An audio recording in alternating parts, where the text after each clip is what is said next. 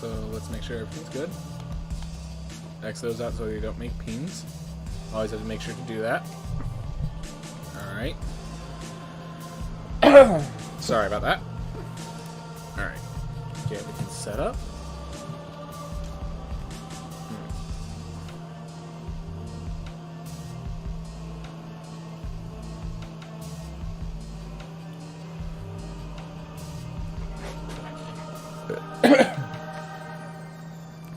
Hey everyone, welcome back to more Rogue Legacy 2. We now have had a Haunted Hollows Eve update. As you can see, all the bats, the skull in the background, all that stuff. So I have no idea what I'm getting into. We're just going to get into it. Starting with our New Game Plus 10 file. Alright, so this was not reset. That's good to know. Yep. Nice big old castle. We still have one more lock. Plus, I'm assuming we have locks up there that they have not revealed to us. Alright, so it looks like the class we had last time was a bard with no effects. Okay, simple enough. We have Leviathan everything except the Gilded Trinket. That's good. That's good to know.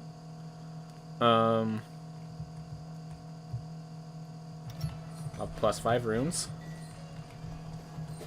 Nice Halloween theme everywhere. Good. Oof. So one of the big changes, we now have 2 hidden ones. Dimensional platforms can be seen inside the observatory. He then takes a single step off his telescope platform and falls to the ashen clouds below. Lying softly on a hidden platform, the figure heads west, back towards the observatory. Alright, I know where I'm going for that. Wreath in shadow, a figure watches estuary Nama whisper silently to a row of gravestones. Nama finishes a prayer and turns around, pushing the figure to retreat within the recess of a nearby cave. Alright. We'll have to figure out which of those need to go to. Wait, why do I only have 4 here? Challenge complete, 900 souls obtained. Okay. Just complete, 450 souls obtained. Alright, so just want to make sure. No changes to soul upgrades here. Just trying to figure out what I want to purchase. Ooh, alright. Time for your epic soul. Press up and down on a bard character to select them into rock stars. And press up and down mage to change them into reapers. Ooh.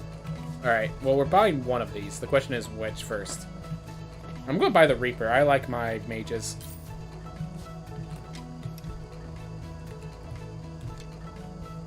Let's go try it out. And I do know that we got some new burden available. Let's see. Burden of Agartha's Royal Guard. Citadel Agartha becomes more dangerous. That's going to be awesome. Flaming pinwheels become flaming tri-wheels. This doesn't seem too dangerous. The Black Ship Preserver of Life begins its assault. Denizens from the Sun Tower and Plateau begin to migrate. Alright. Well, I like the idea. I'm not going to disable just yet. I'm going to finish New Game Plus 10, but glad to hear about that. Glad to see that. Alright. I believe we have a new theme here. I like the Reaper, but it's not the easiest to use. Alright, so there's a new rune that we need to start picking up. So when we find fairy chests, we're actually gaining something. That's good. That's good. Oh, hey, we could equip one more rune of some sort. Just gotta figure out which one I want to equip. So these 3 are off limits for me. I have a personal reason for it. Scales with vitality. That's pretty cool. Alright. Reinforced folded rune. Alright. Yeah, basically, as long as I'm not picking up crit or the movement options, I just have so much space for all that rune weight. Nothing to purchase. Did that all last time. Alright. First time coming into this new patch. Let's see how this fares. Alright. I feel like you could make a Rockstar... I feel like you could make a Rockstar work real well. Alright, I'll keep that in mind. So let's see. I still have to beat 2-ball. Alright.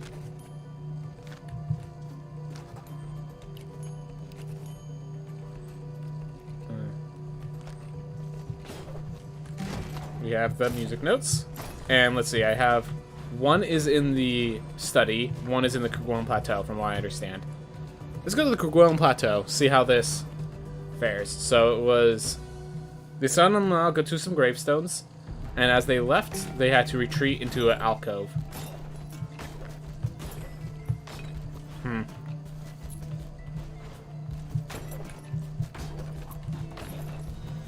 My guess is there's like now a hidden entrance somewhere in the boss chambers, so that's where I'm going to head to first.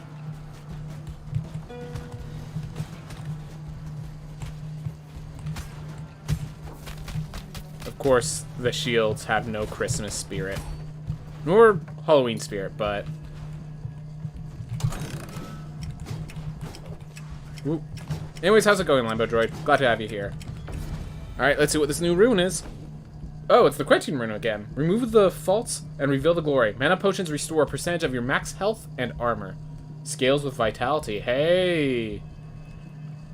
I mean, it makes sense, because your max health is, based off of your vitality. Yeah, I'm glad that they're getting some of those things that actually scale off vitality.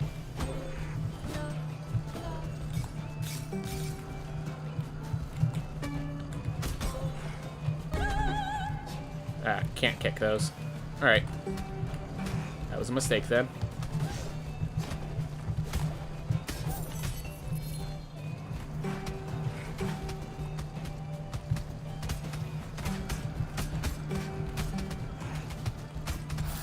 There we go.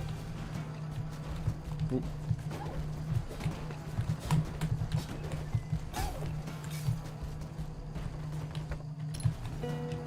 We'll work on it.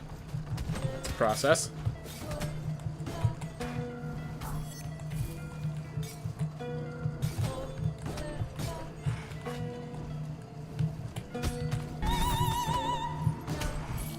There we go.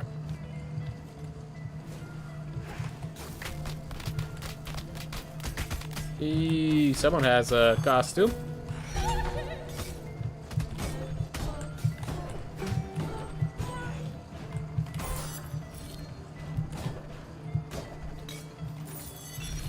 Oof.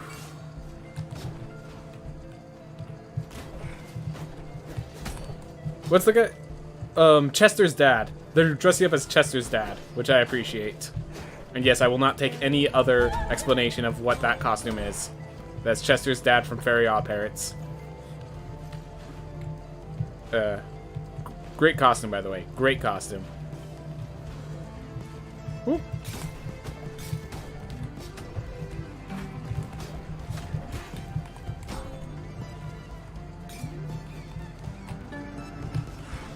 Ooh.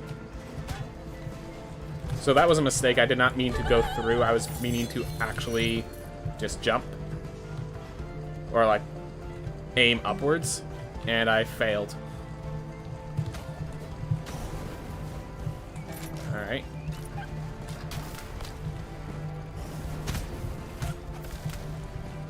Well. Fell on the aiming again. Oh well.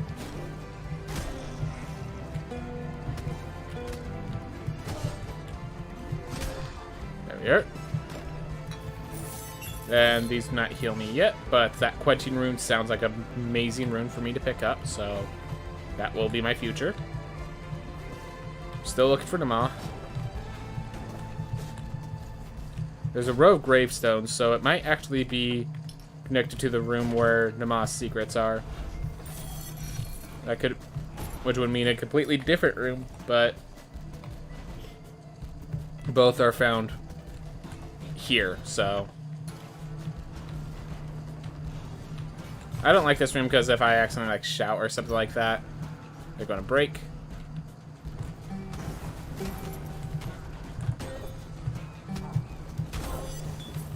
Go.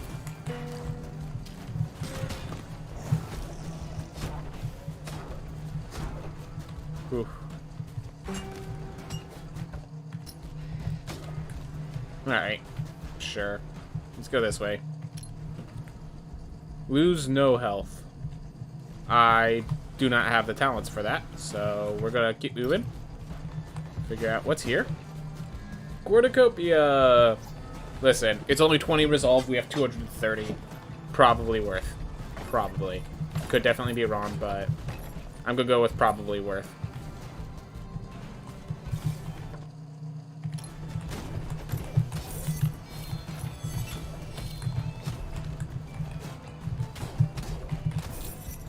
There.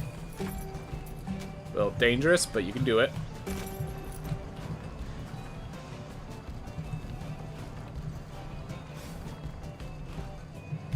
Okay, back down here we go. Let's do it properly this time.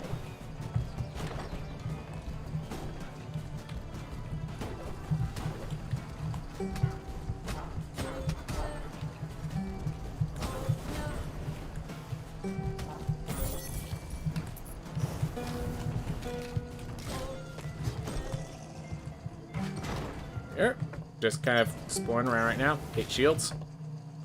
Ooh, as far as the discussion, I like horror. I like watching other people experience horror more because it's more likely they get scared. I'm not easy to scare. Well, you'd like watching me, but I don't. So, yeah, I'm very easily scared.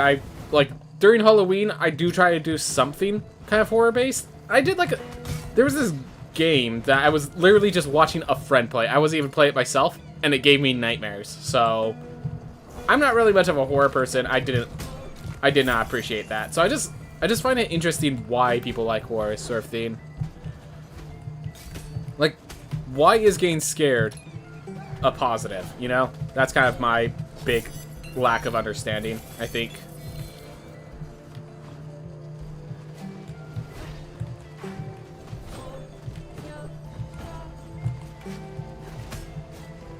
Oh. There we go. Teeler's video? Yep, that was Teeler's video. You knew exactly who I was talking about.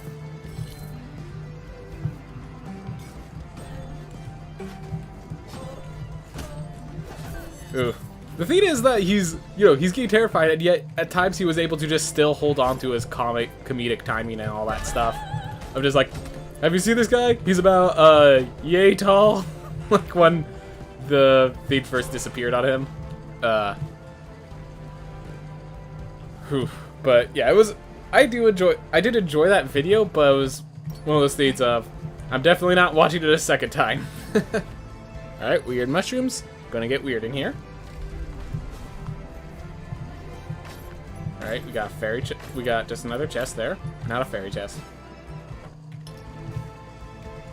It's usually guarded, so be ready. An explosive wolf.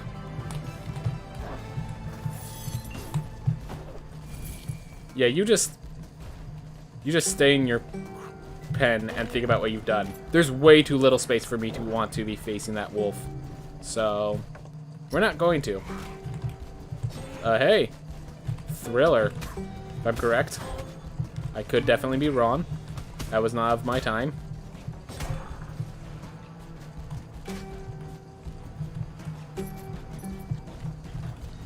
Oh, higher level. I see. Oh, fancy lad.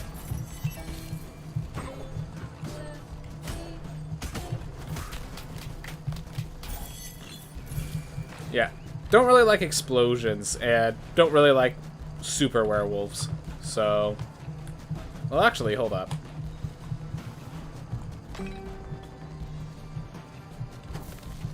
Well, I'm gonna actually head back, try to refuel my mana, and then I'll go do that.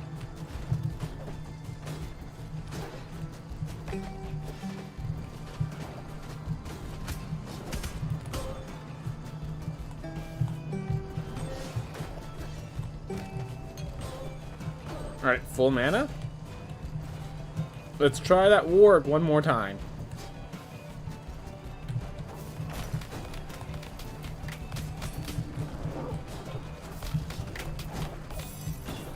Hey! You did good.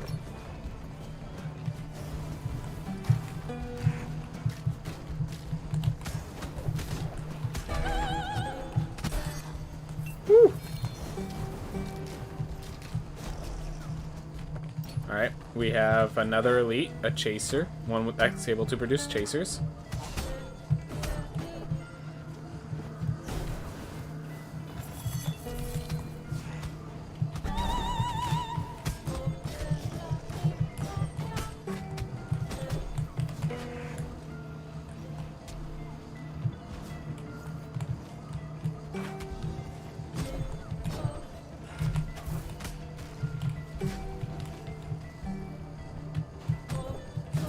It's the getting knocked upward that sometimes messes around with things.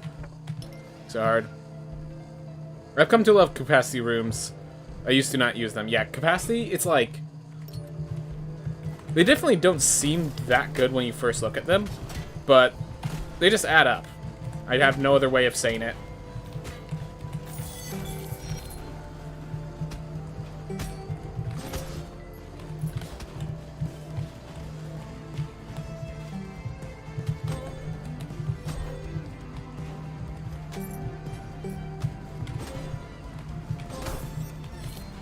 Here. Awesome. Well, everything here is dead. Alright, let's head up front here, I guess. Bit of a route switch, but... not a fun room there. I see why I didn't bother facing most enemies there.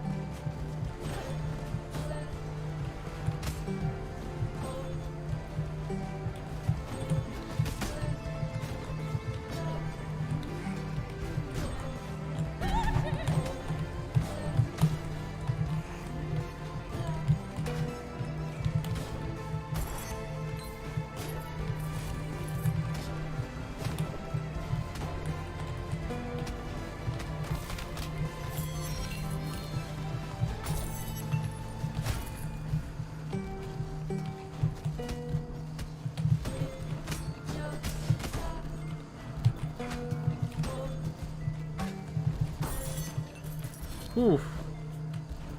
Yeah, my huge amount of soul steel is keep me good, but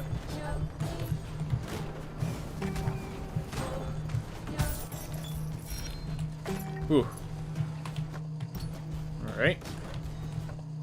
Still haven't found either room that this theme could be in, so gotta keep searching.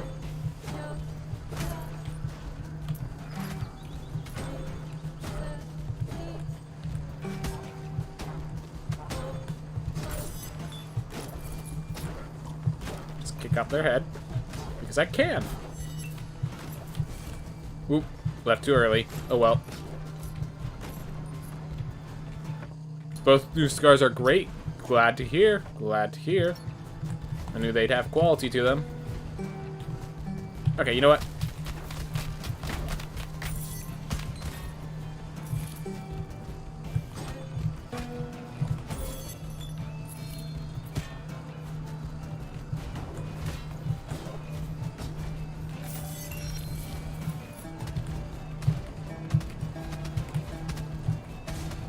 That ain't fun.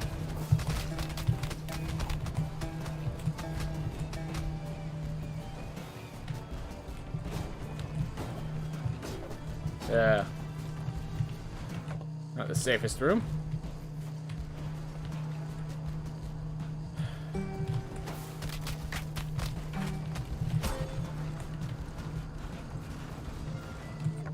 Alright, found Far Shores. Not much I can do with Far Shores now, but glad I have it discovered. I have a teleport way over here if I ever want to use it. That's a positive.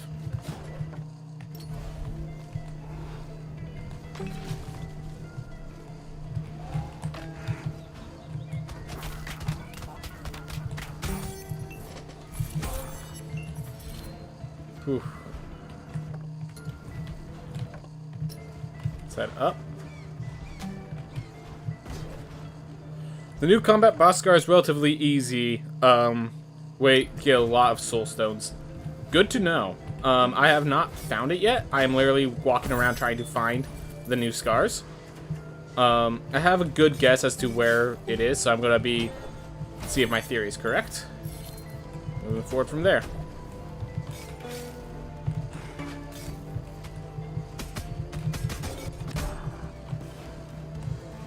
Ooh. Have you tried the new Fabled weapons? No, this is literally my first life. I just purchased the Fabled weapon for the mage, and that's it. I have not had a chance to even play the mage since unlocking that. There's a lot I still haven't done. Alright, see if this is still keeping the same standard. No, I did not look at any of the runes. I just knew that's where it always is. Bottom leading towards it. So... Ooh. Alright, here we go. So, one possibility is here. I have one other room that I could think of, but I have to find it first then. Alright. It'd be this room. So it's somewhere hidden here. So she comes back, forcing me to retreat into a dark alcove. You know what? I'm just gonna...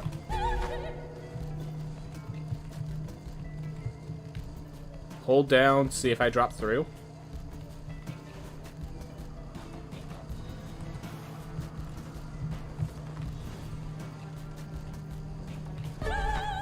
Nope. No way to jump over. That looks like it might have been. Seems I was incorrect. But that is a row of gravestones. That is a row of gravestones. So I think they were referring to this room. Yep, I know I'm on the right... Thank you for not spoiling it for me. I know it has something to do with this room. Retreated to an alcove.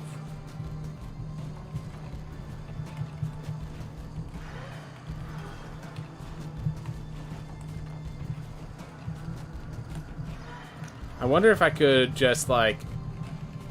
Aha! Knew it. I could just interact and pop through a door that I don't see. Awesome. Eupraxia's memory. Oof. Why does Nama visit the gravestone so often? Her constant pilgrimages are causing her to neglect the harvest. I need to tell the others what I've seen. I shall take the Rebel's Road. It may be rough path, but I mustn't let Nama see me. Alright.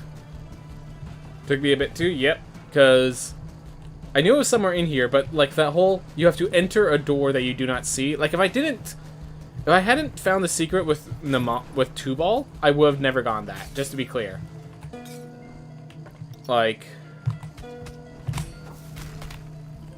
that is quite hard to discover. Oof. Alright, we're leaving. I'll find the chest and I'll get that chest another day. Whoop.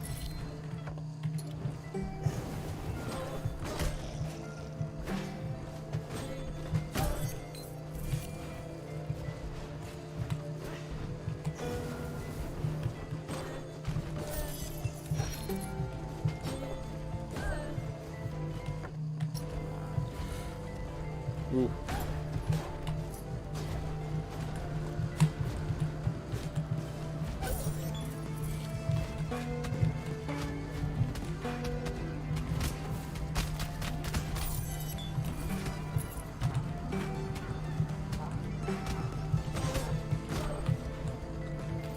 Go.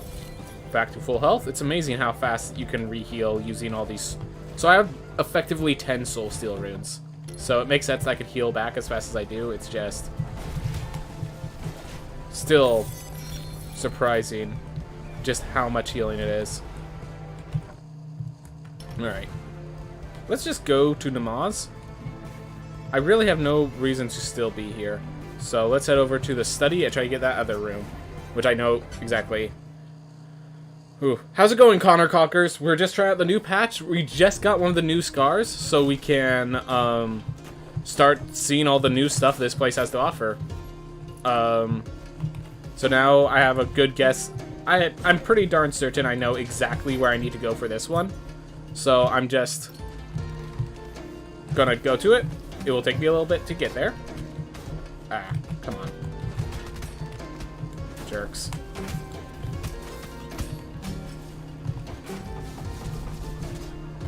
Just need to find an angle where I can hit them and not get hit myself. There we are. Ooh. New patch? Yep. Never again will I take armor shred burdens. Worst mistake ever? Yeah, the armor shred's pretty brutal. Pretty darn freaking brutal. Harder than the damage boost one. Yep. Kin level 50 is plus... I'm pretty sure kin level 50 is only plus 3 lifesteal, plus 3 soul steal. Still absolutely insane, but I don't think it's plus 5 on each. But yeah, no, that...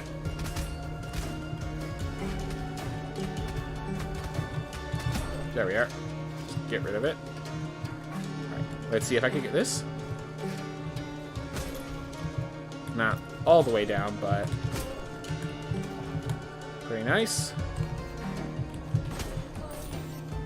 Well, I killed it, but I accidentally kicked myself into the next room, so didn't get any resources. Plus 5 each for runes, and the plus 3 each for kin. Yep. Okay, I see.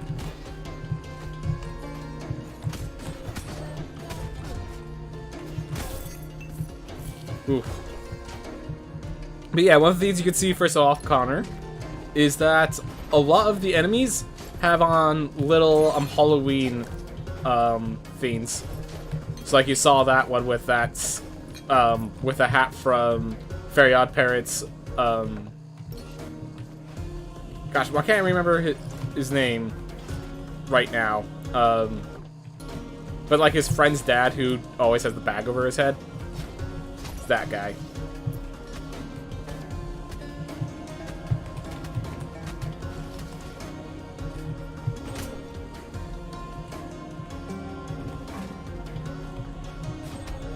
There we go. Oh yeah, and then drowned as well. Oh, I think that worked. Ooh. Well, I need to keep going right for what I'm looking for, so... Woo! Forgot you could do that. Get rid of you first. Awesome, the Spore Burst actually broke it for me. That's great. Woo! But yeah, one of the most powerful things is you can just do this on the more immobile enemies. They definitely kept reducing the damage because it just kept being broken, so hopefully it's fair now.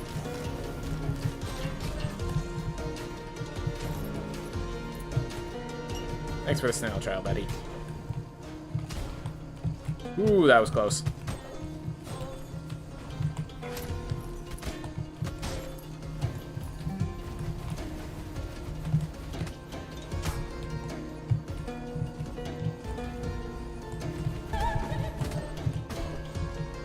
Here. Yeah, 3 notes max used to be 4. Alright. Great, thanks.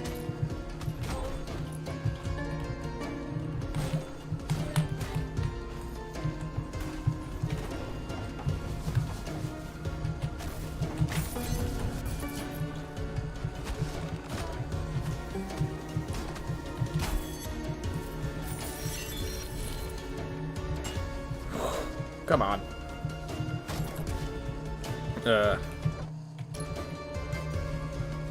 Hate these void balls. Not as 13 as they used to be, but still annoying. Ooh.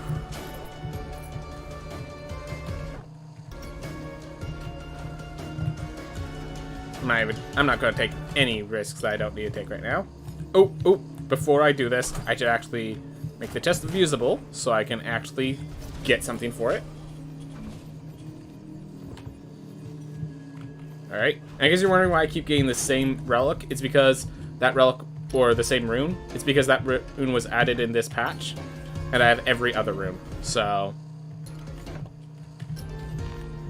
all right, go.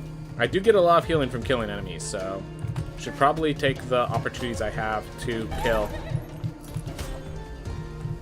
Ooh. This never feels safe with all of these spike balls and such. Yep. Certainly that spike ball was coming for me.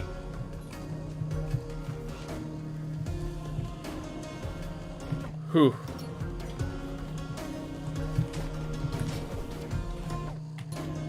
Alright. Just want to make sure real quick there's no mimics or anything. We don't have zombies in this area, so I don't have to worry about them.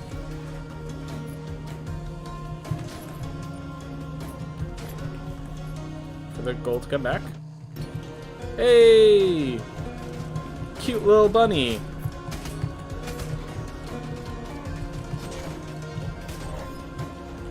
There we are.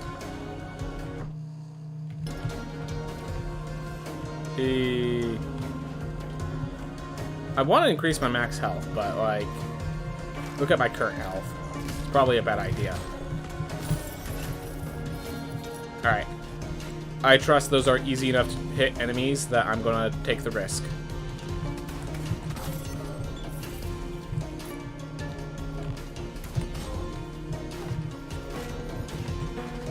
Alright. Chester's dad. That's what I would say they were. Why could I not remember the name Chester? Because I haven't heard it in a very long time, that's why.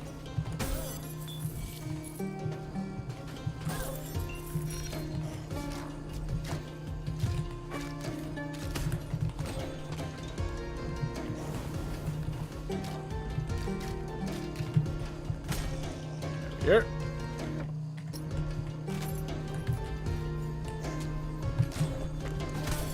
Oh, gosh darn it. Sure could have doomed this. Hey, meat. Yeah, in case you didn't notice, I really do not like Doomvises, so. Alright, got to max HP. That feels good. Woo. Here.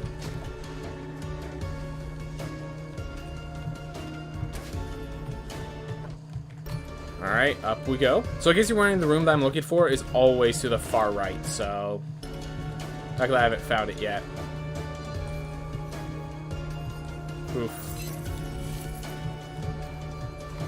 So I need to find this room, and then I basically am just leaving down into the abyss so I could finish this New Game Plus. Alright.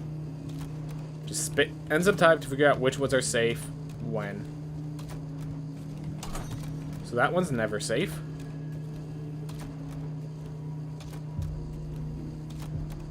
Alright.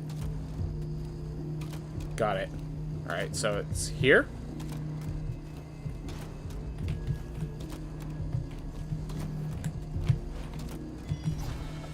Whew. Dashing into walls is very important on that one.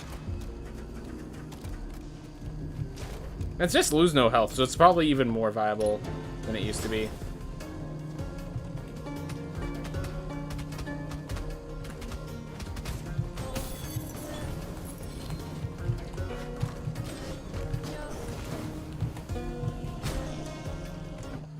Still not found it. After I'm done. After I find what I'm looking for. This is not what I came here for. Alright, down and to the right we go. That's 4 roots, I think. Only 1 left if I can count properly. Good to have the numbers. Thank you very much, Lambo Droid.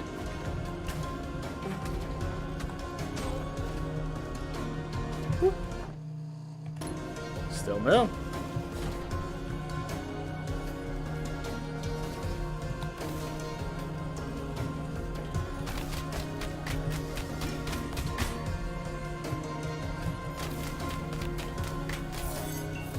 Go.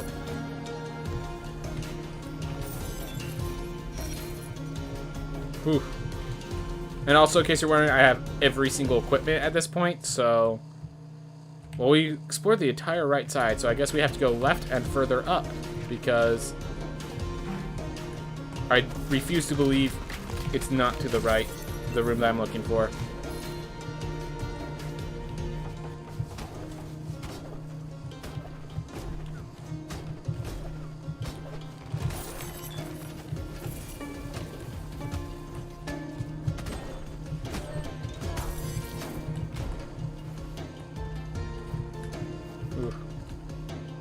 Alright, let's just leave.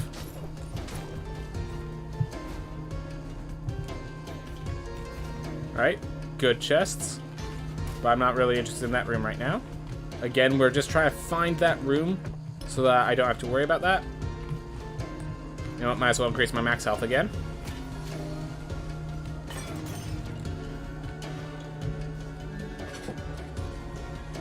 Not gonna get too many crits. Alright, sure, let's get ourselves plus 10%. It is health, weapon, and magic damage. Sounds good. Glad I took the other thing first. The apple. Ooh.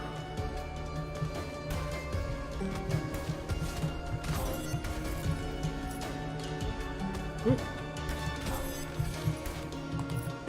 Alright. There we go. Here we are. This is the room I've been looking for. Alright, so here's the telescope. 2 rooms. The table is full of lists and charts about the Kerguelen Plateau. Among them are predictions on how long food stores will last. The numbers are dangerously low. Ooh. A lifelike mannequin lies dismembered within a box. Nearly imperceptible streams extrude from its limbs. Engraved on the mannequin's left heel is a single word: new. New. So new is actually it's the plural form for me. Like it's we. It's the word we in French. Like you and I sort of thing. New. So us are in this mannequin. We are in this mannequin. Irad is too erratic. His decision-making has become unreliable. If he keeps going down this path, everyone in the Kerguelen Plateau will starve. I need to fix this. I must save her.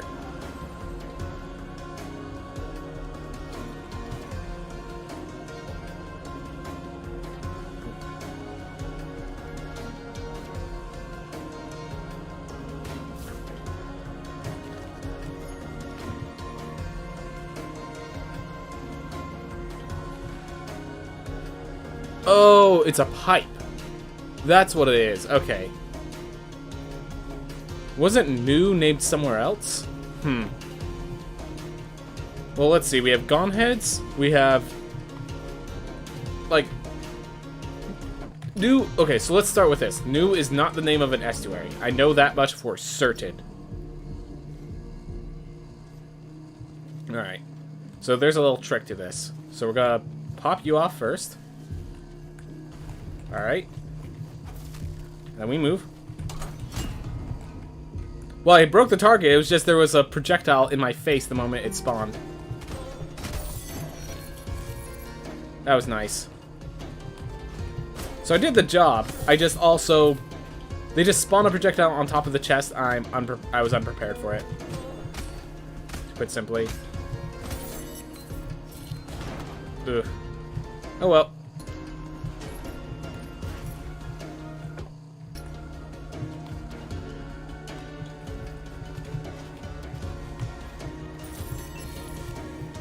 Oof. They didn't like your cheese strat. Yeah, I guess. I mean, the cheese strat could have worked if I just knew that that's where one of them was going to spawn.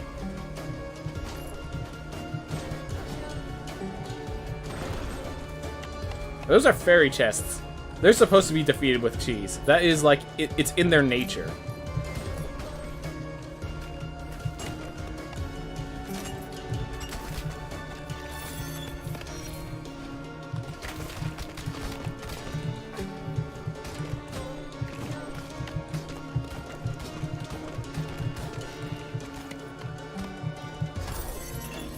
go. Get more iron ore.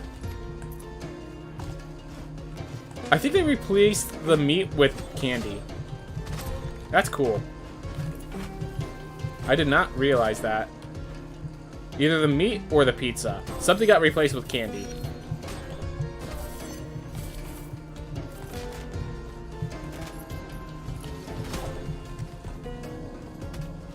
By the fact that it showed up twice, I'm going to say it's the meat.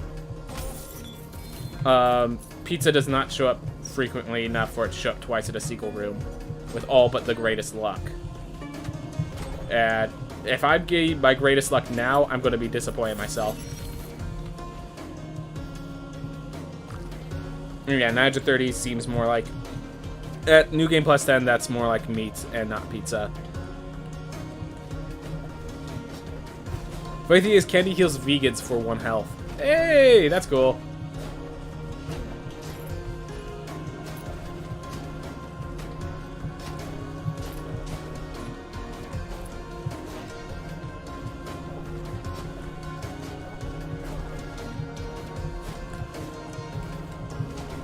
Alright.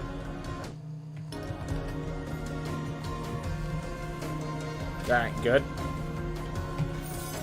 I guess there was a hole there. Should have just did a quick jump, quick hop.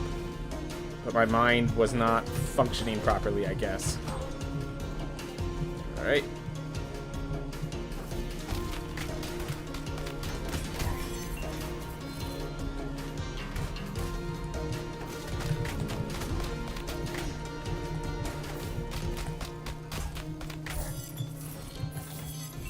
Used all my mana, but got myself 2 treasure chests. And I can rebuild with this mana. Get out. I want to go up, and I don't want to deal with you. You know what? I think it's actually faster if I return to main menu to get here. Alright. So we now know how that place looks. I'm sure we'll be seeing Axis Mundi with that road. Is my guess.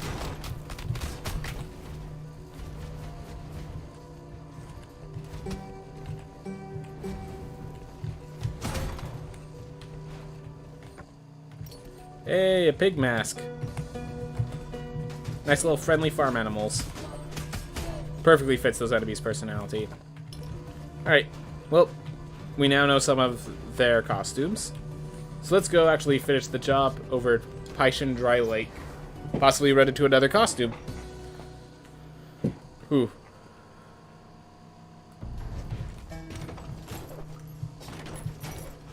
Whew. Okay.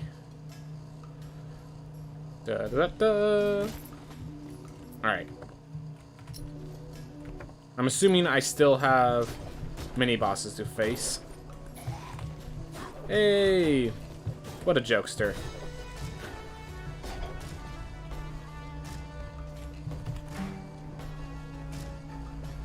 Alright, if I can make it.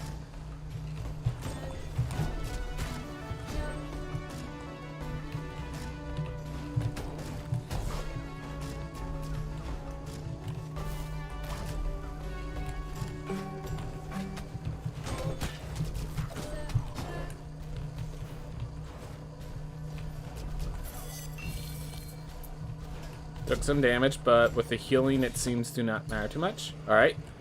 So I at least took that one. I'm gonna wait to make sure I also got the black room, the onyx key. Nice little costume. Not too detailed, but detailed enough to be worth.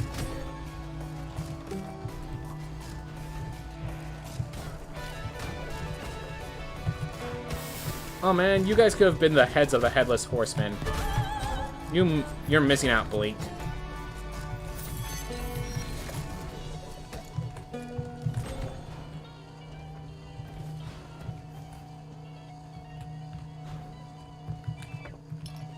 Alright. Well, if that's the case, I think I literally just have 2 all then. Which means... was the rightmost... Okay. That might be why I haven't found 2 ball.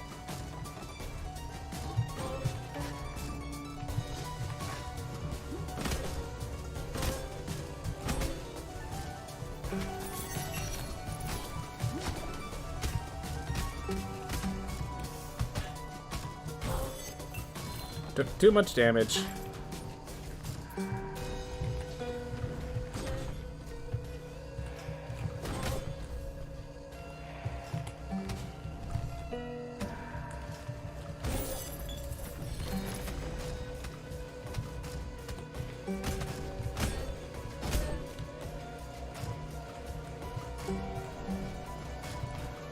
Oh my gosh. So yeah, if you tap the button too fast, it will sometimes just complete the entire dash. And that's what happened there. I need a very quick, very sudden dash. But it was too sudden of a dash and it did not trigger properly.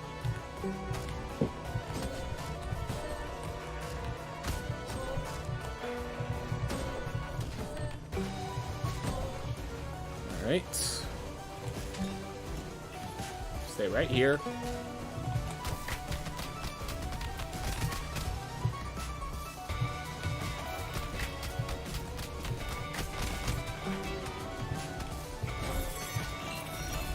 Go. Got myself my treasure chest. I wonder if candy is a new healing item. I'd be surprised, but also if they actually change the mechanics of how vegans work with items, I'd also find that surprising. So, yeah. So in case you're wondering, the crescendo is great just as a way as like it's one of the best get off me tools.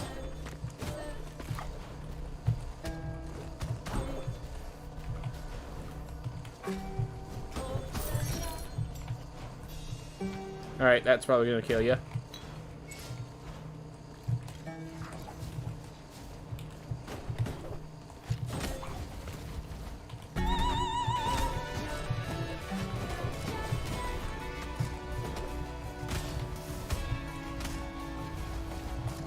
Hold up. I can get in position. There we go. That should take care of it. Gets me my chest. Awesome. Just figuring out the little pieces and places I could be. Ooh.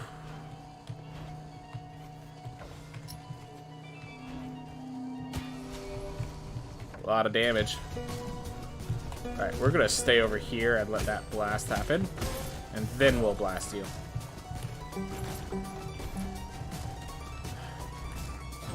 Jerk going to tie up.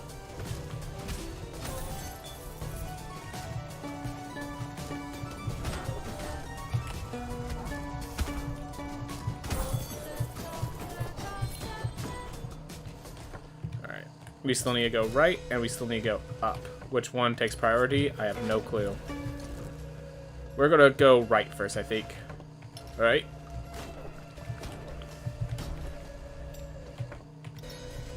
Seems to be promising. More clowns.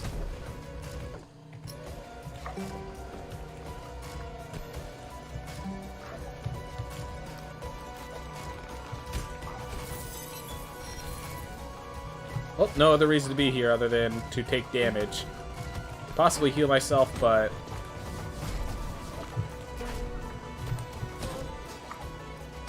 one of those is a bit more likely than the other. But we did manage to heal ourselves, nonetheless. Expect the impossible. Don't let the odds stop you. Alright. With that, I'm actually going to go up first, because I need to go up and to the right, and that's just down. Definitely further right than the other path, so I went that way literally to just protect myself, because I wasn't ready for that room. I'm not ready for this room either, so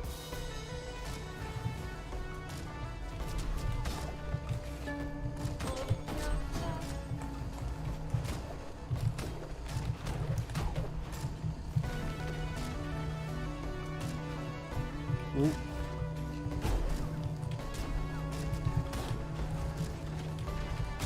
Oh.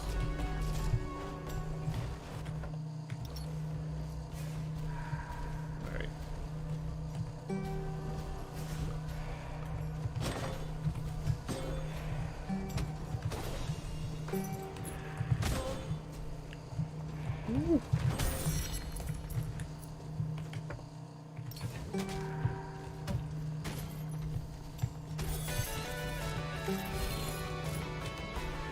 Love those explosive piles. Just gotta keep your distance, and they'll take care of the issue. And the best part is that they usually place them directly on elites, so you can just use them to kill an elite. Alright.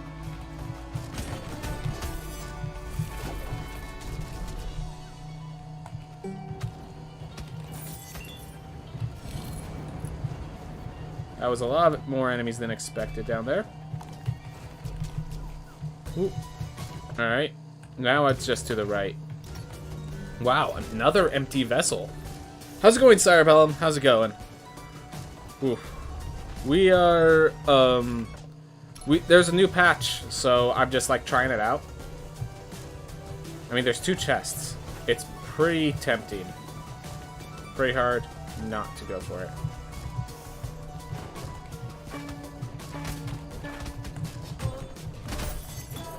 Alright, got those 2 taken care of.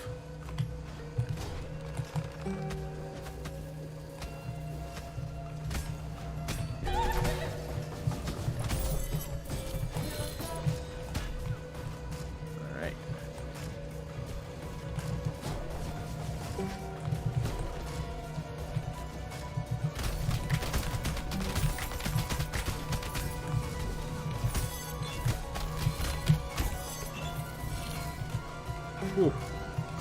All that healing. It's making this very easy when you have just so much healing. So, like, I could just run into enemies and be pretty chill about it. Which is why I think Armor Shred is kind of a necessary burden to have to keep these challenging.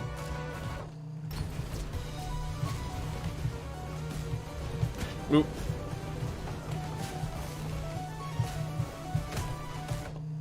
Alright.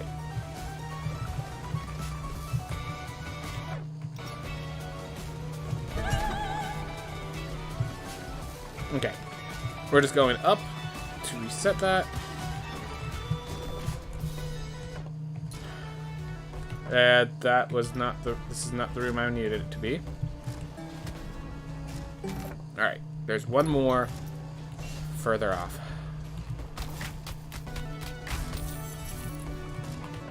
That healing was nice. No denying that.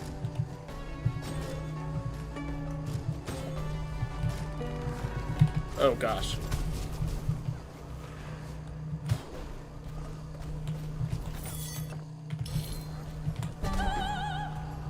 Oh, I'm covered in poison.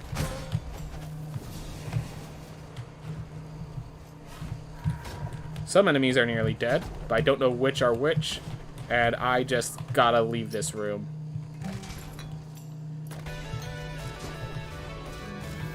Yeah, I'm not replacing this talent. I'm not even going to bother with a reroll because I can't think of a talent I would replace this with.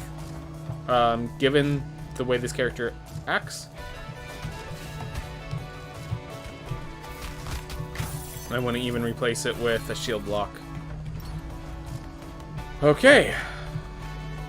Let's see if we can beat 2-Ball with this Bard. Recently got Hades. Nice! Yeah. Super fun little roguelike. Played through it myself. I was going to speedrun it, but the more I did the speedrun practice, the less I liked doing the speedrun practice. It's just like, the style of the game does not suit me for that. Like, it just... I guess a way of saying it is that the speedruns didn't feel too different from the game itself. And so once I started getting tired of the game, the speedruns had, like, no purpose other than just an excuse to try to keep playing, which I didn't really want at that point.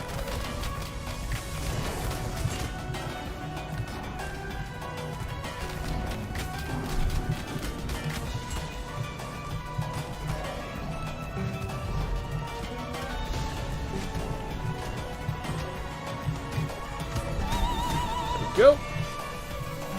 Killed them all. Great. Perfect. Glad to have them back immediately.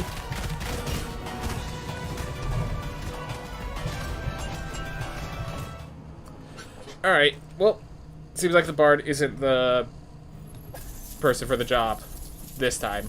But yeah, we got +5 focus, we got the scars.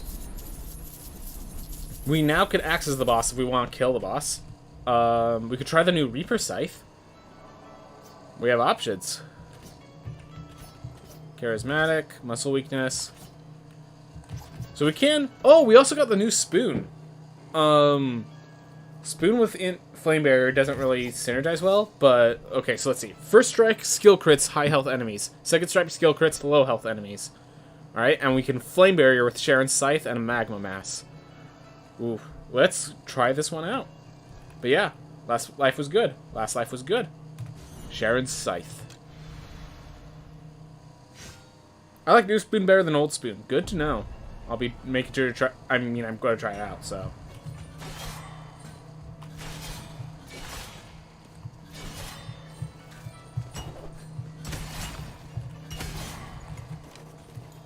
Well, still talks about the wand. Alright.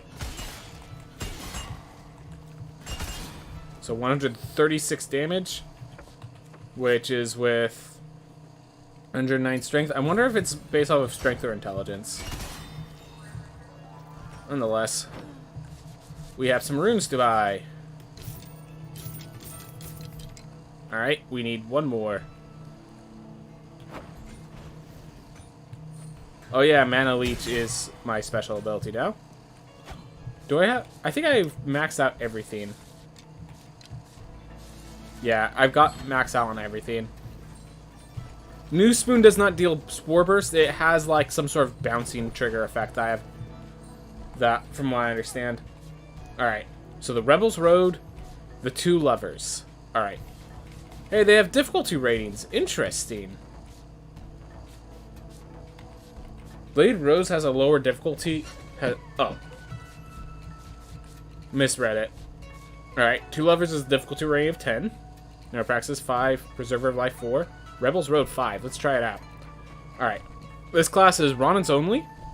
Destroy all the targets on the Rebels Road. Why does Nomad visit the gravestone so often? Alright.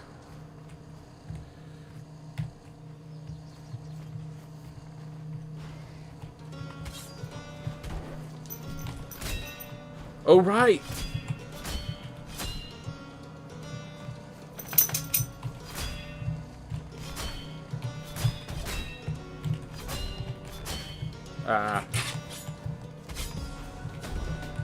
So yeah, if you don't miss at all, you can probably do some way of getting all of these. That was obviously a bad one. My dog needs out, but that was obviously a bad one.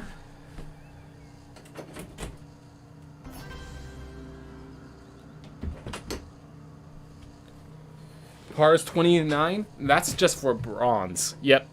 This one took me a bit. Yep. I bet it would. It's going to take me a bit too. I'm at least going to grab bronze before I leave. The question is, where do I start?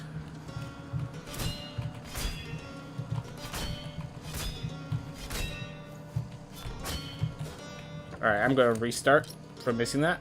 Yeah, if I miss one, I probably have to restart.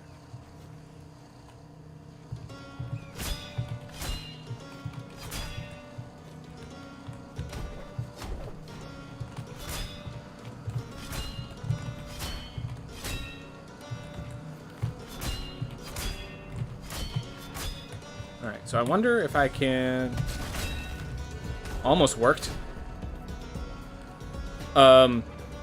Watch Vilk's record later. Once you get it, it's insane. I bet. I think someone's tasked this. Yeah, Vilk's has some insane stuff. Alright, well, I at least got the bronze trophy. Alright. The important thing is that gave me enough souls to become a rock star. So, we'll have a rock star next time. Figure out which of these I want next time as well. Alright. Try the Rebels Road again.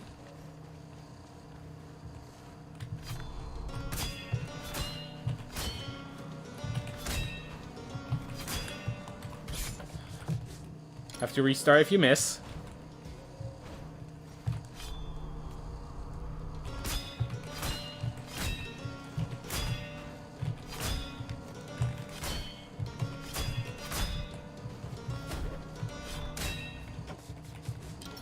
But yeah, I bet he's like pressing the button and then the next one's already firing off while you're seeing the targets destroyed. I would not be surprised if that was how Vilks does this.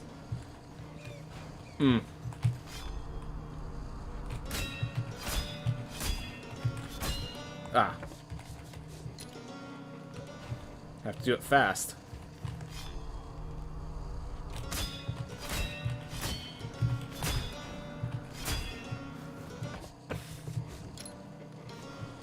Fell.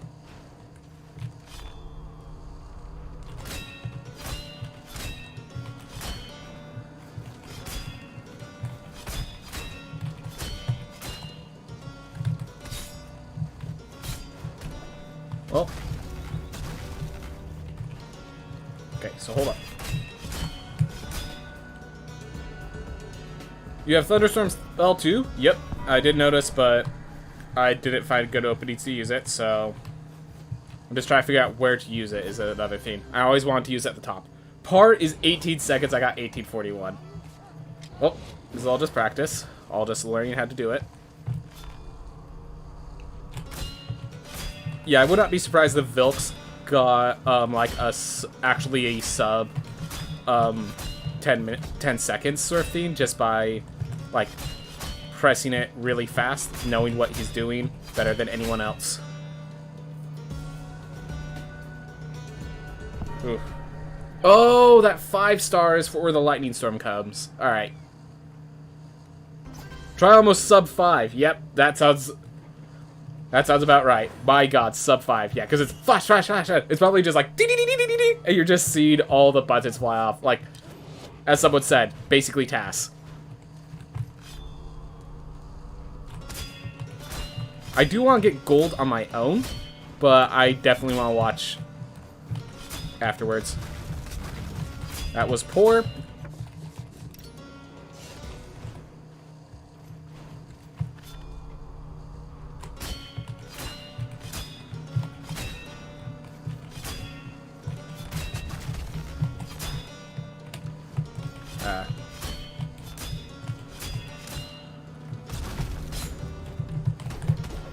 That wasn't very good. Oh well.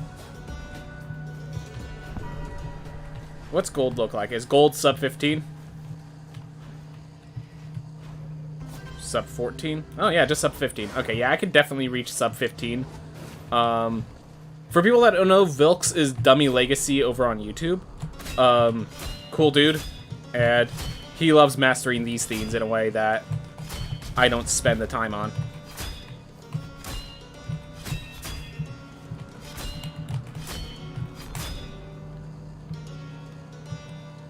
Yep. I could definitely see Vilks just knowing an exact route. Just checked, it's actually 4 seconds, 81 milliseconds. So he actually got sub 5 minutes. Or sub 5 seconds. I believe it. I believe it. Alright. Well, I got gold. That's all I'm looking for. Alright. Total 2 lovers. Defeat the forbidden couple.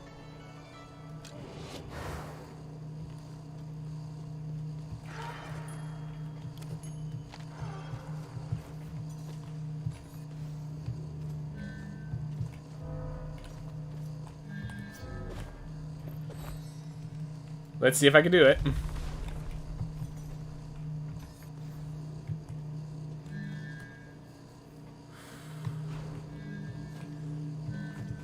Okay, well, I'm definitely taking one of those. Okay, so I can't open the door when I'm ready.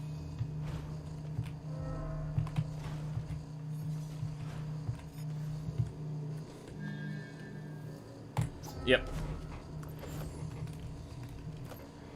Serried handle plus this weapon.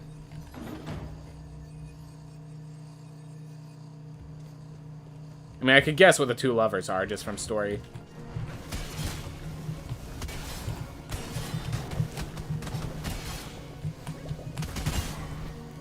Okay, well, there is the problem that this weapon makes me dash forward.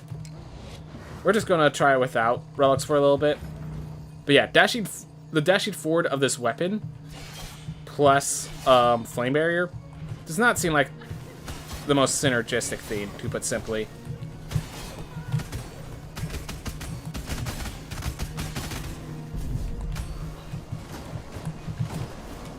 Yep, definitely. I think I could do this. This is not the character to be doing it with. This is not the character to be doing it with. Alright.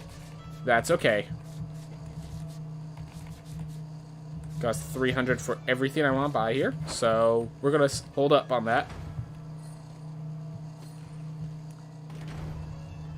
Whew. Alright. Well, let's play this character a little bit. The Scythe, you almost need to be above or below them. The force move is killer. Yep. And I just... not prepared for that. Alright, do I want more vitality? Well, actually, hold up. So let's take off the ones that I do not care too much about.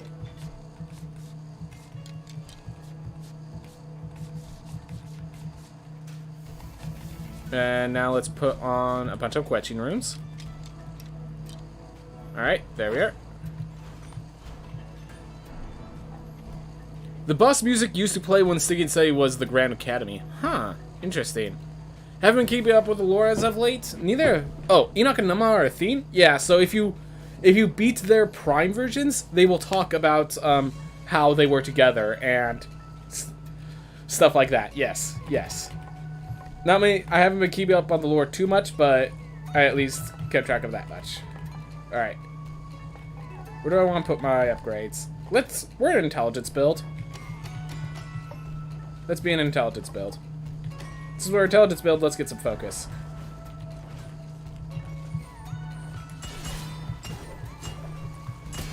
Alright, damage did not change. This is a strength-based weapon.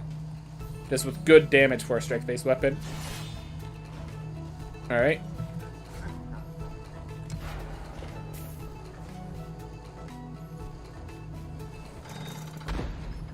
Well, this is not the character to be facing Enoch with.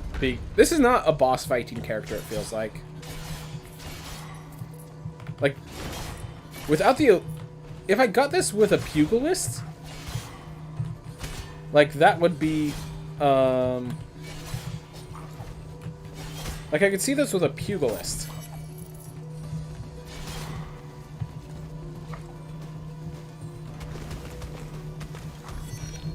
Like... Do I have a trait that's causing me to not have as much knockback? No, I do not. So this is just... Have to be very careful with your positioning. Because, yeah, when these traits don't have much knockback, that's usually the killer. The amount of knockback of the weapon is usually the lethal decision.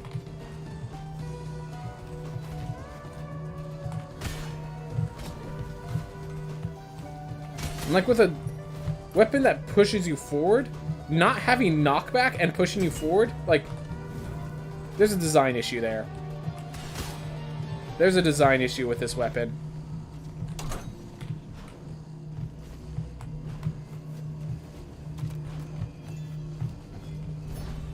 Alright, got the last room. That's good.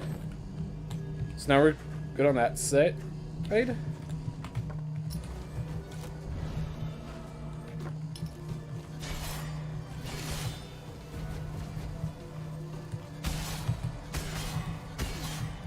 You're probably thinking, yeah, if they gave it knockback, it'd be too powerful. But I think that just means you need, like... To put simply, I don't think balancing these by removing things that are generally necessary is a good idea. I do like this scythe weapon. I think that making it strength-based is perfectly good and perfectly awesome. Like, seeing a mage basically turn your mage into a necromancer as far as I care. Like, I like this. What I don't like is, as I said, no knockback. Just does not make sense to me. This is already...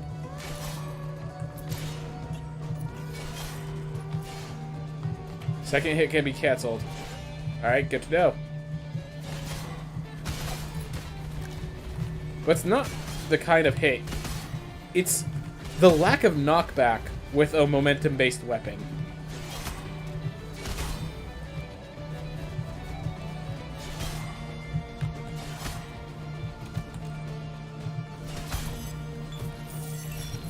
Ooh.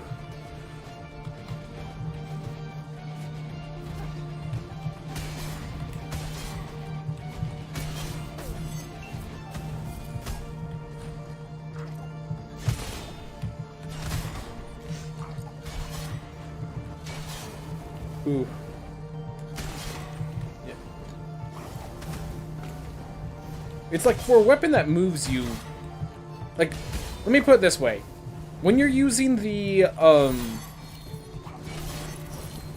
what's it called? When you're using the Dragon Lancer, you have to, like, when you use the launch attack, you get bounced back. Even if the enemy doesn't have knockback, you fly backwards to keep yourself safe.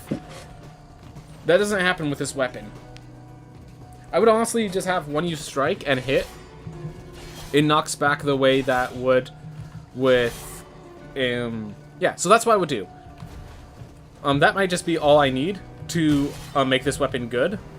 Just make it so that when you get, how do I say it?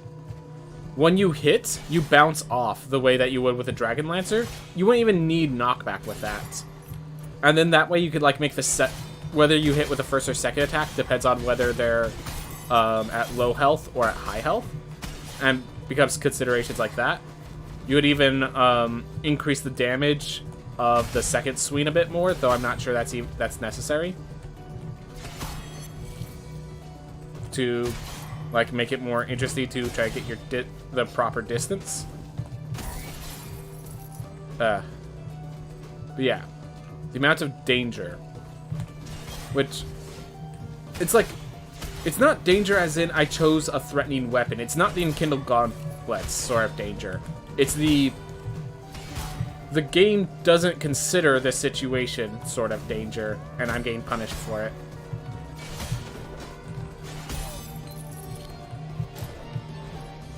Alright. Oof.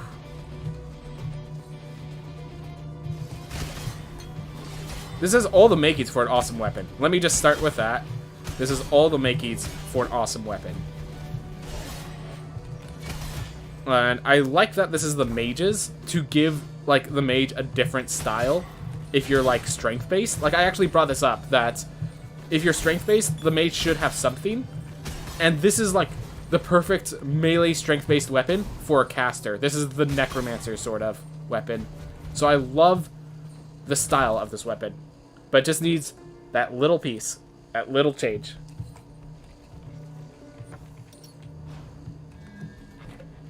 Twin Grave Bell? Sure.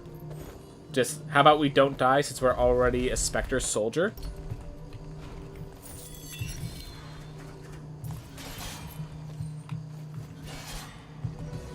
Like, it looks super cool. And it is a super cool weapon. I like the addition of this weapon. It's just, there are those pieces that they need to fix. Until they fix those, this can only do so much. And, like, yeah. Like, just look at how it's like, you need to clear these? Alright, cleared.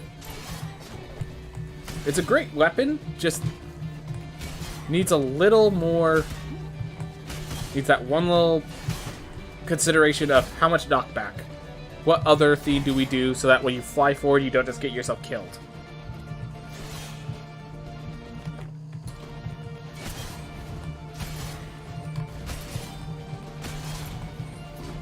Because, yeah, this feels pretty fun. But needs a little support.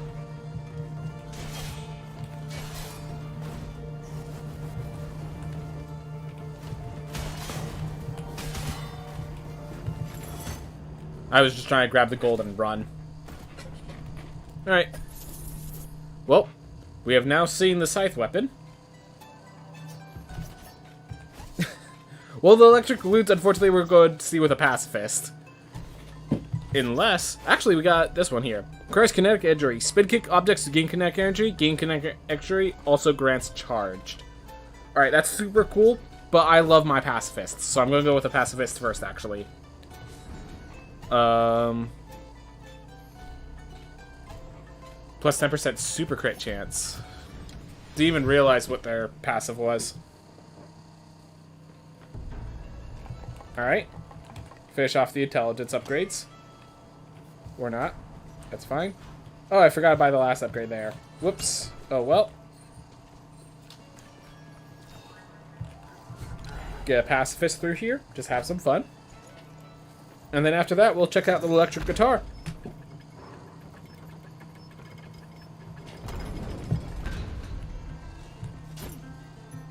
And yes, it would be better if I switched over to the kin sets to get myself...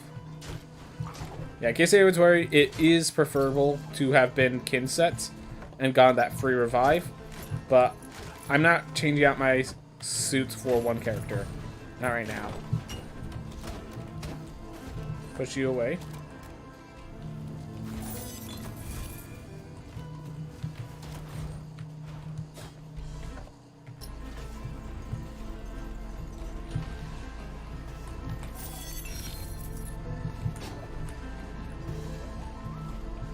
Go. I got some pretty nice health, or some pretty nice gold.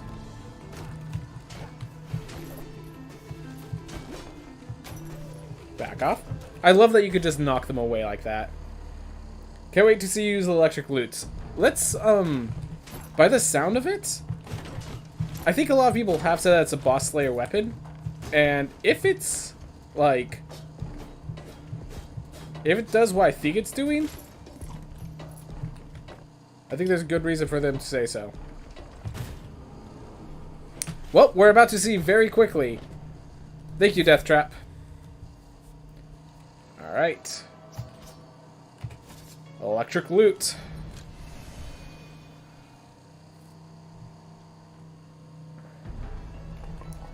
Get ourselves a little more health.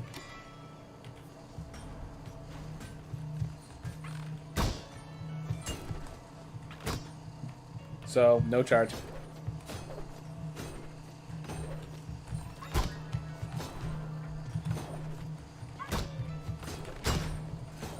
Alright, hold up. If I hit other enemies, does it just get one charge? Or can't charge up?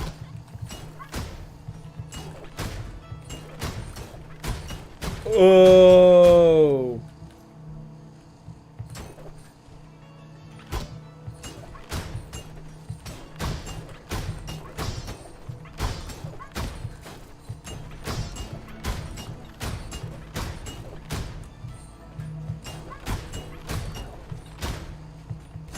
I see.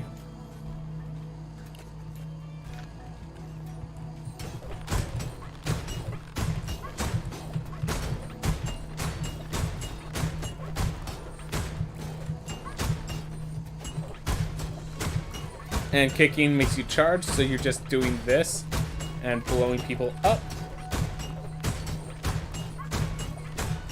Yeah. Let's make it from the top and fire down. Alright. Yeah. Wasn't really. Oh, like this. Okay, so that's how this weapon works. Yeah, and how much... Alright, so the question is also... How much mana does this restore? 23. Okay, so it restores 20 mana per hit is my guess.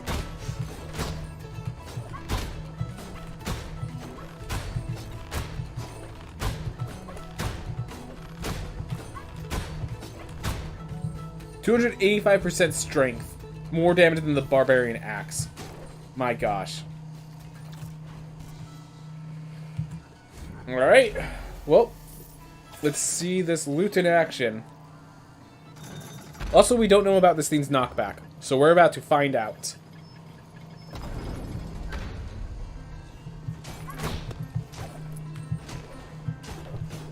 Do want to play around in here a bit. Alright, so it does have knockback. Well, I think that's enough playing around. We just found the other. It's very little knockback, definitely, but...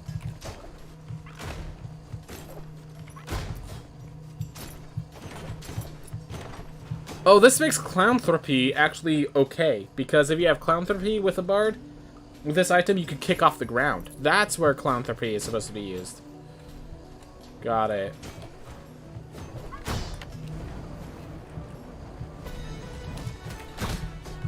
Back.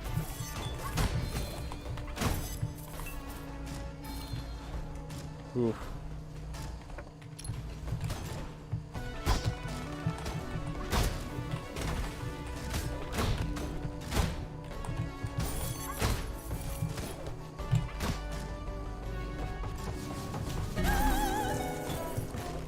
Needed to break that open anyways. Alright.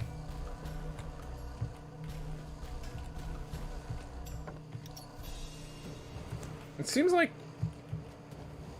Alright, purple and green, I guess, are my color combination for this character.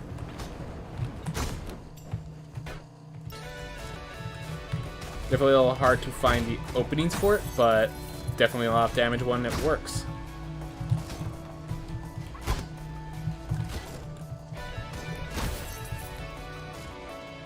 Oof.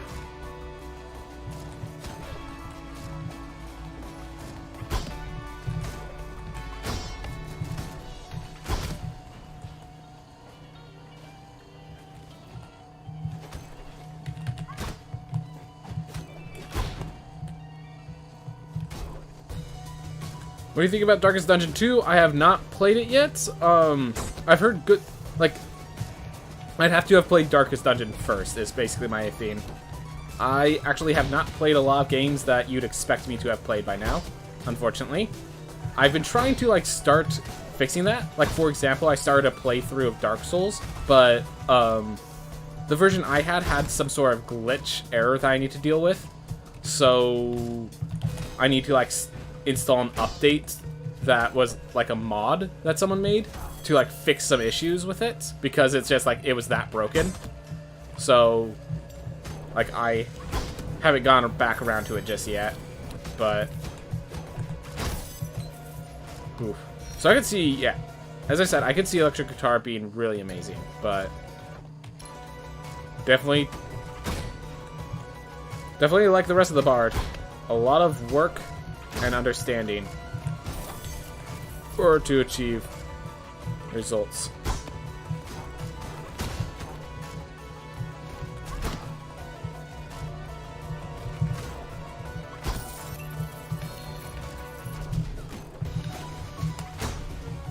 Well, that didn't go too well.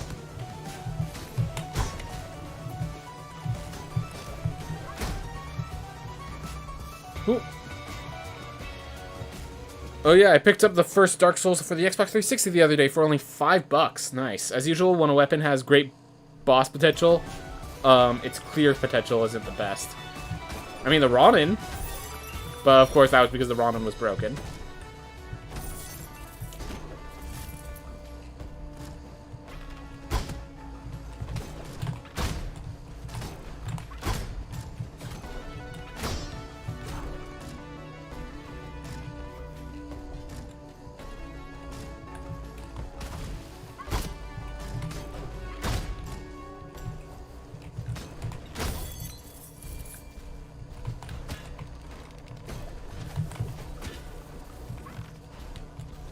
Okay, just grab this and leave.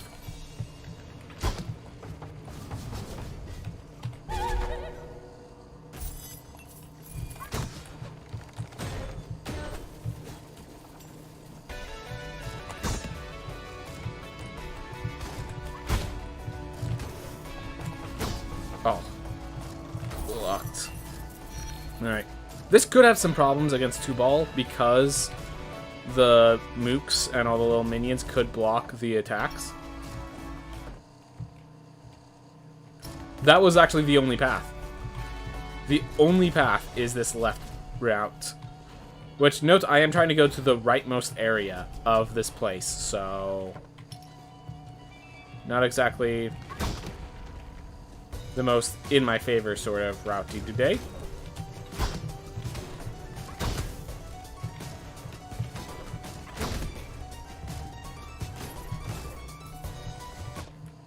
Alright, just keep moving.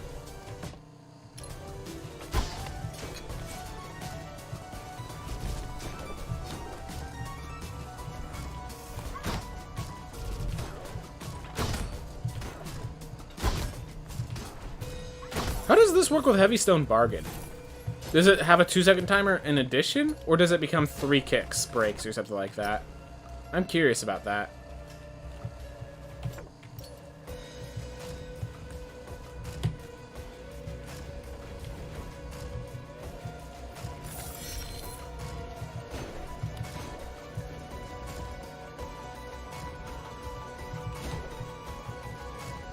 Because if it just turns into 3 kicks, it might be worthwhile.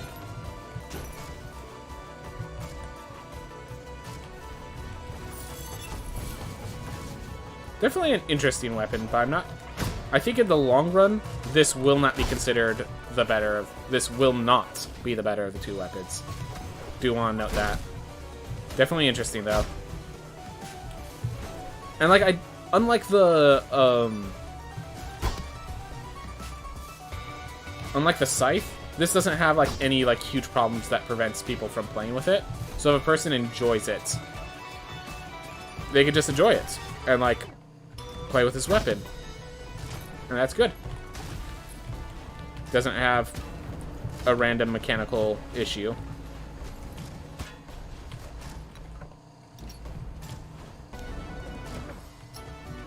Gotta use that to not die.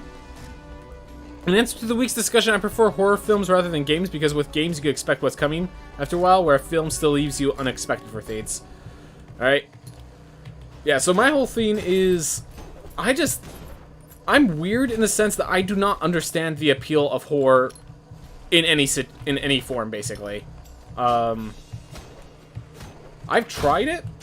Every Halloween, I try to do, like, something that's kind of, like, a little scary at least. And the result is I had nightmares last night, and I didn't appreciate that. Like, it was a little fun, but I was just like, am I really going to have horrible night sleeps for a little fun? So it might just be because I have nightmares from the horror sort of stuff. Like, and like, it wasn't even that terrifying. So my friend Taylor did a playthrough of a video game, and like, I even like skipped ahead like in the visuals to make sure I knew when the jump scares were coming, and even then I still got nightmares from it. And it's just like, are you kidding me? So I guess when you're having nightmares from like the simplest things, it explains why I don't like horror movies or any horror-based stuff. But like, yeah, from that position it becomes just hard to justify. Alright, I am actually going to go back to Citadel Argartha and pick up some relics. I have enough survivability that, yes, I will go to full health once I get through. But I want some relics. And there are 2 guaranteed relics, where the Dash Heirloom and the Book Heirloom once were. Or we could just kill ourselves on random items.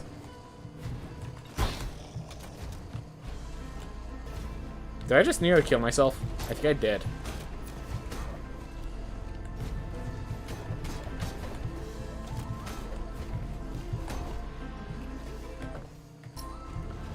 Okay, well, time to figure out. How does this work with Heavy Stone's Bargain? I love cosmic horror and stuff like Lovecraft. Yep. Just additional kicks.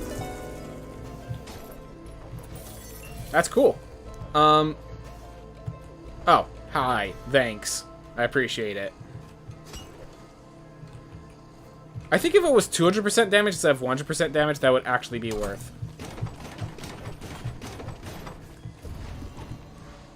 As is, I think that Heavy Stone Bargain was a mistake.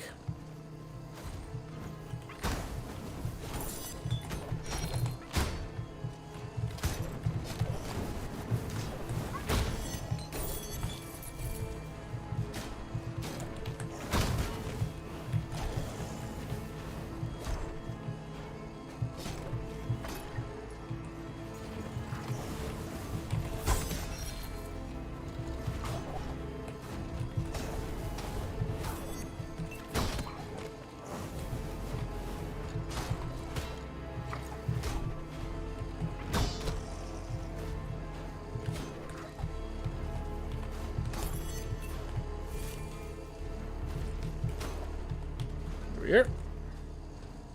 So let's see, they're usually both up and to the left, so that's why I'm heading this direction, in case anyone's wondering. 2 items I'm looking for.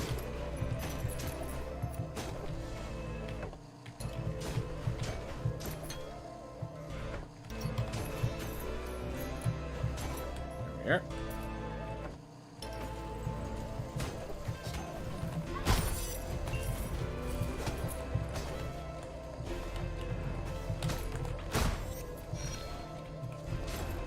I mean, we could definitely deal a lot of damage.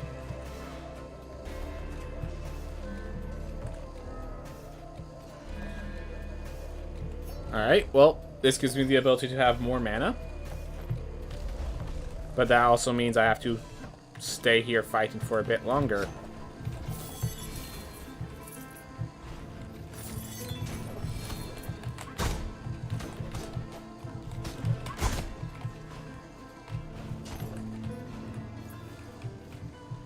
Alright, so there's the book. So now I want to find,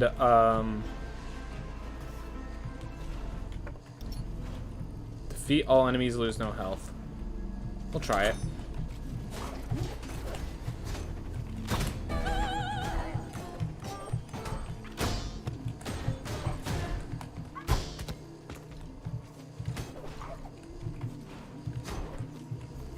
There we go.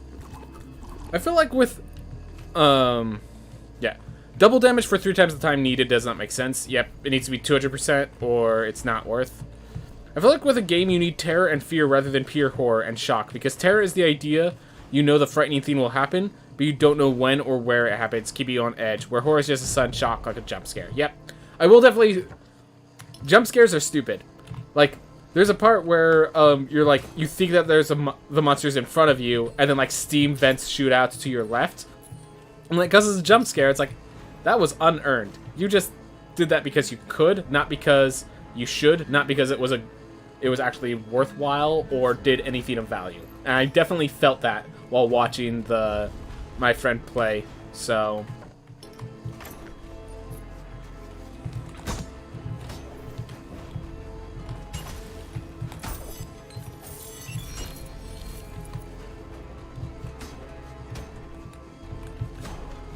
alright. Slowly increasing my max mana.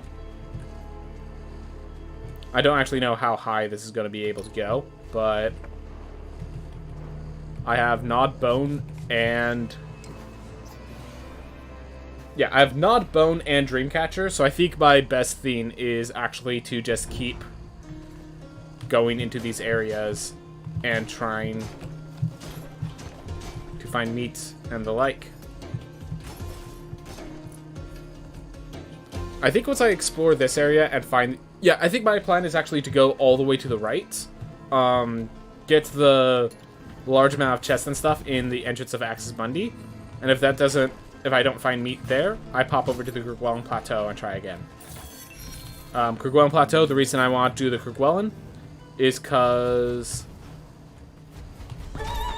The Kerguelen Plateau has 2... Why can I not think of their name right now? The Kerguelen Plateau has a bunch of, the lilies get replaced, so there's additional relics I could be finding.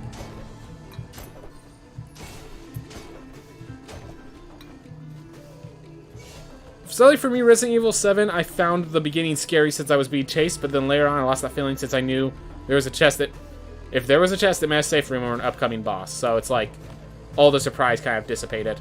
Or at least... That's why I'm understanding from what the issue was. Hey, there was another guy in there.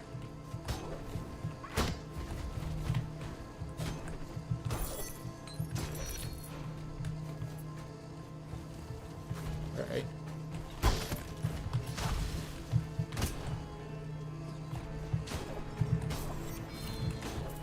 No meat.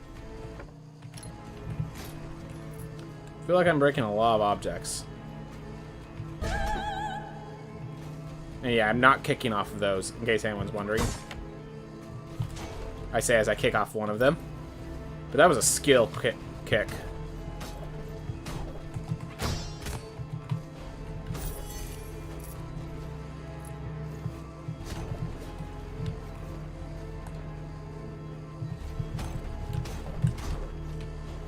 Whew. Alright, so I found Access Bundy. I still haven't found any meats at all. We're not purchasing this because there's no point in it. We kill 2 ball and then we're done. Just hopefully this life happens. Alright, Guam Plateau we go. Still no meat. We want 3 meats at full health before we get to the next area.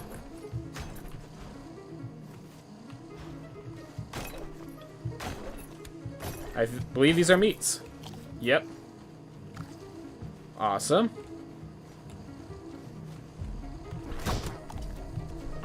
That counts as meat. Awesome. Oh, right. So this might actually be a theme that makes, that Heavy Stone Bargain good. Once this increases damage by 100%, it doesn't just mean weapon damage. My kicks also are dealing 100% more damage.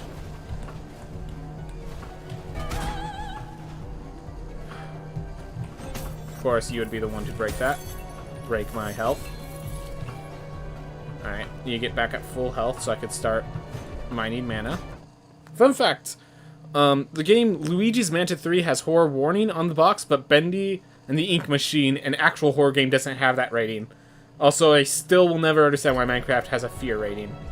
I mean, it also has the question of what is the general audience going for it? Because, like, I'm assuming a lot of kids are going to be playing Luigi's Mansion, where the Bendy and the Ink Machine that you're talking about, how many kids are going to randomly pick up Bendy and the Ink Machine versus Luigi's Mansion, you know?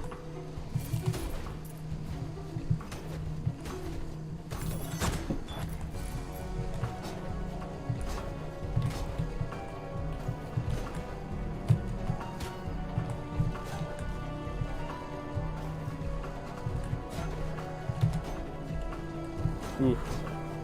Did you do a run today? Nah, I'm just trying out the new patch today. Whew. We'll do runs later in the week. I do want to see the things that the patch has to offer.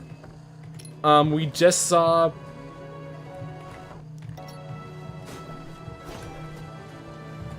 Yeah, we're like trying out one of the fabled weapons right now.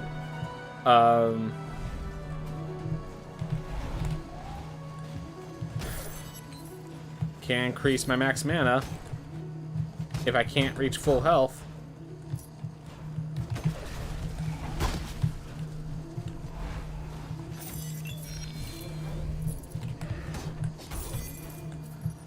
Oof. Silver chests are more guaranteed. Yeah, it's guaranteed equipment. You will not see it on this file because I have all the equipment already. Same reason you're seeing blood in the fairy chest instead of new relics or runes. I already have all the runes. This file is basically complete other than not being at new game plus the max new game, you know? Alright.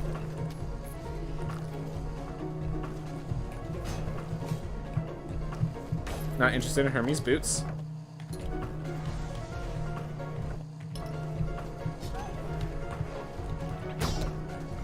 $380. Alright, so we're still increasing in mana.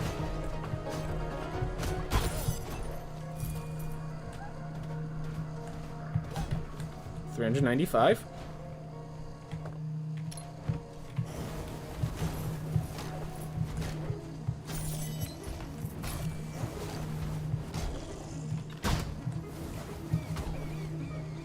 $410. Alright.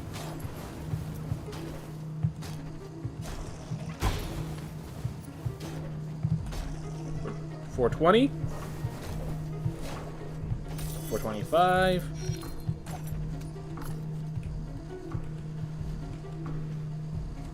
Did find loot on level 1 run, but do not think it's that great. Yeah, loot is a very, like, unique sort of playstyle that during a speed run just doesn't really fit. Thanks. Well, 425 might just be where we're stuck at because I need to be at full health when I kill thieves to get the mana increase.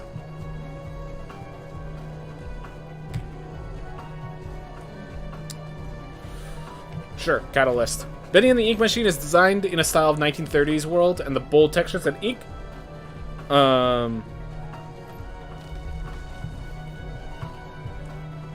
Even though the age rating's still... Oh, if the age rating's only 12, then that's something. And that was my phone, in case anyone's wondering. I just... guess I left it a little too close to my computer, so you were able to hear it. What am I doing shooting the wrong direction? Anyways, we're not facing those shells. We are at full health. We are going to be trying to increase my max mana, which is better done here. Beautiful. Well.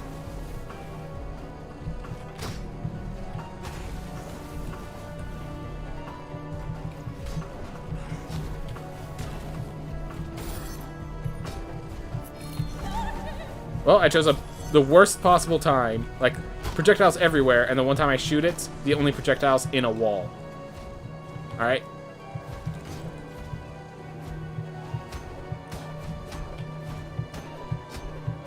Alright, 440. I do not know where the Dreamcatcher maxes out, so we're just trying to go as high as we can.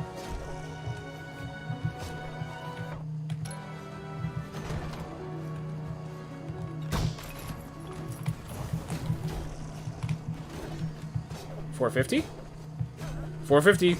We maxed it out. Okay, cool. Dreamcatcher's maxed out. Nod Bone's maxed out. Once we find the next teleport, I think we just head out.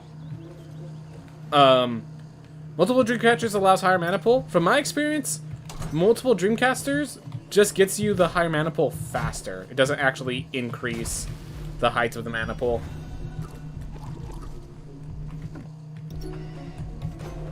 Because I had a double Dreamcatcher once, and it still said max up plus 200.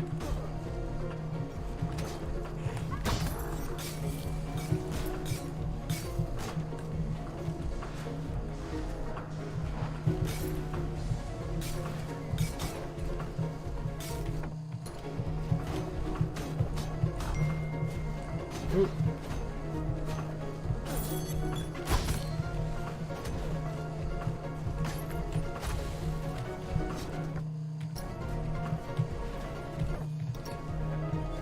Do I want wind? I definitely do want a better spell. Alright, sure. Not the spell I was actually looking for, but that's okay.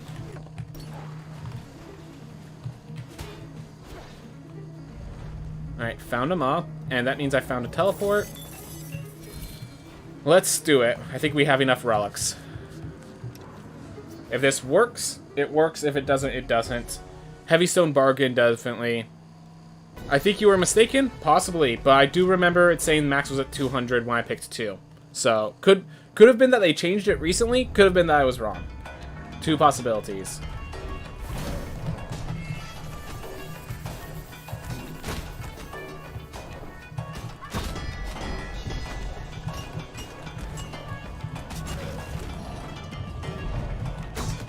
Ah. Very good enemy to hit, by the way.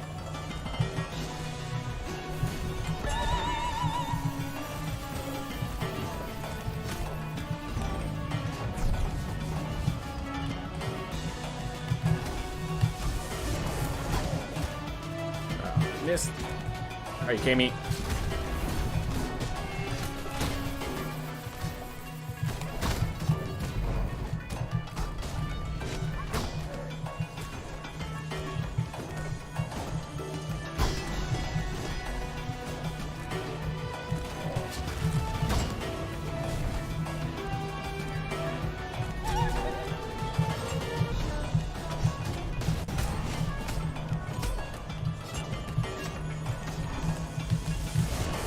Trying to jump, but I jumped before I landed, sort of thing.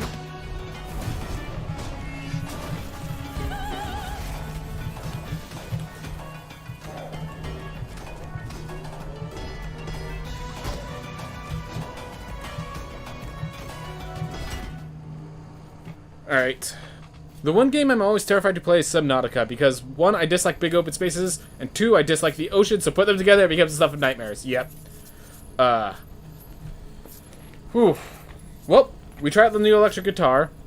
We now know how the heavy stone bargain combo works. It is still not worth it, I don't think. We definitely need to find a way to chunk through the armor with a character before I move forward. Alright, see you later, AC. And Glorious Tellurius, how's it going? Thalassophobia for the win. I don't know what that is, but we didn't have it, which is perhaps why we lost.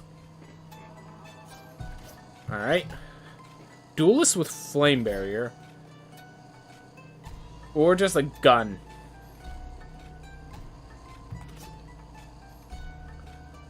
So if this was Pugilist with Flame Barrier, you know what?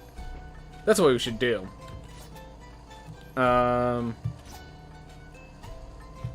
Fear of the Ocean. Makes sense. Alright. You know what? I'm going to just try this knight. They have Gravity Beam, which is awesome. And we'll lock down the castle. So here's what we're going to do. We're going to, with this knight, we're going to change our lock here. We're going to get the Boxer. And we're going to get the Flame Barrier. And we're going to do that insane theme. We're going to use this 500 souls.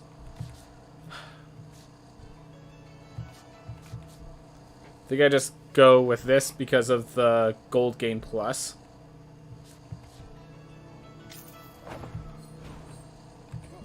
And we still need... Let's see, the only one we still have is 2 levers. Not an easy one, though. But we have pretty good item to assist us with it.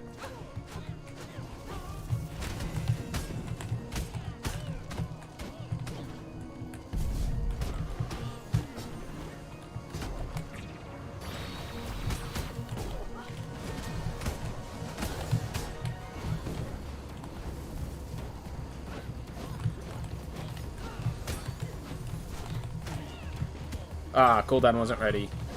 Darn.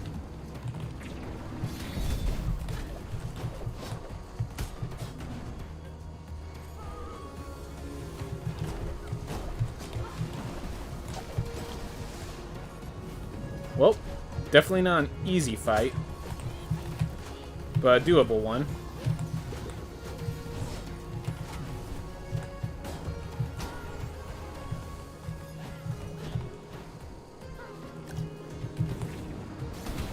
Alright. Well, that doesn't block directly below me, so that was apparently a mistake.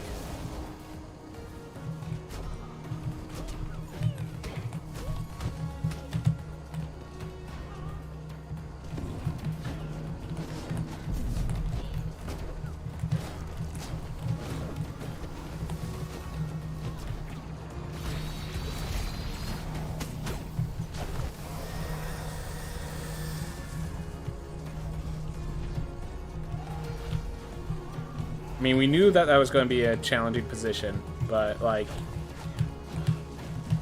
smack dab in the center.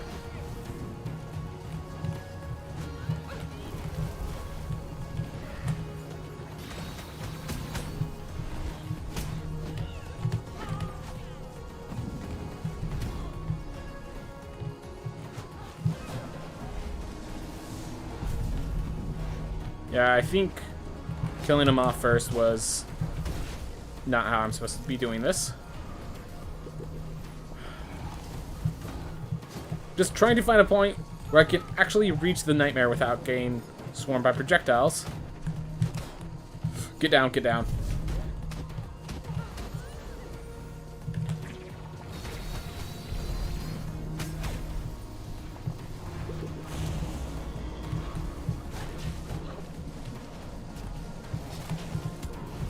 Alright, well, the 39 damage is far less than the damage of Enoch himself.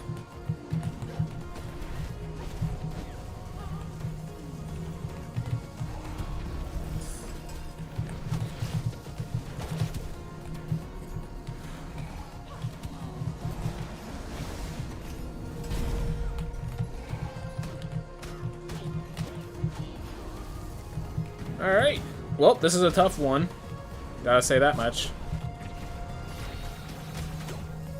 They're all on that one. We're lying. Oh, God.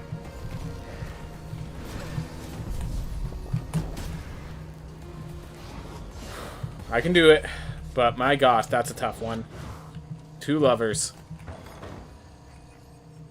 Yep. Better at find both of them once than I am at fighting either. Yep. I mean, that's what practicing this fight, practicing both these fights a dozen and something times does.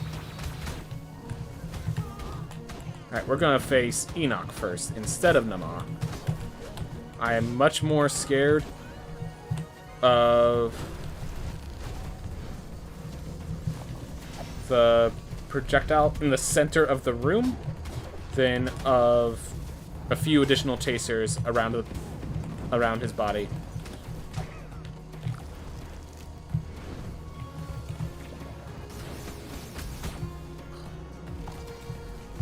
Oh, hey!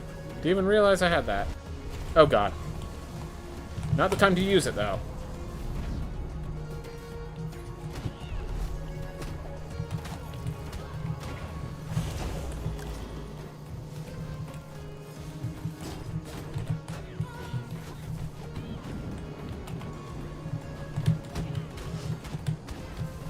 Now the only question is, will I face it? Will the chest pop up? Because if the chest pops up, this becomes a bit more daunting in such a case.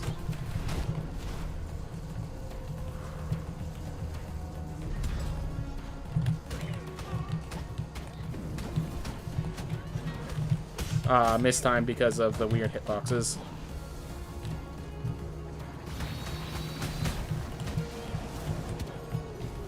Well, not dead. That has to be a positive of its own right. There you are. You're dead.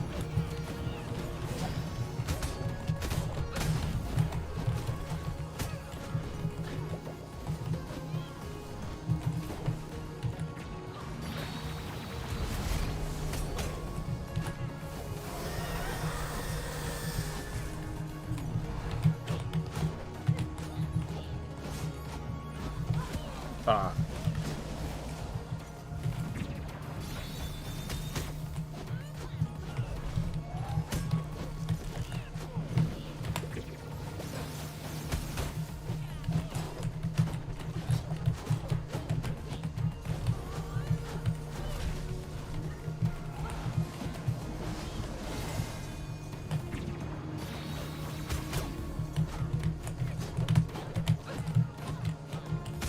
There we go. Whew. It's a pleasant feeling to be filling a live stream after a whole week of its disenfranchisement. Yep, just I tried to take a week off, so well, took 7 hits. So all of our lost points were from taking 7 hits. Got it. All right. Once I beat Link's Awakening on Heroes mode, I'm on Dungeon 7 right now, I plan on doing this game again without dying a single time. That will be tough. The new boss 2-ball is very hard to do with no lives lost, but I hope for the gusto. I hope you pull it off, man. I appreciate it. Oof. Nice to meet you, by the way, Darren Mizzell. Nice to meet you again as well. GG easy. Not the easiest, but definitely the GG-est. That's a phrase. It is now a phrase. Officially. I have declared it.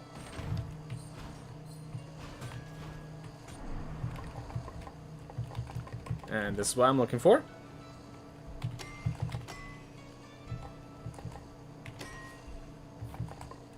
Sure, let's get some strength. Ooh. The G-est of G's. Alright. Ooh. So what are we doing? We are now, with that done, we are now moving on, and we are going to be beating 2-ball on New Game Plus 10. So I can move over to New Game Plus 11. That is our next goal right now. We are just chilling and playing the game. Whew. We just finished the new, so there's new challenges, so I was just doing one of the scars, as you saw there. Now I'm doing the boss. What do I still have to do? Oh, I still have to check out to the new challenge. There are 2 new...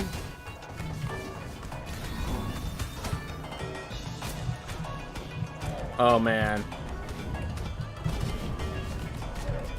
Yeah, there are 2 new, themes you can add as, like, additions on your New Game Pluses. So I am going to be doing that as well. It seems like they have, what they're doing is they're increasing the difficulty of an area. It's of just an area instead of the boss of the area. So we're going to have a harder, Citadel Argartha, and we're going to have a harder Axis Mundi. What makes them harder? Not so sure yet, but we're going to find out.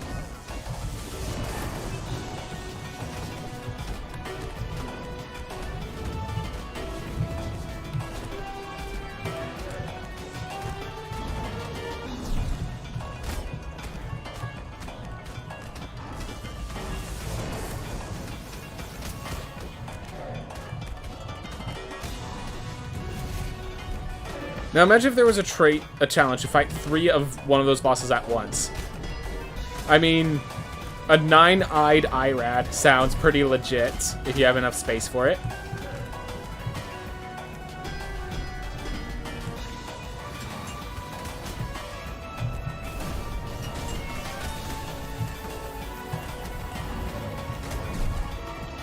So, like, if it's the right boss, I can totally see it. Fight 3 2-balls? I mean, as long as I'm allowed to be the boxer, I think I could do it. The problem with 2-ball is because I'm at such a low level. Or usually, the problem with 2-ball is you're facing him at such a low level comparatively to 2-ball himself. But this isn't the case right now. So you can see, 2-ball's not exactly, like, he's hard, but he's not an issue the way he is doing the speed run.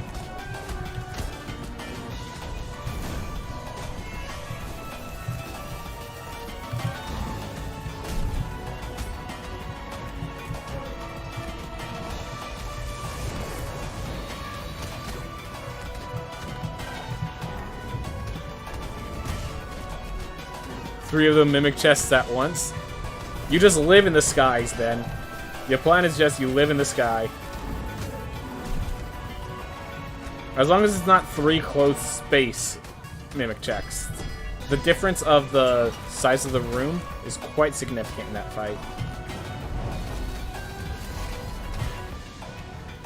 Of course it had to be you that did it. Alright. By the way, 2-ball apparently had some upgrades. So while it's kind of hard to tell, 2-ball has a lot more health than he usually does.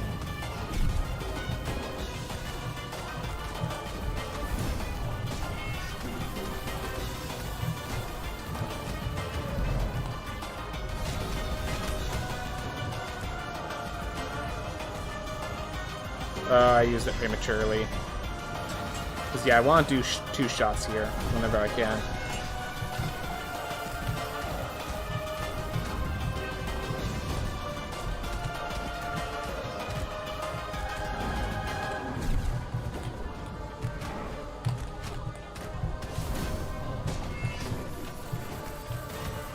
Let's do that. Get myself through. How do you have so little damage?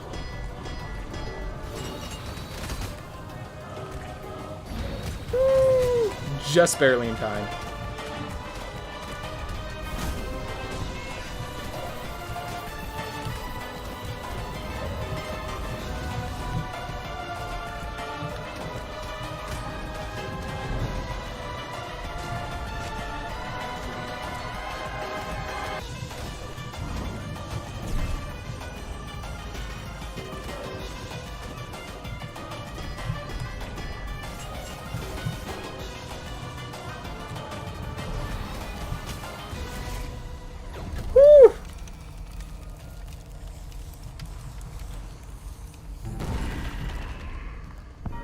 Alright. Nice. Whew. Well, this night finished one of the tasks. Kill 2-ball. Got my new game plus 11.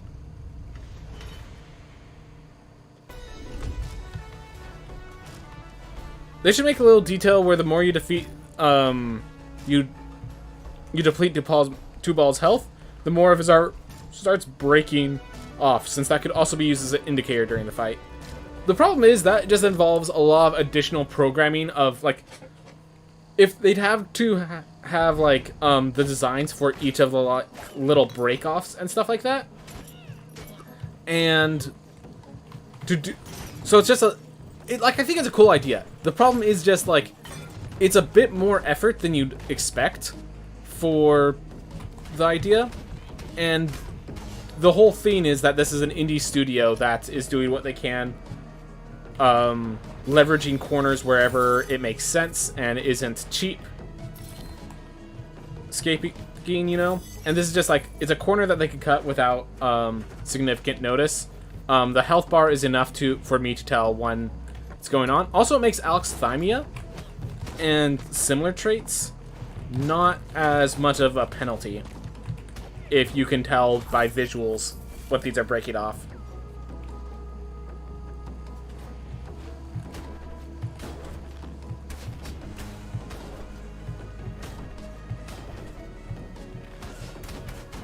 Get out.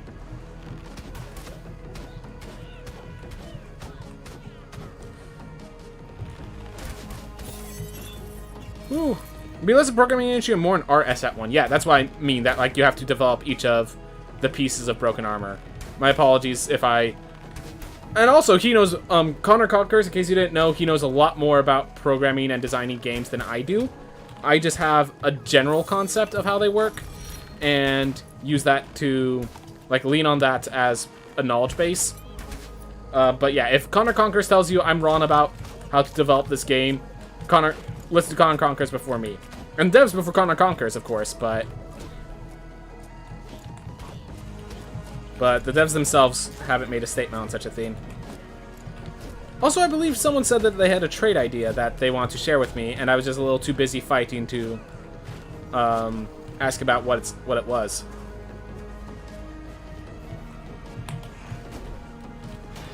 I'm gonna just use that. My get out of jail free card.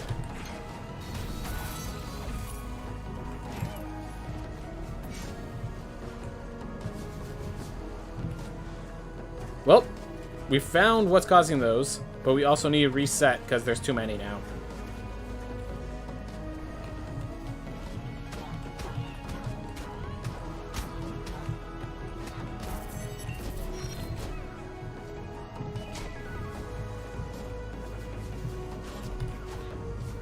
Oh god. Literally one of their attacks is just sending out swarms of those guys.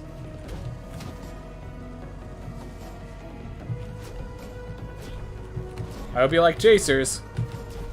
So that's all you're gonna see. Honestly, I did say that these guys needed another attack. This isn't the attack I was hoping for. Like, to be threatening, they did need another attack. Well, you're not Armor Shredder, so I'll take the damage with pride.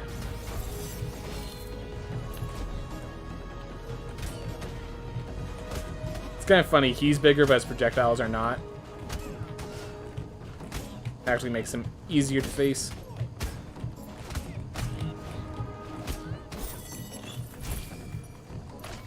Ooh. I can see why it would take longer and be more of an issue to design it that way. Yep, it's also just like the fact that, like, it needs to be, like, worth the time investment. And just with what budgetary restrictions they have, I don't think it's... Oh, did you guys see that? There's a distance at which this fires. That actually has a limit to how far it will go. I did not realize that. Good to know. But yeah, if I stand over here, you can see there's the end of the beam. It's the actual end of the beam. It's not a laser. It's just a hand cannon. Alright. Anyways, the reason I came up here is because I knew there'd be some costumes that I missed. Which, hold up. Bunny. Okay. Maybe I didn't miss the costume then.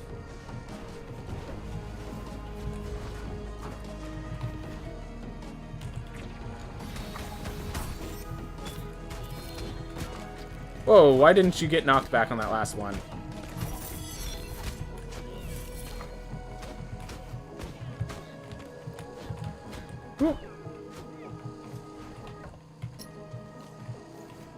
Alright, the trait idea, Jared Mizzle. Virgin. Makes it so the next character options will not have any assets. Oh. I think traits that, like, affect the traits of the next class doesn't... I just don't think that's... Like, the classes... The traits should really affect how you're playing the next run, not the run after it. Like, you shouldn't pick a trait because of the eventuality of another character, because then what happens is you just pick the trait, and then you immediately retire the hero if you don't like it. And I don't think that's where they want to go with traits. It's like, it's not that it's bad design or anything, it's that it's not the desire for what the design of traits is. It's... The purpose of traits is to do something other than what that does, is basically how I would say it. Beautiful.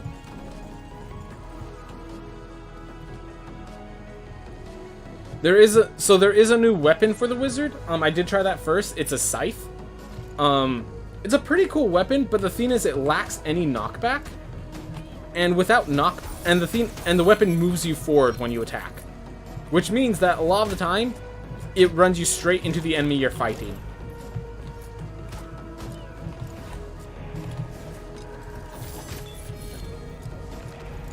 Which is not fun, to put simply.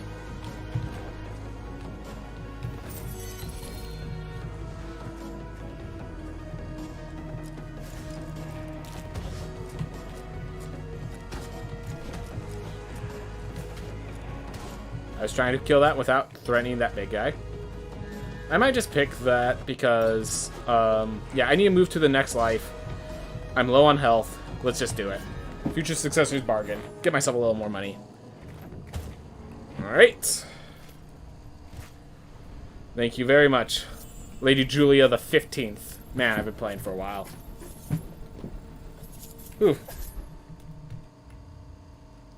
Hey, I still gotta rank up. Nice. Alright. That's the worst trait. Okay.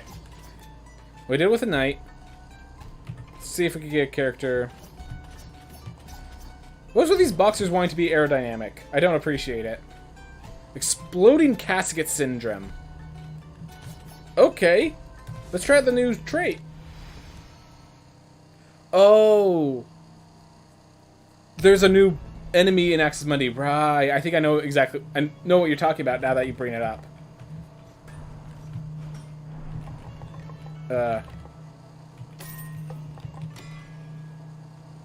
Still affordable item? Cool. Alright. So let's buy... I know exactly what it is. Quenching Room number 5. But I don't have enough resolve to equip it this time. Alright. Let's see.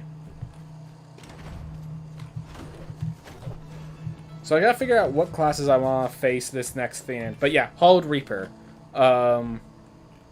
Gives mages a nice little blade weapon, but not really the weapon I want to be using on these guys. Oh, let's try the new Chef Ladle. And I don't know what weapon I want to give them, so we're going to just do that. Oh, trait. Never do a full seal. Enemy drop explosive surprise.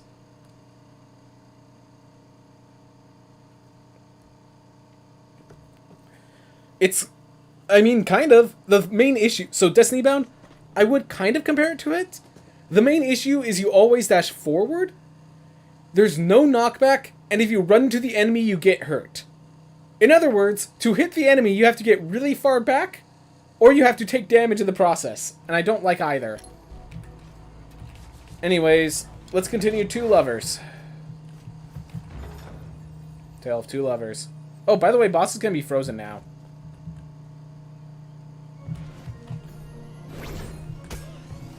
What am I doing? You kill this one first. We've been through this. We literally died to do this before. Oh, this is one-sided.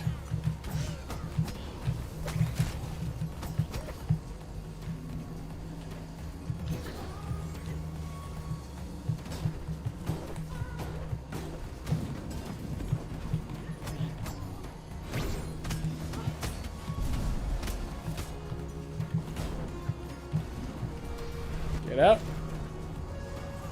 Sometimes that's all you can do. Okay, come on, get ability ready. Get out.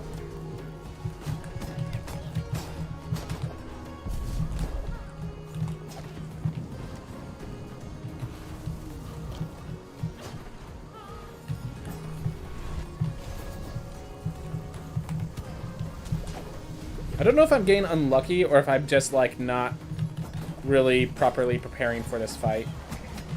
But it definitely feels like I'm having far less opportunities to attack.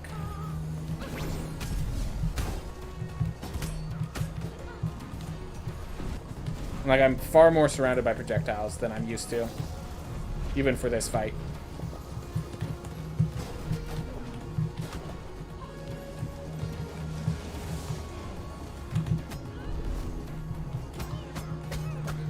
Maybe just switching out my spell for Wind Wall might be the play here.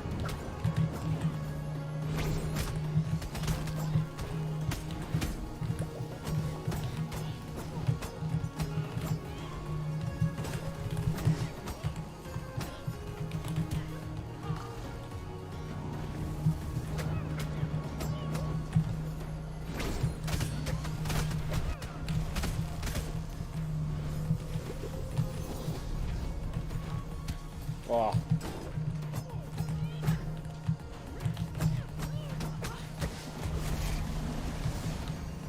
There we are. Okay, okay, we got the rest of this. Just don't be stupid. And I got the rest of this.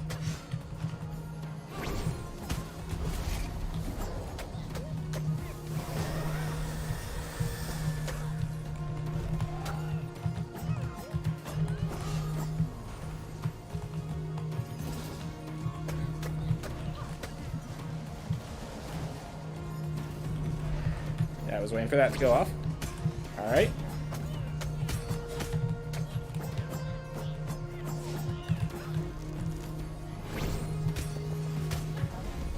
Oh boy.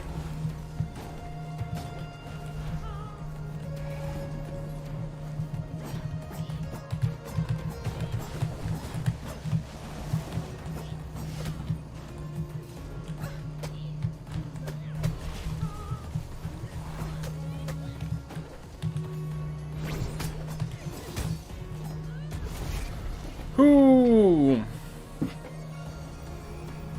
Oh, I did try the bard weapon as well. I do like it. Definitely takes a lot of work. I do like how it works with a heavy stone bargain. That might actually be a way to beat this boss really quickly. Do heavy stone bargain. You're gonna head off, Destiny Bound? Alright. I will have fun with it. And yeah, I do enjoy SM Zeo. I do not know how to pronounce that. But I think I've been enjoying this new patch so far. Yeah, been enjoying it. So, oh yeah, I still need to try the chef with the new ladle. That is something I still need to do. So we'll leave that there. SM and Zeo. Okay, cool. I'm just like, I can pronounce the last half, not the first half. I'm just gonna try to pronounce them separately. Doing good, Kraken Style. Doing good. Thank you for coming by as well. Alright. We're just playing the new patch. And I'm going to take a quick break and take care of a few things. And then we're going to be doing the new thread +1. Alright. We want both of these burdens. So, let's... You know what? Let's just reduce the burden of ruin, then. You know what? I need to learn these, so... Let's just drop the burden of ruin way down. Get these two burdens. Alright. Whew. Just mentally tired after an 8 to 9 hour session of D&D. Yeah, that's gonna get you mentally tired. Alright. And SM is a reference to Super Metroid and Sailor Moon. Ah, cool. Cool when you can get double references like that.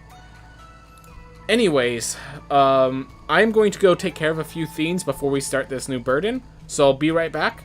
Thank you everyone for watching. If you're stopping here, that's okay. If not, I'll see you guys shortly. Like, this will take me like 5 minutes or something like that. But I'll be right back.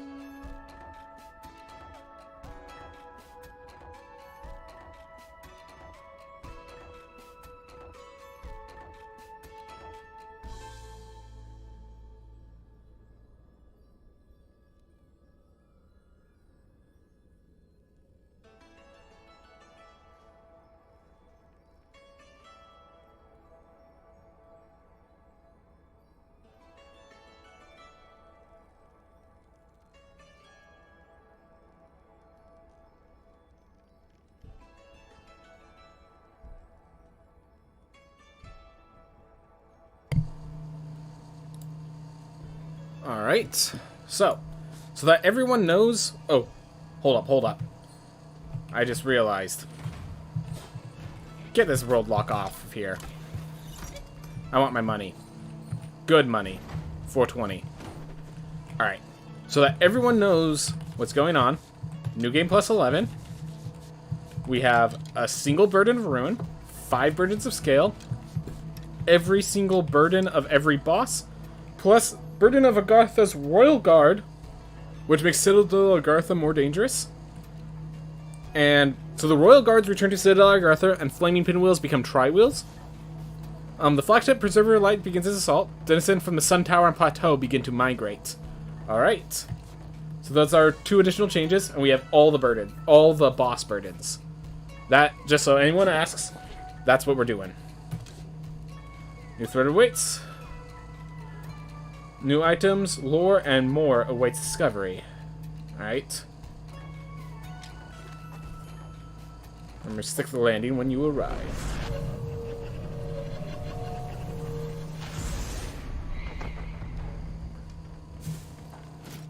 Not much of a stick, but I appreciate the challenge. Whoa, suddenly becoming a bit laggy.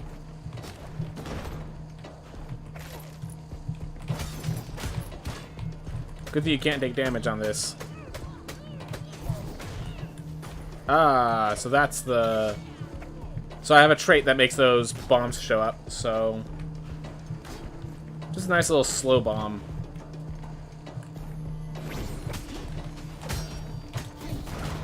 Hey, it just blew up on the ceiling. That was pretty nice.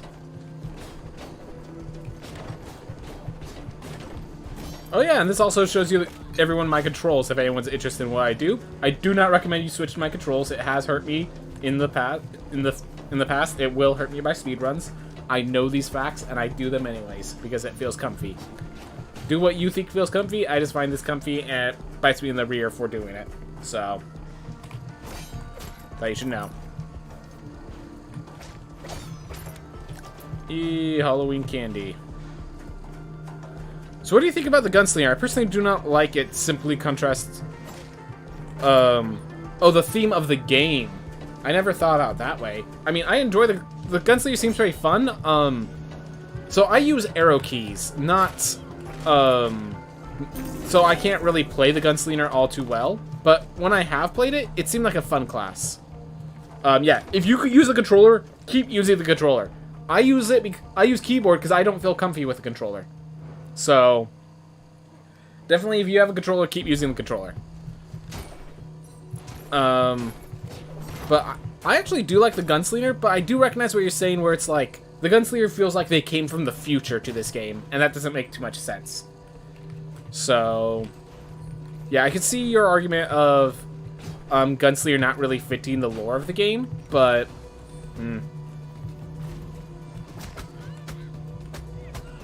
Oh, hello. That's what it means.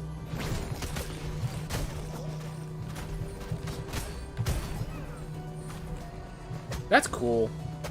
More enemy diversity through the challenges. Feel more accurate. Play with keyboard and controller, you feel more accurate with controller? Alright, well, I feel the opposite, so... Glad you have it working for you. That's all that matters. You find what works for you.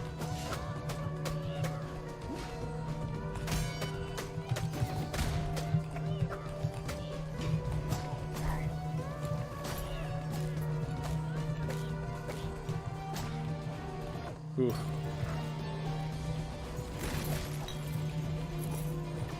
Go. I hated controller until suddenly last week. Alright. What happened last week, if I may ask? Did you just have the opportunity to play with it in a way that it just worked better?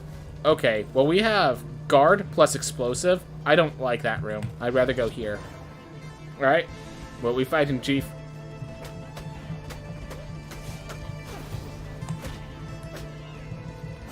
Chester's dad.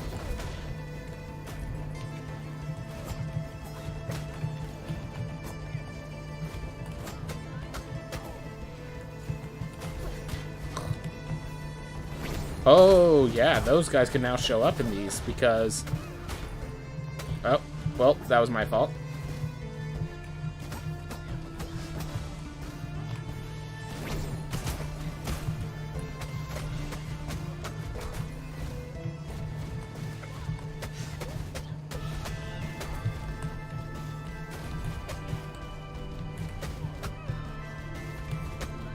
The reason I don't want to kill it too close because that explosion might hit me.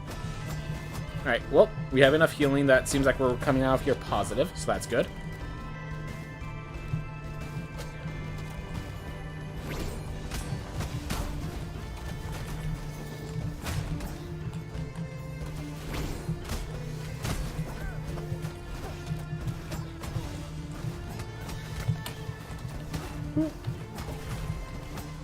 That's why I was shooting so fast. There's two on top of each other over there.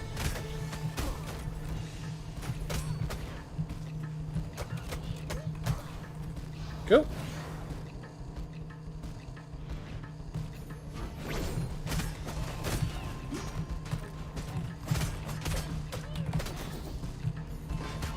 Ah.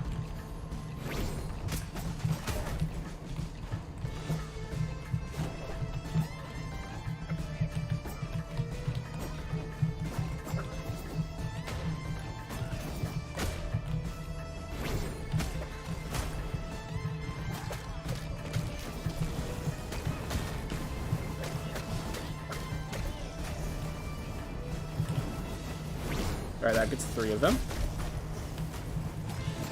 Awesome, that got my full health. This gets my full mana. Alright. Whew. Alright. I feel I should have been... So, while I was fighting all that, wave of comments came up, so I have to respond to them one at a time.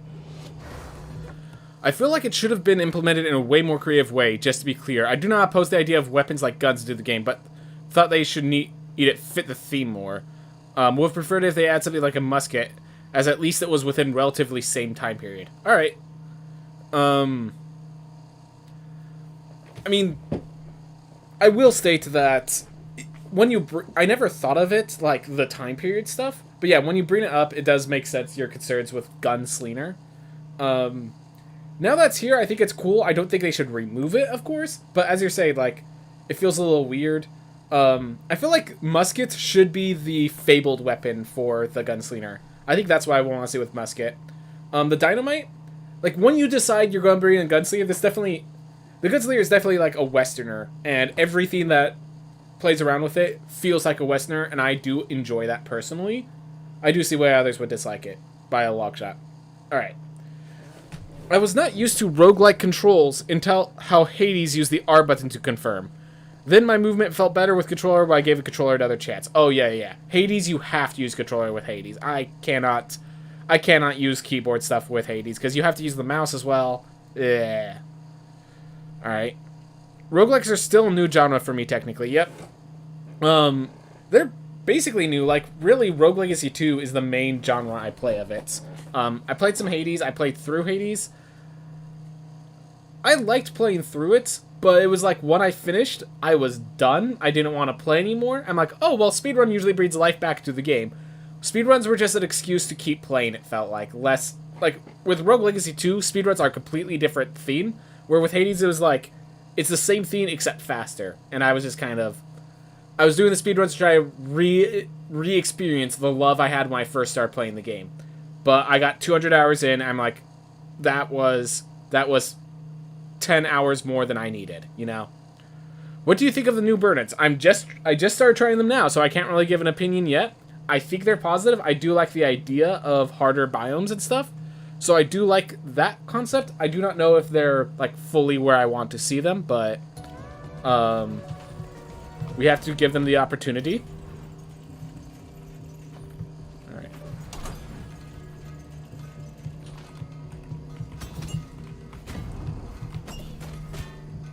Alright, let's get out.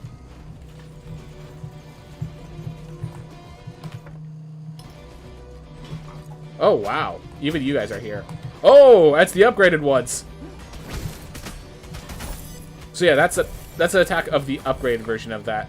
Unless they brought it back to the starty level ones.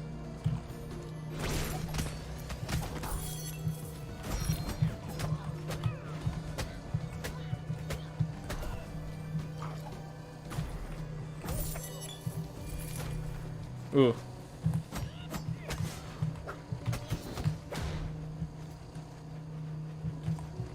I'm not upset because it came from the Americas. I'm all for heavy classes inspired by other parts of the world, for example, the Rotted. Yeah, oh yeah, that's such a weird thing that, like, I remember there's this whole thing that samurai and Western gunslingers were around during the same era of time period.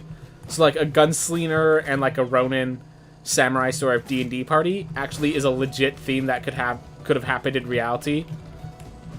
Which is amazing, but also, like, feels really weird and not right.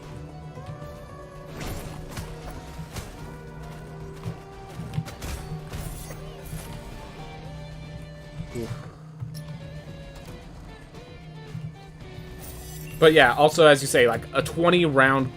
Like, I think they just decided that the single shot wasn't fun. Like, the electric guitar is such a strange weapon, and that's because it's a single shot weapon for the bard. And they just didn't want to do that with a gunslinger, I think. So they wanted to give you enough shots that you could just fire at will, and not have to worry about every single shot the way that you do with the bard's electric guitar. Alright. Let's see if I have enough money to pop this open. Probably not. 7, 8. Hey! I have enough.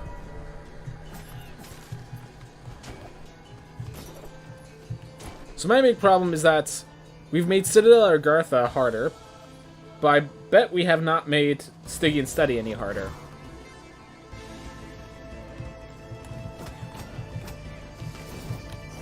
That's my only theme with the birdids right now.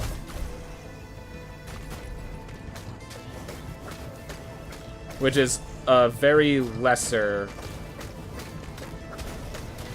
theme to worry about in case anyone's wondering. Like, I actively know that this is just like the it's not perfect sort of issue, not the I can't play this as it is sort of issue.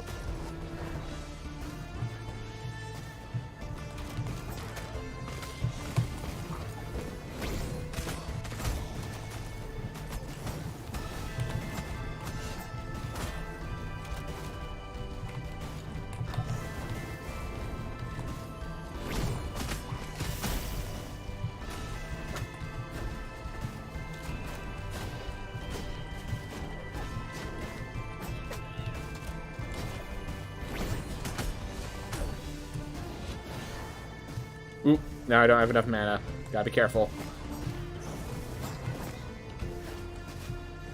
Hey, has a fish mask. That's funny.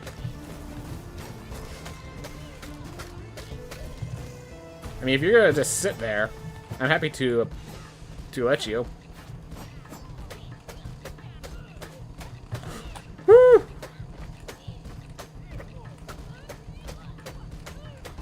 You were so content to stay there a little while ago.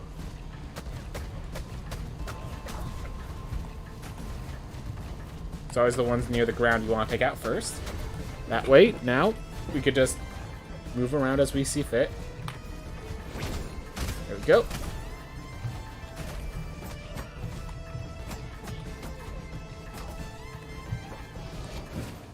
Whew. Okay. Not too many comments this time. But, got a lot of ore. Does that ball damage you if it touches you? Not if it touches you, but if it explodes next to you. That's why it's kind of hard. So I heard someone bring that up in the comments some time ago. So that's why I knew that was happening. But, yeah, I could touch the bottle. I can't be near the explosion of the bottle. The problem is, like, when you're at the ceiling, it explodes instantly, so gotta keep your distance there. Ooh, suddenly a lot of comments coming through. Alright. Despite the Ronin coming from a country that really didn't experience any form of medieval age, he still doesn't have that much technology to him. And Ronin and European knights. Alright. Did exist relatively at the same time period. Did. Alright. Rage Tincture is great with duelists because they have that invincibility window when they roll. War Drums are just insane. In case you're wondering, they've kept nerfing this. This is now an epic relic, so it costs 45 resolve. So they've increased the... Since... When War Drums are first created, it cost 30 resolve and gave you plus 10% damage. Or something like that.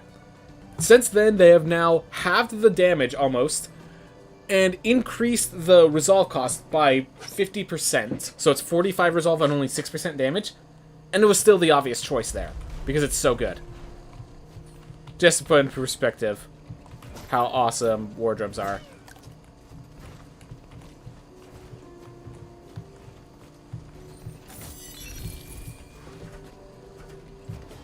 Oof.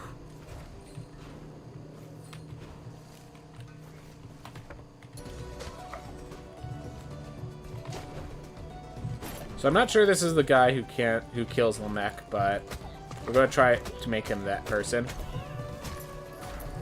I guess it's, yeah, girl, but who cares?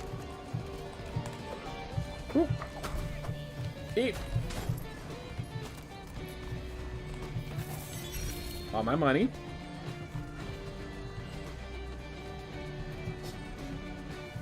Oof. Halloween was yesterday. Yeah, I don't really do much. At Halloween, my theme is I board up the doors and just keep myself safe at home where no one can scare me. And then I scare myself because I'm foolish that way. Now it's Dia de los Muertos. Oh, is that the Day of the Dead? Ah! Hello, Rhino Boy. You know, they were pigs before, so this is the upgraded version that we're facing. Woo! Yee! Awesome. I know what I'm talking about. Sometimes.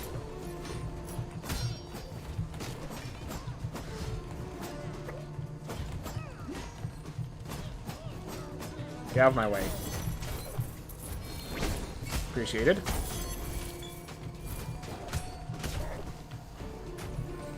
Ooh. Who's the X-Men? So, the X-Men are the upgraded version of the enemies over in the Paishan Dry Lake. But I have a theme. One of my burdens is I increase the challenge of Axis Mundi. So, but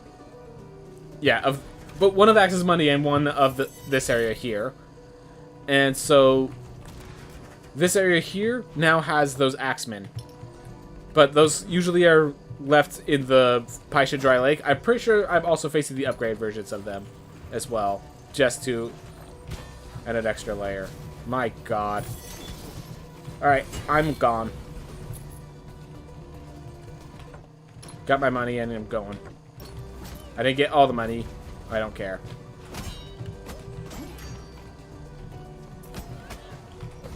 There we are.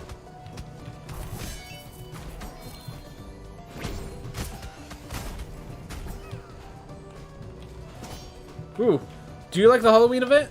I think it's pretty nice. I definitely like that they were like, oh, we're patching at Halloween. Let's add an event to it. I'm not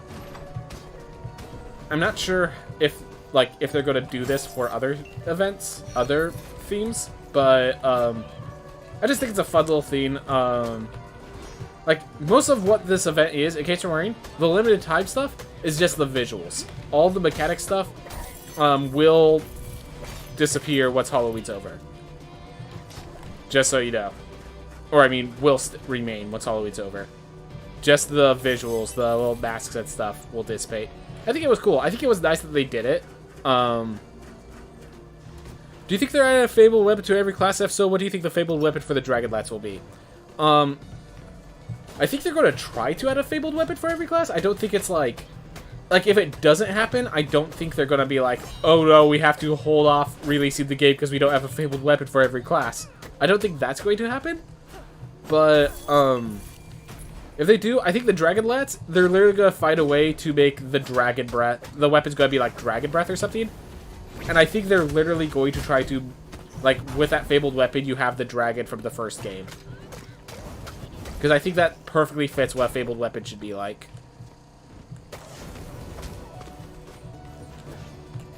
I've said that in a video before, where I was discussing fabled weapons.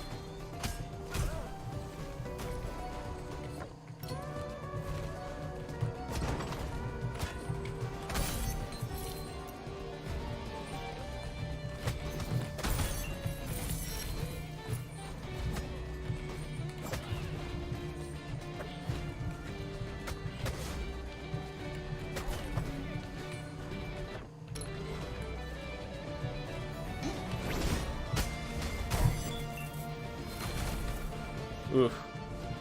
Well, the healing from doing that probably healed me up pretty well, but that was definitely painful. Needlessly painful. Like a flamethrower, it was literally just a projectile shot, but the power of it is that as long as you had the weapon, you could fly effectively. You had the flight ability, like in the house rules, you could fly. The house rules were active the way that the elusive house rule is active with the, what's the class called? The Boxer. The Boxer has the elusive active. It would basically be the same thing with the, flight toggle. That, with that item, that becomes toggleable. Okay, you know what?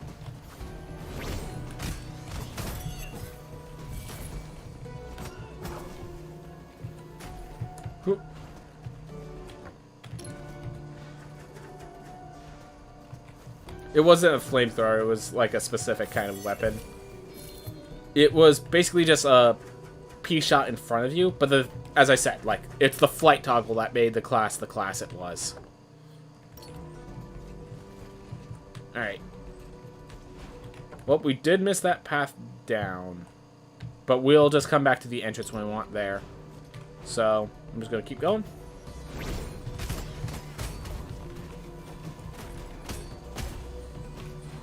Awesome.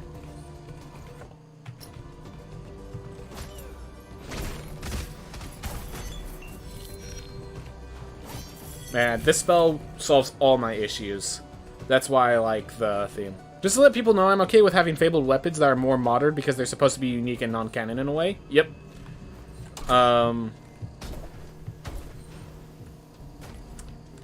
That's concerning.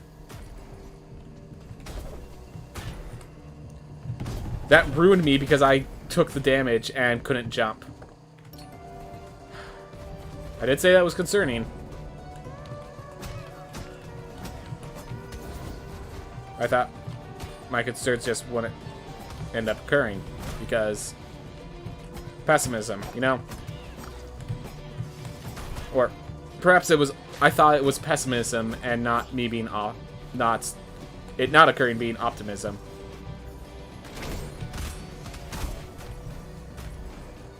Oh, you're still alive. Well, anyways, I'm at full health again because my amount of healing is absolutely insane. Are potions a burden or a part of the event? Potions are a trait. Exploding Casket Syndrome was one of the things added here. I'm pretty sure it's staying after the patches, like once this thing is over, but it was added during this. It's a new trait that was added during the update. So, I mean, if I'm going to take a Blessing of Talent, it's this one, and increases my damage by 6% because of the War Drums, and increases my Resolve by 20 because of how awesome they are. So, I'm good with that. Because I want to increase those. Anyways, that was just blood loss. Nothing severe. Which I... Red Aether loss. Okay, there we are. It was just blood loss. Nothing that was actually going to hurt me. What was it? They said it was internal bleed, but that's okay because that's where where blood's supposed to be.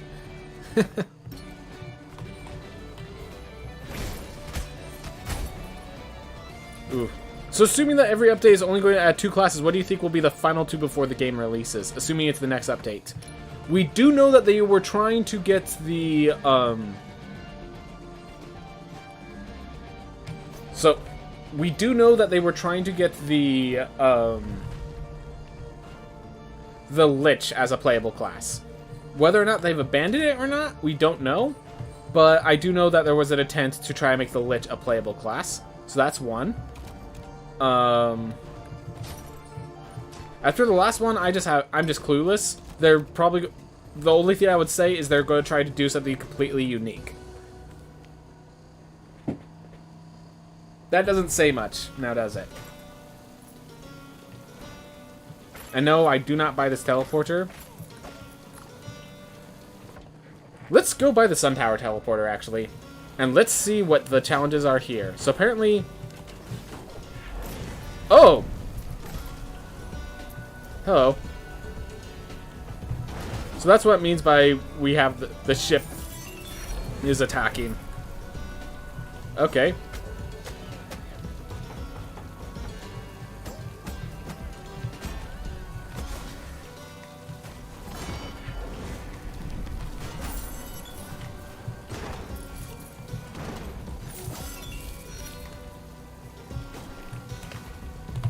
Wish I had a bit more warning before they actually come out of the sky, but... Okay. Well, just keep moving. Just kill you like this. I don't even care right now. Yeah, because if you're in a spot like this and they come out, like, how do you avoid? How do you escape that? That's not terrifying at all. Yeah, no, that's actually pretty terrifying. All right, Cirquet's Theater. And the reason I'm not taking this is because with the explosions, I don't trust me doing that before it proves fatal. So, all right, that is a lot of my resolve, but so much increased damage. I think works. All right. That was the only way I could figure out to do that.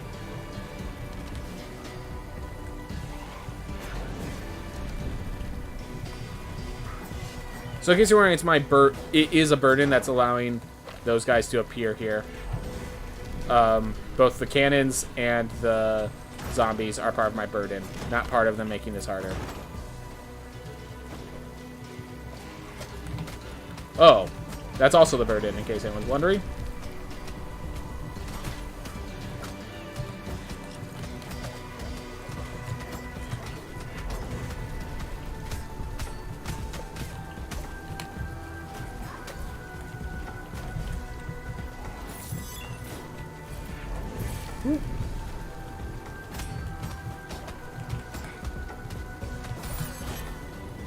Okay, so apparently I can't run into it at all. That I did not realize.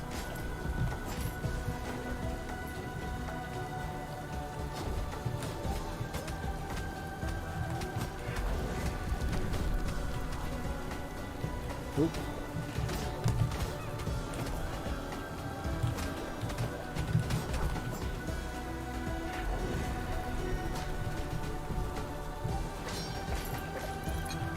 Whew.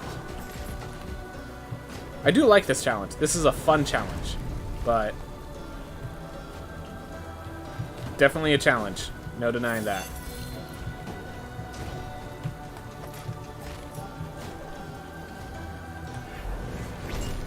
Okay, we're just gonna shield block this.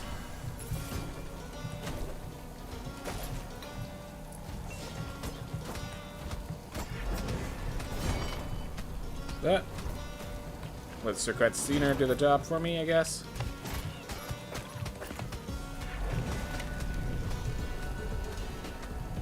Ooh. Oh, we have someone worth banning. I'm not sure if Krakenstyl's still here or any of my other mods.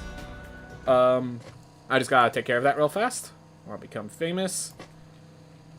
First time from a viewer! Who would have thought? I just gotta ban this bot, not used to that.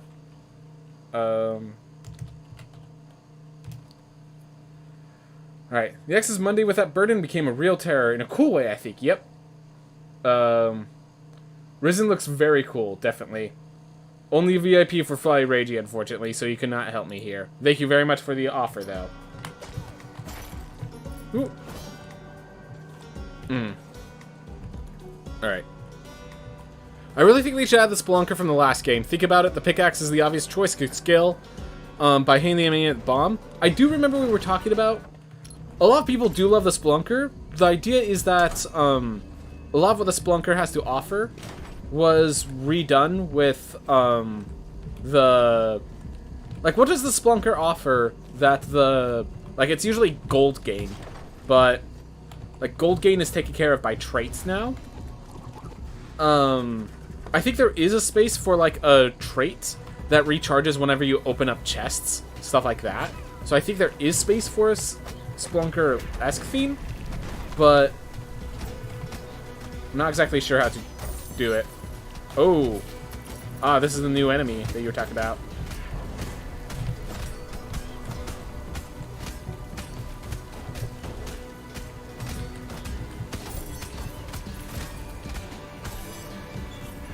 Whew.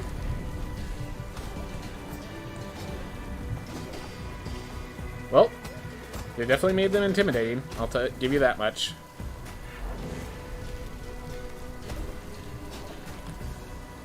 Almost reached the other one.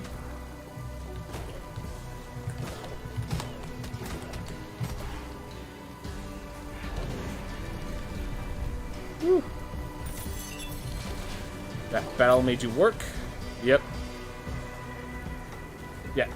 More gold gain, less basically everything else. That's basically...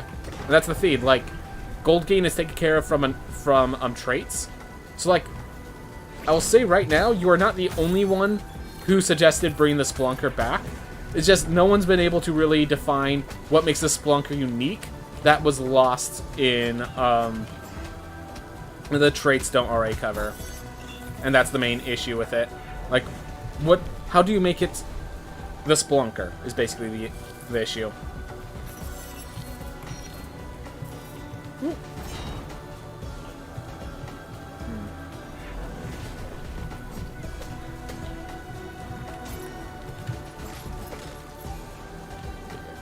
Oh, right. Blobfish don't die in water. Worth. I don't even care. Worth. Don't care that nothing fell out of it. That was basically a waste of my resources. Worth. Worth is an emotion, not a statement of the actual value acquired.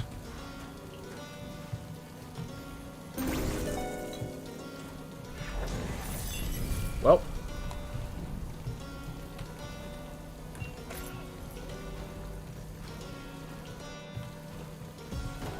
When the fish doesn't drown, just... Alright, well, we got what we came here for. Let's unlock the sun tower.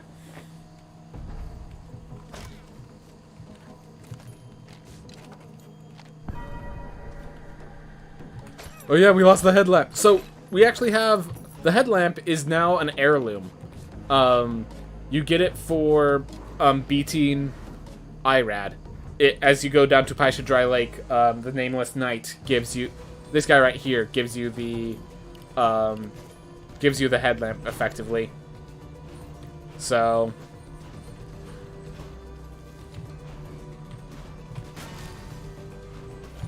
Oh, right. There's this room.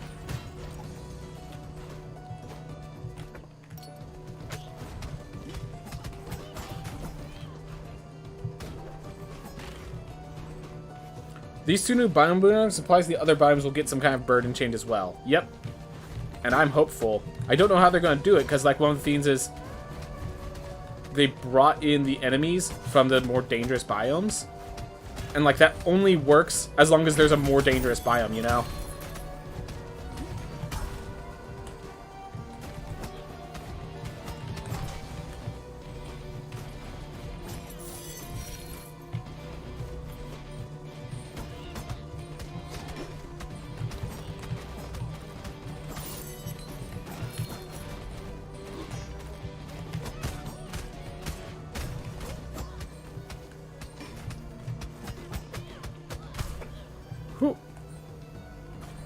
So maybe new enemies with that burden as well? Yeah, higher tier enemies as well, probably.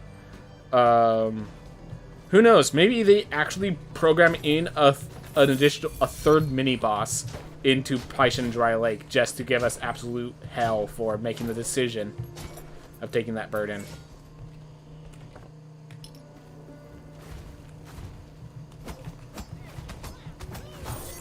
Ooh. If I was playing like class with a trident that's good at air. I don't know if you're saying area denial or aerial, like whether it's the area around you or the area above you. So can't like I could see like a trident, like I could see a javelin like class. Like they already have javelins here, just someone who has that forward throw. And like a lot of damage with it.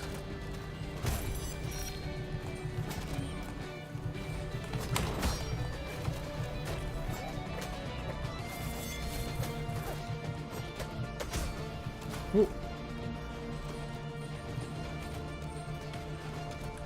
Regardless, the castle on Monday got a real danger buff with the burdens for sure. Definitely. And a fun one. Like, the fact that these areas are now, like, fun even at the higher levels, like, that's always nice to see. Oof. I will say the only thing that's missing is I wish there were more burdens of scale that I can slap on. I want to make the burdens infinite. I want to make the castle 3 times as large instead of 50% larger.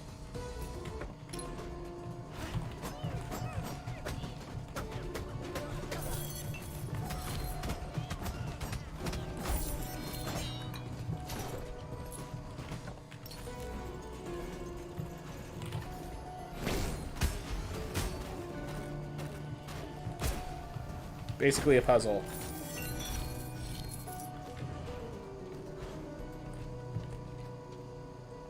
Alright, and Paishan. And I think this character's done their job. They've got ourselves a teleporter. We gotta see what dangers lie ahead. And we gotta unlock basically every portal I want to grab, except for the Gurkwang Plateau, which is hidden behind a boss fight. Stanky death sewers. Yep. Alright. Now, keep in mind, I put on every single Prime boss that's available right now. So this is the Primal mech.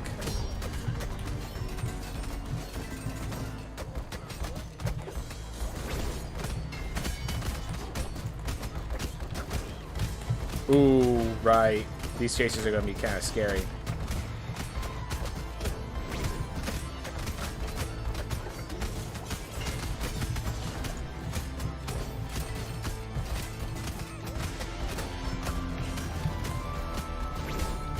Oh, those. Oh no. That's a mistake on my part. Allowing those to still be around.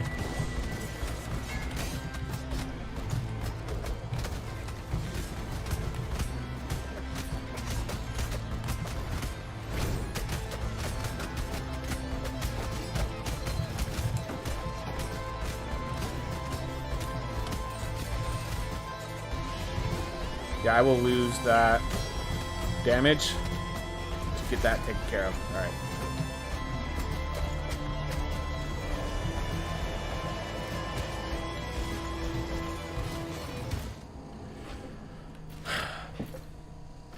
Well. Knew where I made mistakes. Hey, Mindful Line, how's it going? Just testing out all the new burdens and stuff like that.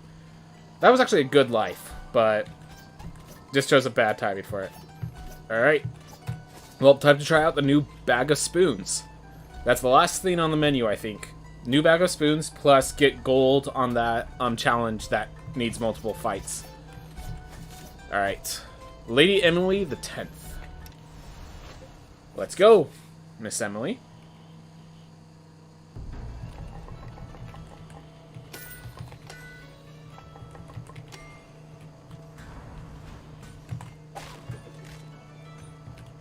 How much does this bounce? Just once? Alright. Good to know. Ooh. Alright. Maybe the game should... how is the Gunslinger? So, I think it is good, but, like, I can't... As I said, I do not have the control scheme that allows for it to work. My control scheme just, like, I can only shoot in 8 directions, not the full set, so maybe if I could play a New Game Plus 10, but it's around level 300. Is that a good or bad idea? That's awesome, man. That's good. I had class with the gun and found it decent. Yep. I can play the Gunslinger before I end the stream. Fair enough. Ooh. Alright. I wonder if I can throw the spoon, have it bounce back into the other person.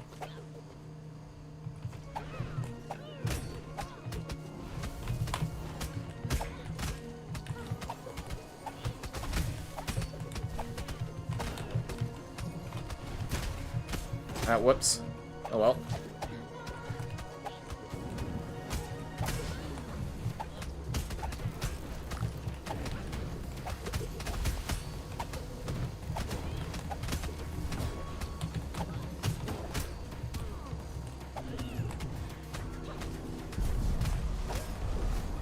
Awesome.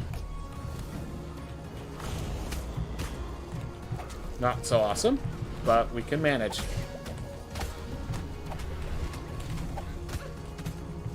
Yeah, this needed a wind wall. If I was going to use the ladle instead of the other weapon, this needed the wind wall.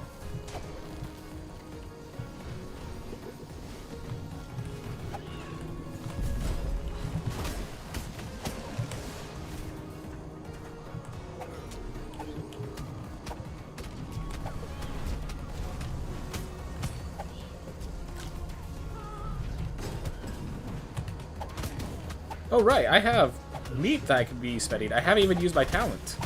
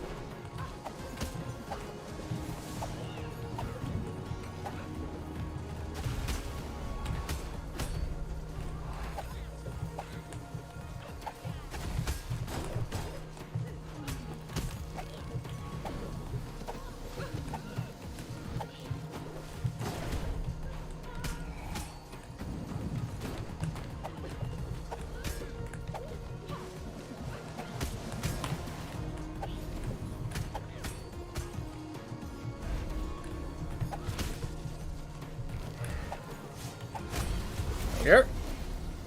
A little slow, but done.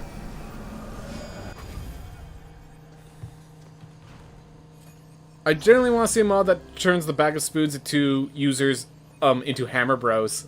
That'd be funny. Super, I think it would be funny. Remember that I have the same control scheme as you, Tadpole? So this class should at least feel able. Oh yeah, you use D-pad, right. Yeah, Gunslinger, I have played the Gunslinger a few times. It does seem like it could be good. I just couldn't see its, you know, end result.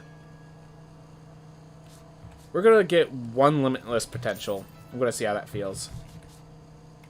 We're gonna get one unbreakable will because money. Alright.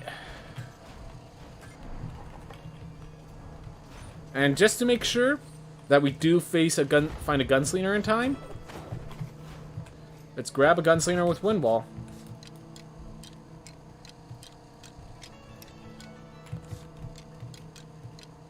Oop, there we are. Alright. Whew. Alright. Moving forward. Do ladles bounce off of breakable objects? Nope.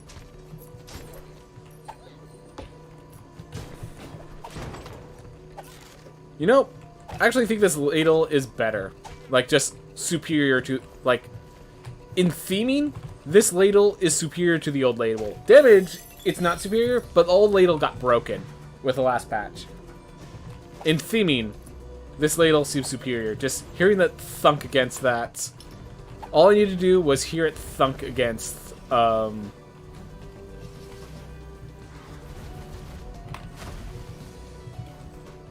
just the moment it thunked against that lantern, I was convinced to the value of this change to the ladle.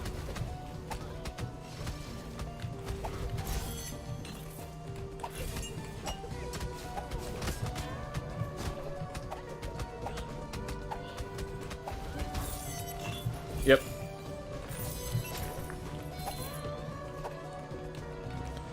Ladle's definitely... the change was worthwhile. Ah. Misread.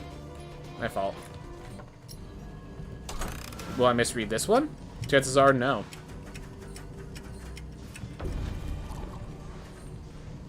Woo. Totally calculated. Definitely not trying to hit the enemy and it just went over its head and bounced off. Like, that's totally not what happened. I totally just calculated that.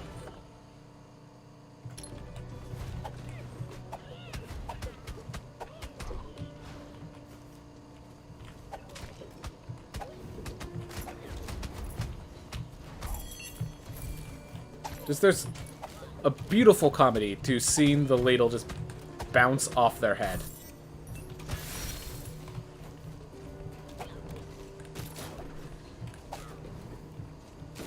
Not to mention, this actually changes, like, allows for greater trajectory control of the ladle, which is exactly why people didn't like the ladle in the first place, because they couldn't control where it landed.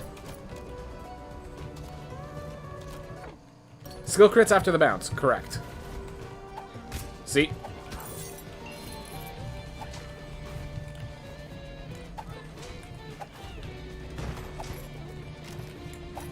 There we are. Gotta kill him in style.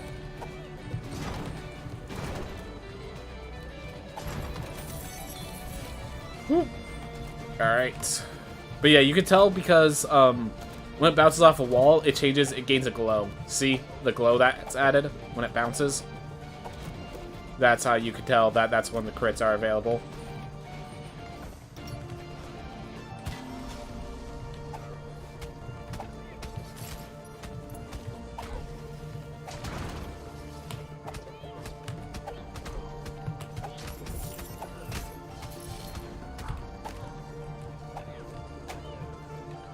Alright, already got this side. That's good.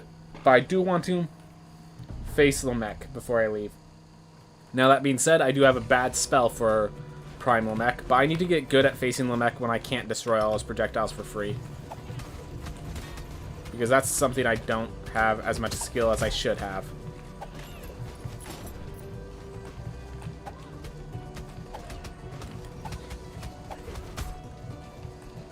Woo. By the way, change was worthwhile. I want you to know if you could start posting more un-gameplay focused videos on class system. Oh yeah, definitely. I do have some like ideas. It's just one of those things of to like get all the thoughts down and precise takes a lot of work. But I do have an idea. I want to talk about the passives of every class. So maybe I'll see if I can add that into the stream near the end of this, later in the stream. But I wanted to talk about the different passives. And, like, so it's kind of funny, because I was going to talk about how the passive of the mage and the chef were so powerful, it made it hard to justify taking their weapon if you see it as a weapon offered and you're not, you're not one of those classes. But now that we have this change to the ladle, like, the very style of this weapon makes it worth taking if you're not one of the classes. Oop. Dog wants out, of course. Alright, I'm going to let that burn while I let the doggo leave. Go on, doggo. Be free. Yep. Doggo loves sleeping on my bed, but it's hard to sleep on my bed when I'm streaming because I have to have all the doors shut. Ooh. There we are. Try to get the ricochet onto its ally.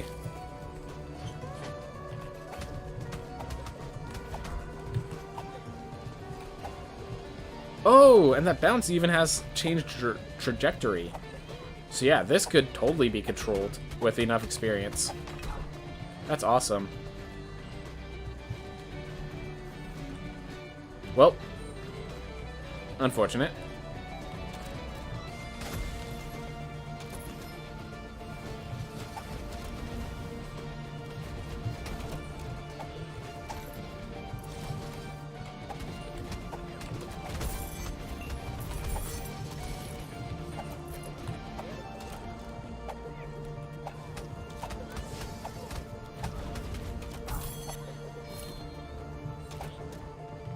Come on. There we are. Whew. I would watch the video center around the idea there just isn't really that many people that there aren't many people that make enough content for this game. It's still in beta, and like, so if you want to hear something from it, you have to find the beta testers effectively. So, yep. And like, now that I think about it now, like, Darkest Dungeon 2 I believe is in beta test, early access, and there's a ton of people I watched that are just jumped straight into Darkest Dungeon 2. Almost bounced off and hit their ally like that. That was boss. Oh my gosh, yeah. This ladle, the new ladle. Like, I was kind of sad losing my Spore Burst. I was going to talk about how the chef needs a passive that isn't fire because of it, to make their weapons still viable for other classes. But they've convinced me that I was wrong in that statement.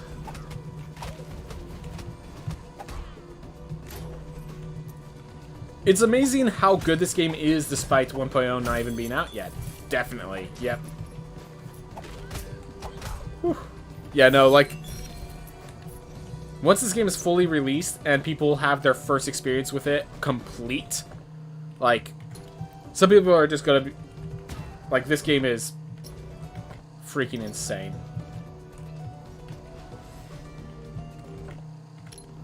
Destroy targets.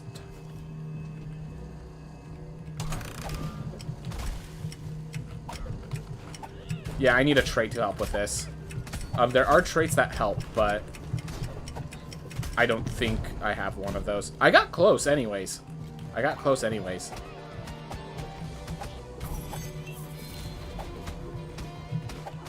could bounce off its head into the other. Like that. Hey! Oh my gosh, yeah. This new ladle isn't broken, but oh my god, is it fun. Traded brokenness for fun. Look at that. And it's, like, it's better control of the weapon. Like, this was 100% the way they needed to change the ladle. I am like, as a person who was playing with a broken ladle and loved it, I am 100% down with this change. This has been so much fun, and we've only played one character. Oh my gosh.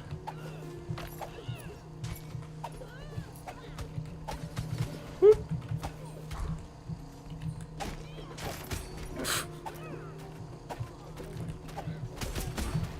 Ah, bounce back. Aha. Oh my gosh, just every once in a while you'll calculate the trajectory because you can, and you just feel so proud of yourself.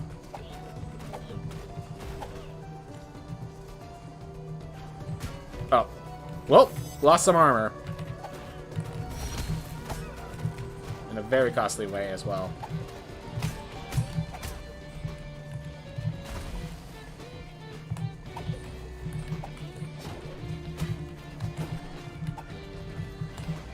Well, this is an enemy I don't want to get hit by once, and it hit me twice, so that can't be good.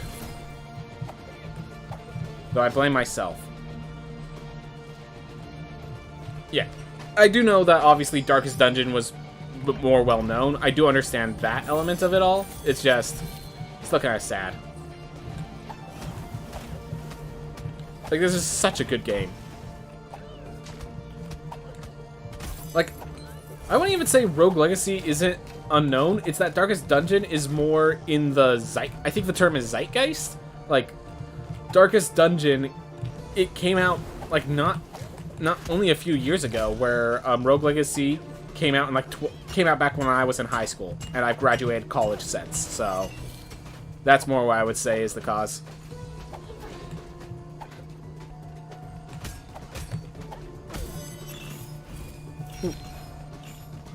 But yeah, this is the fun of Magic 8 Ball tied onto a base weapon. Like, oh my gosh.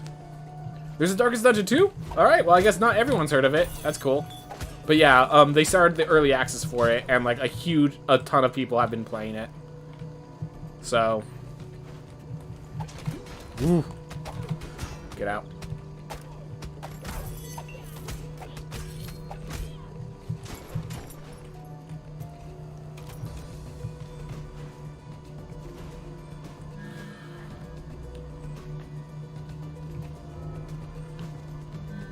Alright. Of these, I'll go with Achilles Shield because it's playable. Alright. Let's see if I can get meat in the few pieces of breakables down here.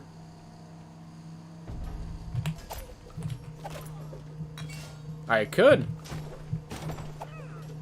Would you look at that? Alright, let's just head over to a mech. And I'm going to try the fight with this ladle. See how it fares. See how it feels. Alright, definitely wanted a better spell. Something that could destroy the projectiles, but...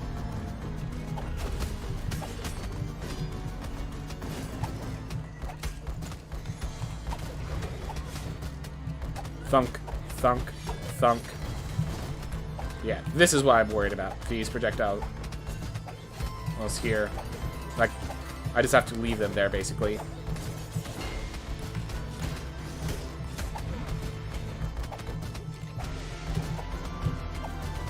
And also these ones. Oh, those did way more damage than the previous. Well, this ain't going well.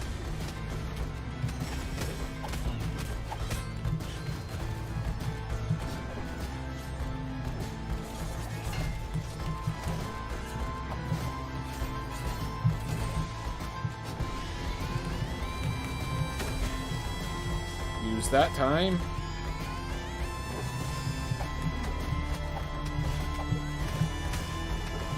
Yep, this was not a good decision. Definitely need something to deal with these guys.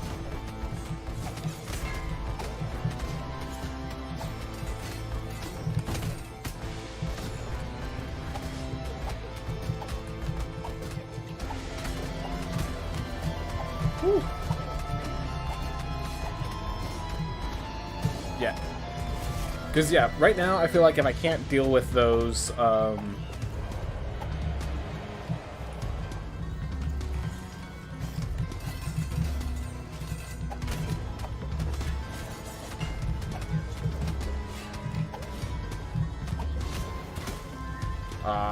thought I could hide. Corner. Well, dead in one hit. Unless it's specifically a hit by the spikes. Woo. At least you can learn to beat... Yep, you can learn to beat Primal Mech hitless. I do know that.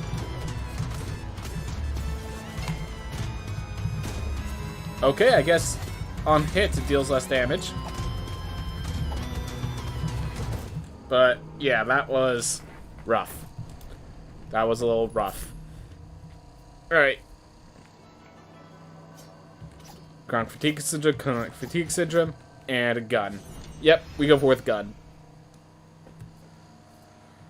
Whew. Always. Sure.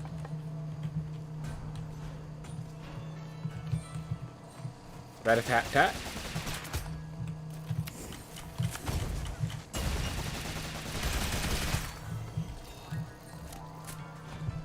Okay. Do we have enough resolve for anything? Yes, we do. We have enough for a 20-pointer. 30, 30, 20. Okay. Alright. Let's lock and load. Let's move on. I am going to unlock these guys. Ooh, ooh. Can I? Am I capable? Not so sure if I am.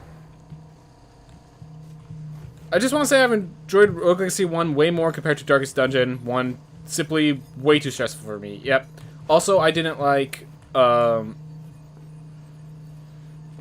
So, I also don't like how bosses get frozen. I don't consider the freeze as a spell during the speedrun. Yeah, exactly, because it's no damage.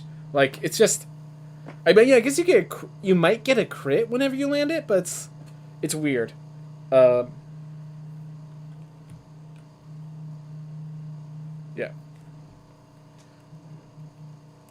Alright, at least you learned to defeat Primal Mech hitless, even at level 1. As for sequels, I didn't play them. Still waiting to release on Switch. I guess it'll happen around 2023. Yeah. Alright. Let's see how we do. Alright. Kill Enoch first.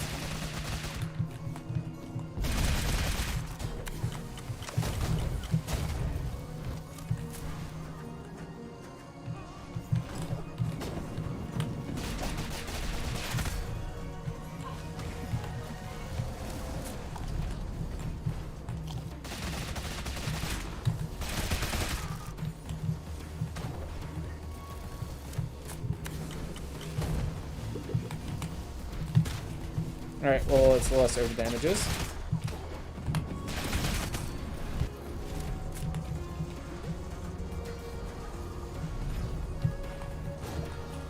Oh.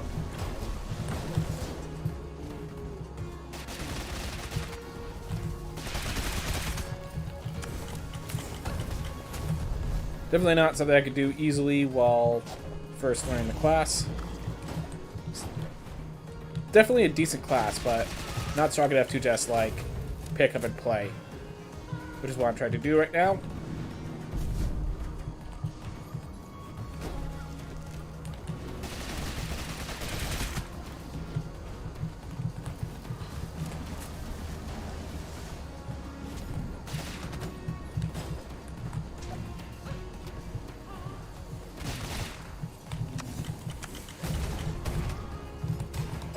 Try to get in the hole.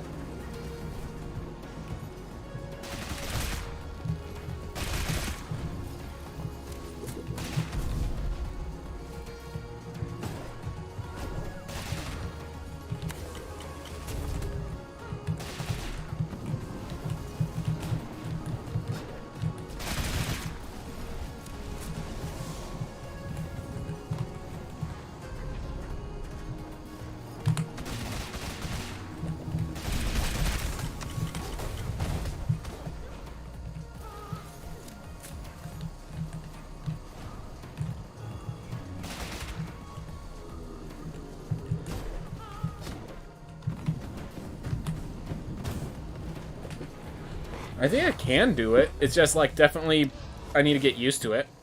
Ooh. Has a gun and is Bomberman, yep. Yeah, it's just not enough damage, basically.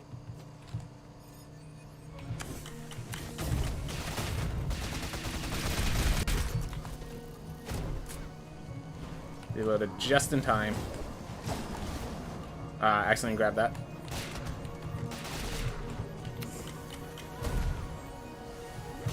Woo!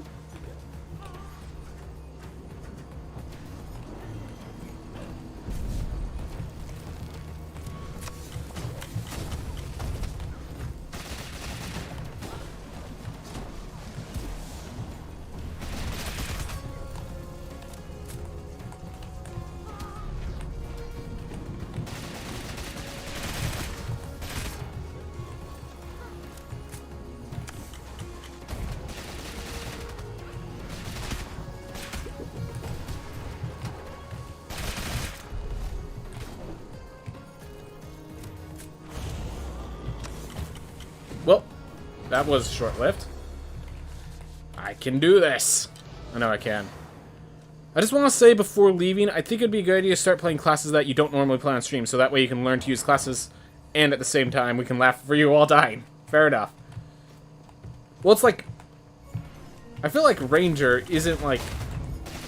The reason I'm bad at Ranger has nothing to do with, like, me not playing it. It has to do with just how the class performs when you can only aim in 8 directions.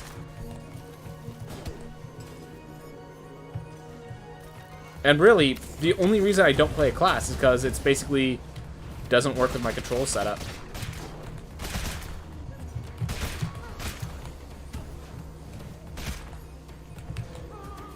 Oop.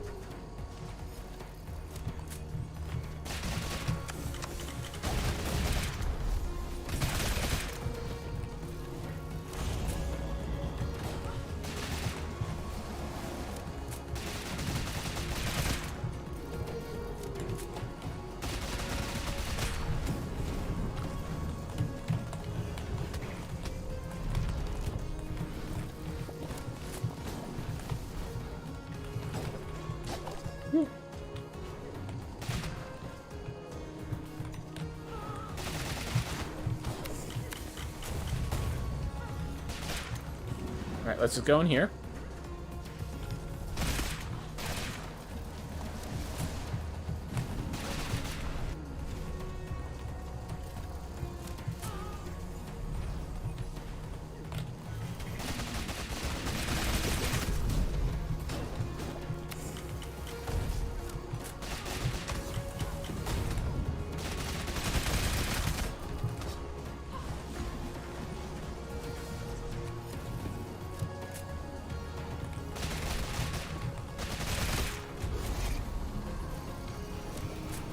Alright, just don't do stupid things now. Let's start by healing up, because that is not a stupid thing.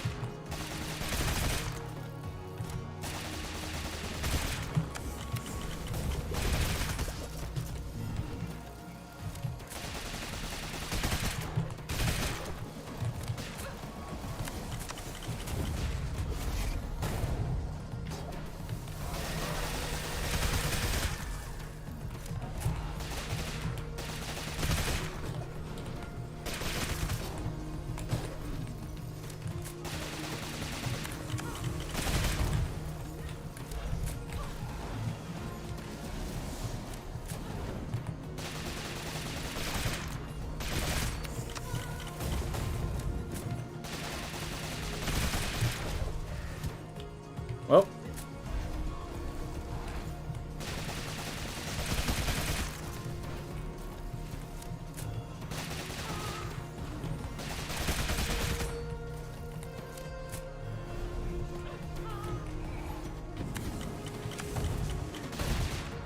There we go. Okay. See you later, Jared Mizzle. Thank you very much for coming, staying as long as you did. I'm waiting for streamers who enjoy Gunman Clive. So can one... can they get hit by the same bomb multiple times? I don't think so. I think there's multiple hitboxes, so if they're inside multiple hitboxes at once, But that's the only way they could get it multiple times, is my understanding. Alright. Oof. I do get why someone said that killing Enoch first is smart due to the nightmare. But have you tried killing him off first? Yes, and the nightmare killed me. Like... I mean, to be fair, I didn't try it too much. I'm just trying to, you know, finish it. I'm not, like, hyper-optimizing for it. I'm just trying to get it done.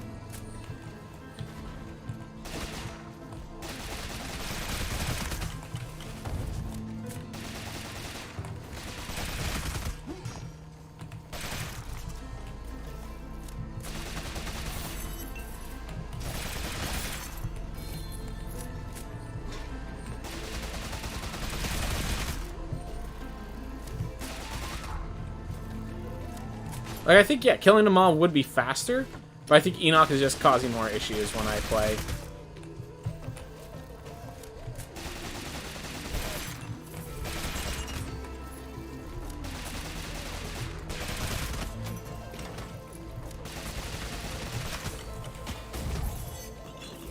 Yeah, it looks like they're getting hit by the, looks like they're getting hit by it twice, so...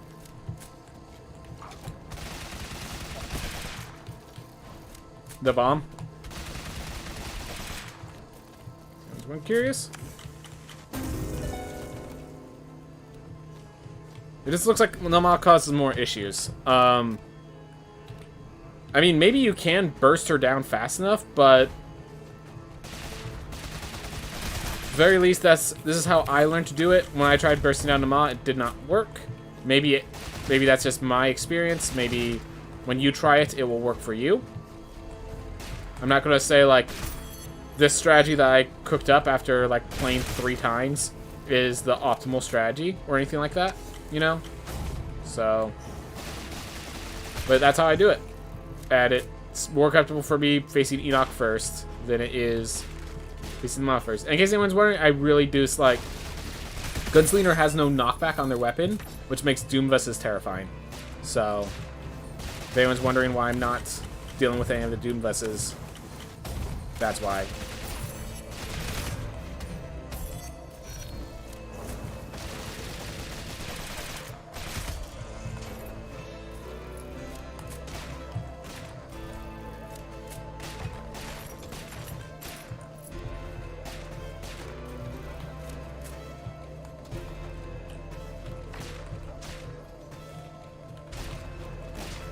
Ooh.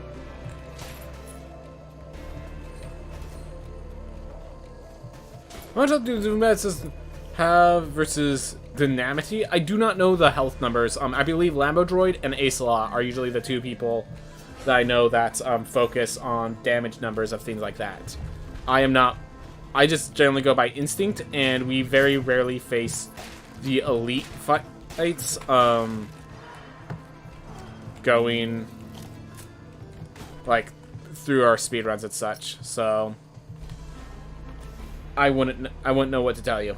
I know they've the commanders used to have an insane amount of health compared to their regulars, and they nerfed that, so now commanders have reasonable amounts of health, but I do not know to what degree. I wonder. Yep. So if anyone's having issues, you could jump before it begins. A little unfortunate aspect of this. It doesn't start until you hit the button, so if you hit the button while jumping, if you jump and then hit the button, you should be more precise.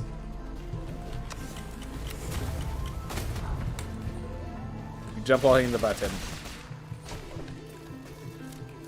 Cheese! Look, fairy chests are literally designed to be cheesed. Like, there's a fairy chest that is made to be impossible most of the time, unless you cheese it.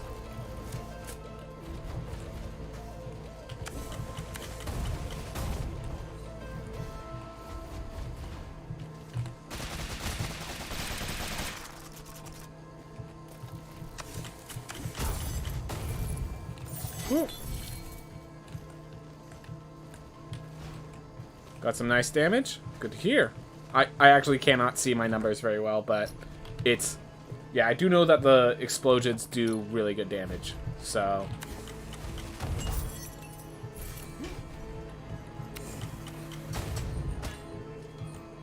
And the explosions deal with the main issue of gunslingers don't have knockback, which I think is, while being a cool theme themselves, you know?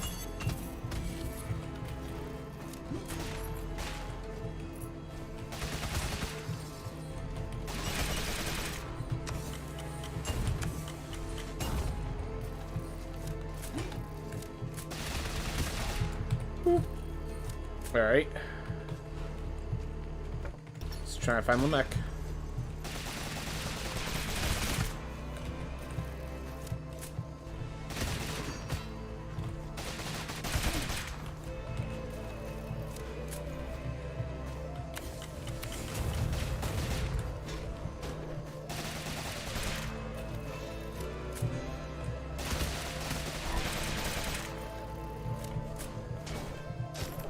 Ooh. Do the Static Blades always have that trail when dashing? I know they add some Vigil's Flare, so I think when this first went to beta branch, no. But recently, yeah, they've added a bunch of stuff, and it makes a lot of sense that that was added. Alright. We'll have the Lotus Stem, because sometimes we get to those points where we don't need Wind Wall. And suddenly this acts as a defense in those situations.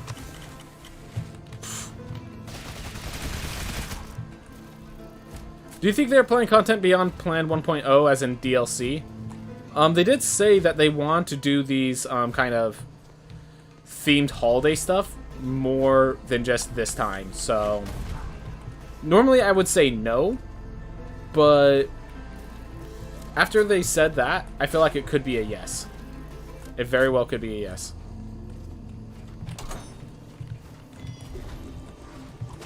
Ooh. Oh my god. Well, good thing we have the Lotus Stem.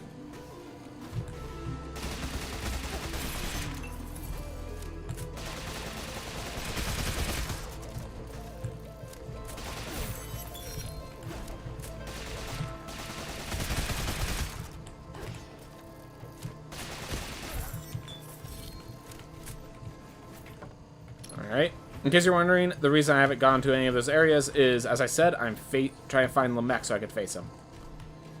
Jaren's Oval. I'd rather have something that helps me fight. Okay, so critical damage, critical chance, and critical damage both increased. That makes me happy.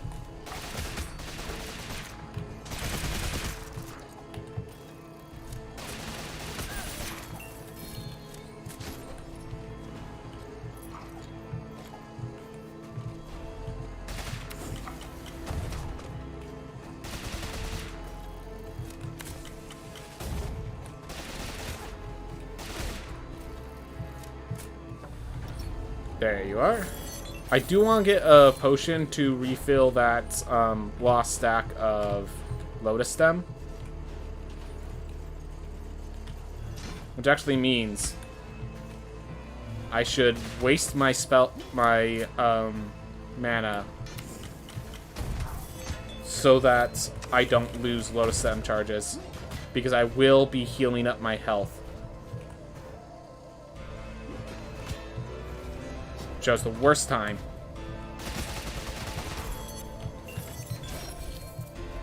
Just need a mana potion.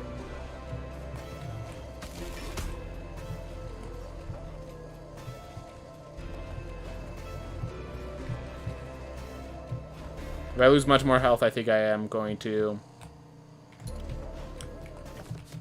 just return to Lamech. But I do need a mana potion so I can get the 2 charges of Lotus Stem that I want, so that I'm ready for Lamech if I make a mistake. And from there... And no, enemies do not give you mana potions, so... And the reason I'm keeping myself at low mana is because at low mana I cannot accidentally use the other charge, because I'm trying to add 1 charge. Alright. Ooh.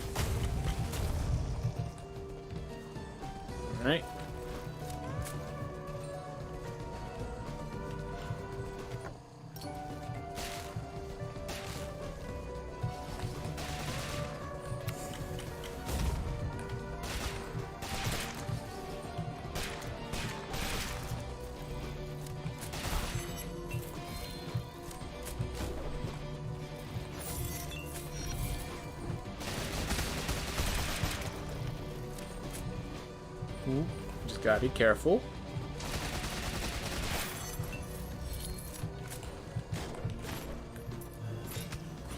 Use that to both spend my mana. Another Lotus Stem. Catalyst makes no sense. This reduces my max health. Nod Bone or Weird Mushrooms? Nod Bone. Now we have meat to grab as well as the potions. So we have a lot of exploring to do. And this is nice because there's a lot of destructibles in this room.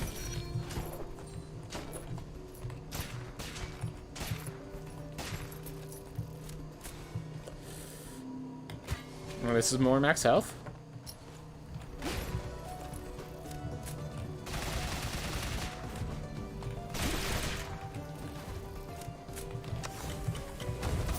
Oh boy.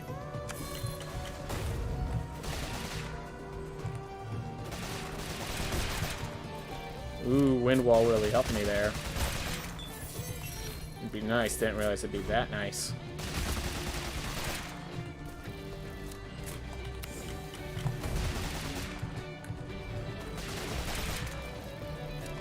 Whew.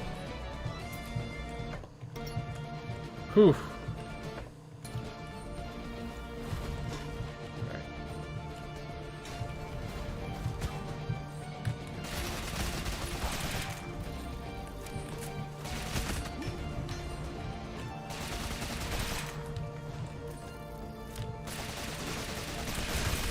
So yeah, I could just stand here, get a good angle,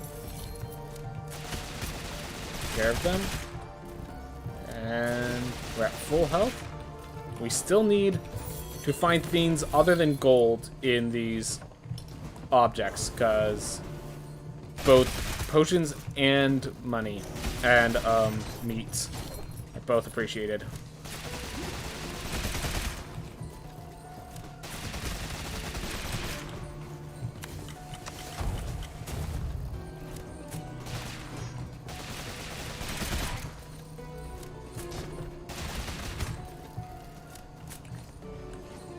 Boy.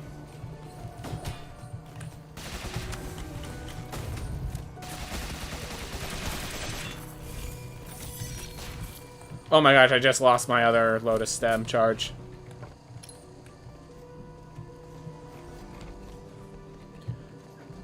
But where are my magic hand weapon and yeah, where are the costumes for the non-creatures? Like, wargs do not have costumes. I will tell you right now, my sister dresses up our doggo for Halloween every year.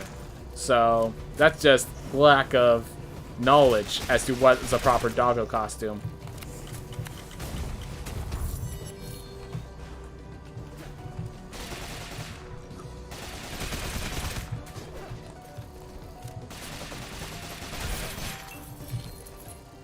Ooh.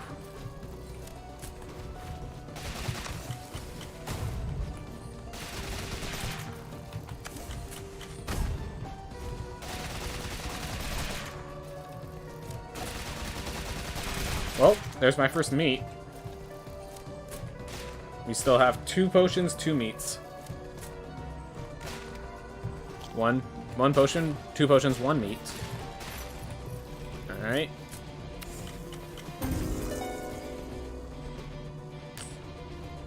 We're gonna draw those 2 daggers out, and we're just not going to deal with the Doomvisses. If you could back up, I need to deal with this guy first.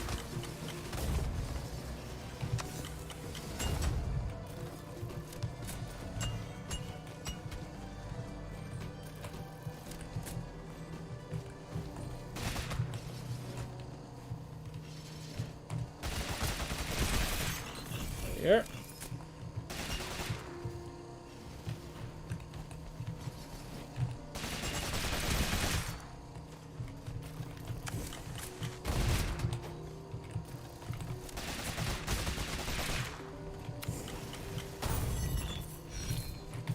Alright, and now we just don't bother with these guys. So get to the potion, get to the money. Why fight a needless battle with an enemy that you don't feel comfortable around when you could just grab the gold and go? Whew. Alright. There is ways I could do it with the shield block, but that was for the regulars, and those guys move faster, which means they could probably get past the shield.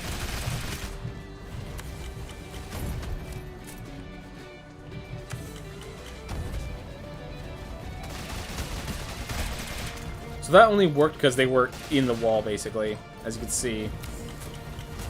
Talent doesn't actually shoot through walls. This one does, though. Or should I say my weapon doesn't go through walls.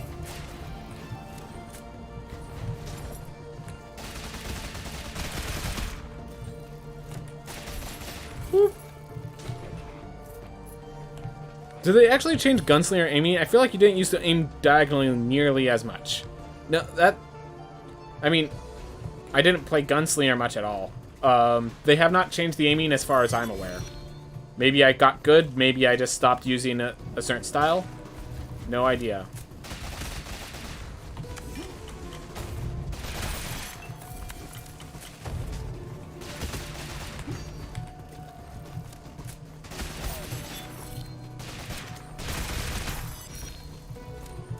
Whoop.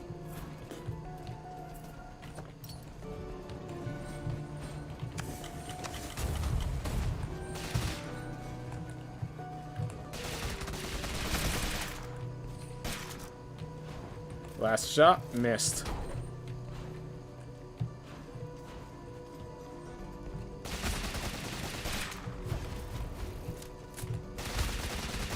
That almost arced into hitting me. That's scary.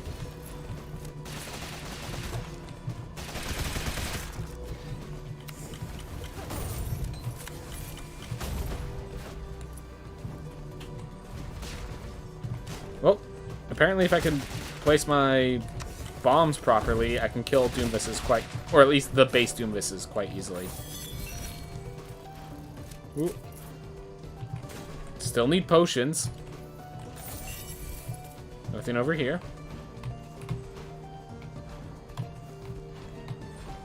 Like, I have great relics, but I can't survive if the Lotus Stems don't trigger. So, I just need potions to help me trigger the stems.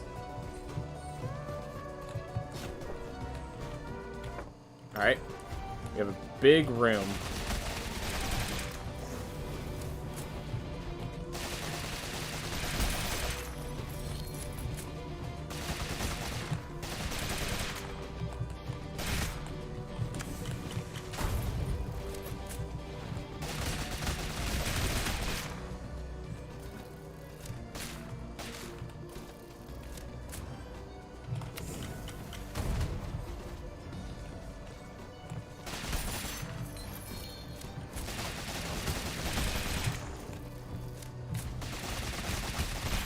Alright.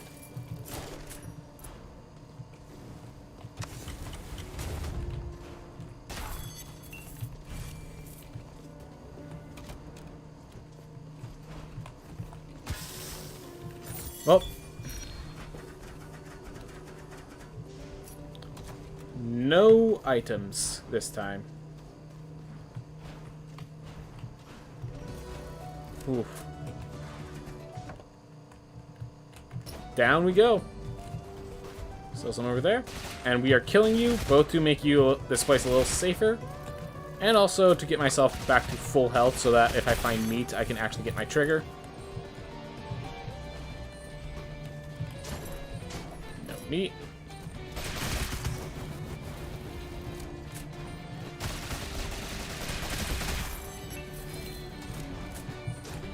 No meat, no sparkling water. We did get 2 meats. Starvax's Mundi has a lot of breakables. I could go there. I'll make sure to put that in my mind. What rooms do we have left? Zip. So yep, Axis Mundi or bust.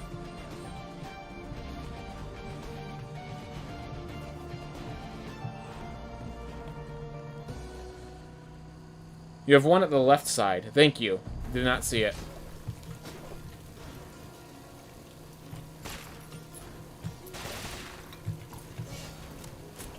You know what? At this point, I'm going to say that's good enough for me. Like...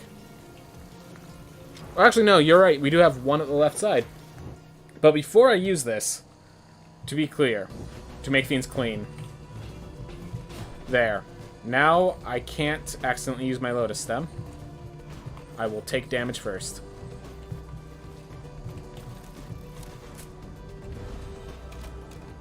Ooh.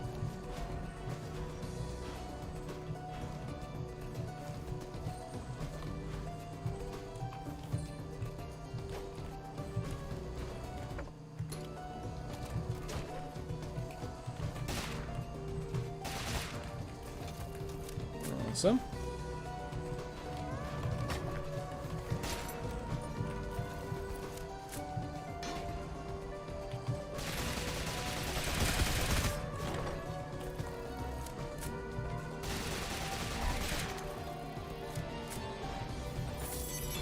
Well,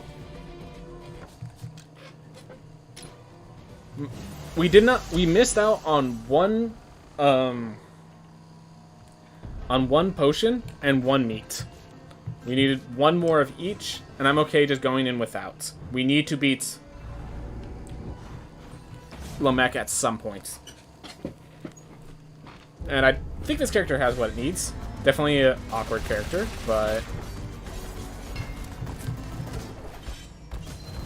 has this. Oh, and that destroys it too! Ooh, good to know.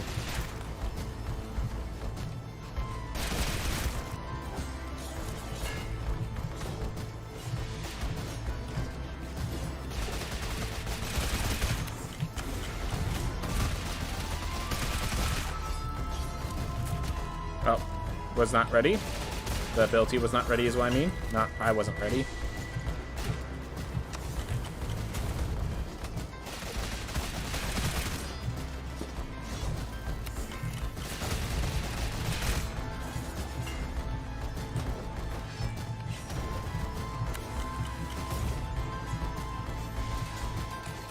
Ugh. Making stupid mistakes, taking stupid damage.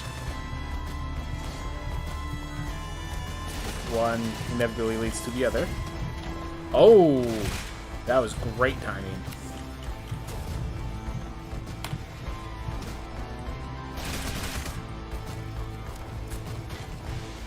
I can get that wind wall, which I could do.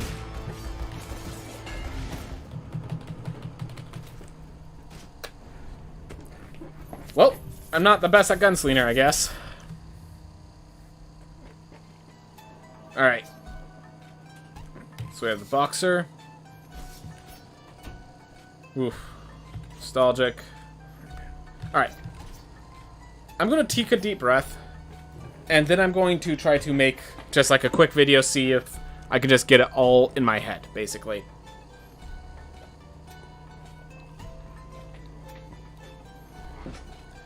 Alright.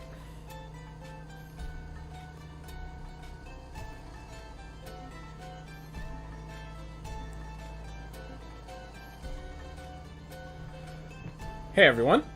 I just wanted to talk a little bit about the passives that some characters have in this game. So right here with the Knight, you see Veteran, that gives you plus crit chance, and then you see something like Chef, which gives you weapons applied burn with Artisan. So recently they've been adding passives to a lot of the classes. Actually, to every class. I just wanted to kind of go through my thoughts on each and every one of them, because some of them I think are amazing, like the Boxers is really awesome, and then some like the Knights aren't. I think this is actually the perfect example. So, each of these passives are just a little thing that each class gets in their own way. The Boxers is deft. You are elusive, you can walk through most enemies. This is a huge change. This changes how the character works, and even if you get different weapons like the Enkindled Gauntlets, and still has this distinct way of working. I think Deft is an amazing use of the Boxer's ability. Knight, on the other hand, plus 5% weapon crit chance? Like, I get that you want to have critical hits be a theme in the early game. I'm not sure this is how you want to do it. Like, this doesn't...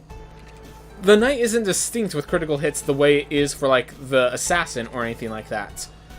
So having this, like, I feel like the Knight is a well-rounded class, and their passive should be something that's more well-rounded, or, like, distinct. The Deft Elusive, this is a hugely distinct. Next to the other one is the Chef. Hugely distinct. Your weapons apply burn. This is an Amaterasu's son on the character.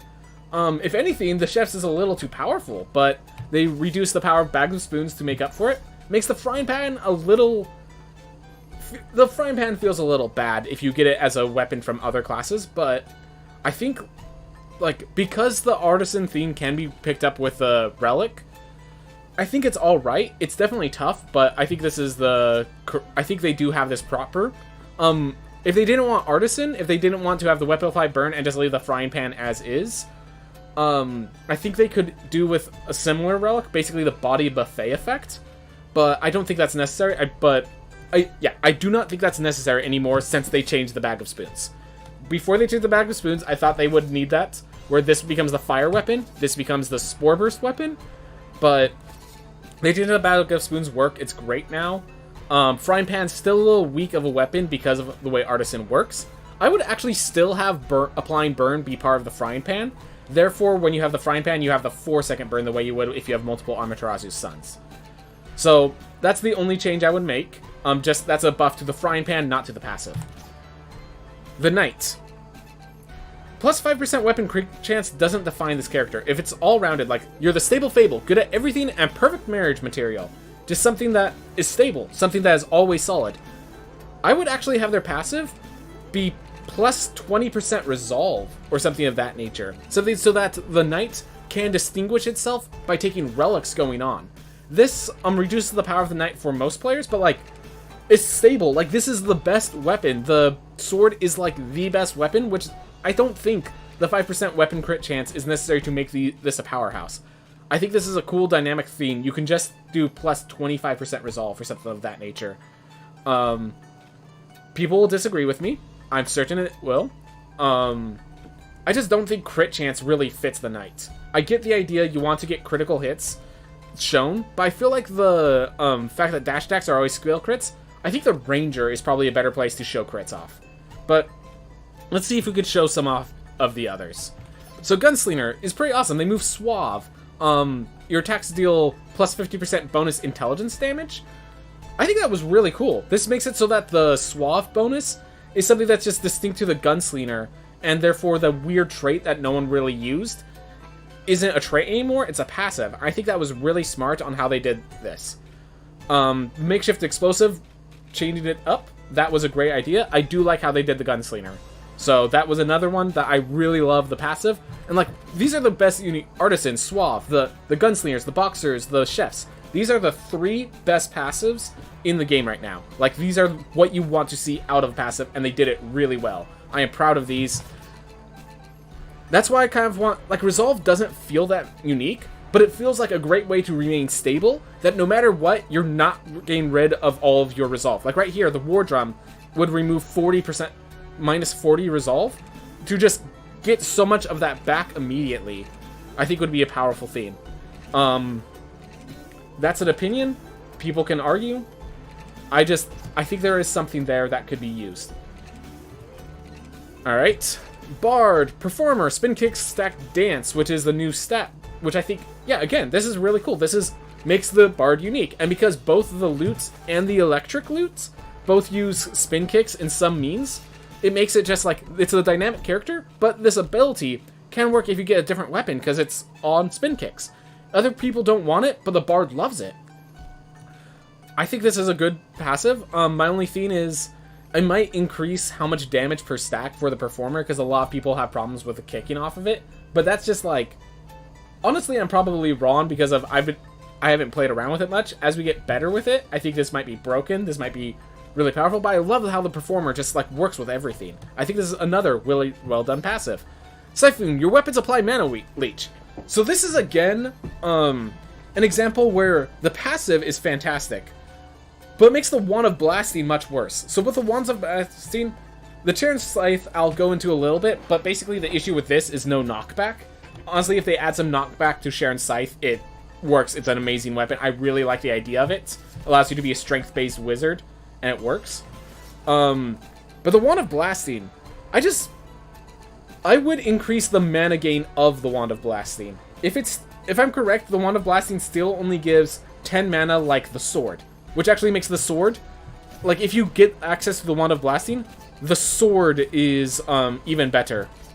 It only applies when you deal damage with a spin kick. Good to know, Malguin. Good to know. But the Wand of Blasting, I'm pretty sure only gives 10 mana, just like the Greatsword does. Which means, if you find the Wand of Blasting in the shop, this was the issue with the Mage and with the Chef, the Frying Pan isn't good enough because now so much of the power of the Frying Pan moved to the passive. The Wand of Blasting isn't good enough because the Siphon has been moved to the passive. Honestly, just double the amount of mana that Wand of Blasting gives. You've already reduced how much Siphon gives. People already aren't spending their mana fast enough from what I understand. I think they can just do that change and not have too many issues. So, I would have the Wand of Blasting just give more mana, and I love Siphon being the mage-specific theme. Alright, Ranger. Plus 5% strength and dexterity, which... This is another case of, like, this passive is good, but it doesn't really define the class. I am not the one to be the Ranger. I am not the one who can, Ranger is my least favorite class because I use arrow keys instead of actual, analog stick, and therefore I cannot aim with the Ranger, I cannot use the Ranger effectively. But the defining thing is range. The only thing I can think of as a passive, there's this telescope item that slows down time when you, use a spell that involves aiming. If their passive was that telescope, plus it also worked on the war bow, then you could have this character that always gets the precise shots. I'm not sure how that would deal with the feeling of movement and stuff if every time you aimed your arrow, time slowed down. I think that could work. I think that could be a really cool passive that makes it unique, the way that the Artisan's unique, the way that the Bard's unique. I would like to see a passive that makes the Ranger stand out. And I think the Telescope sort of affecting your weapon and your spells, anything that's aimable, I think would be a distinct theme that makes the Ranger that way. And it makes the Telescope not necessary as a relic, which I think, yeah, I don't think the Telescope, if that became a passive, I don't think the Telescope would be deserving as a relic, but that also shows that they already have it programmed, the slow down time effect.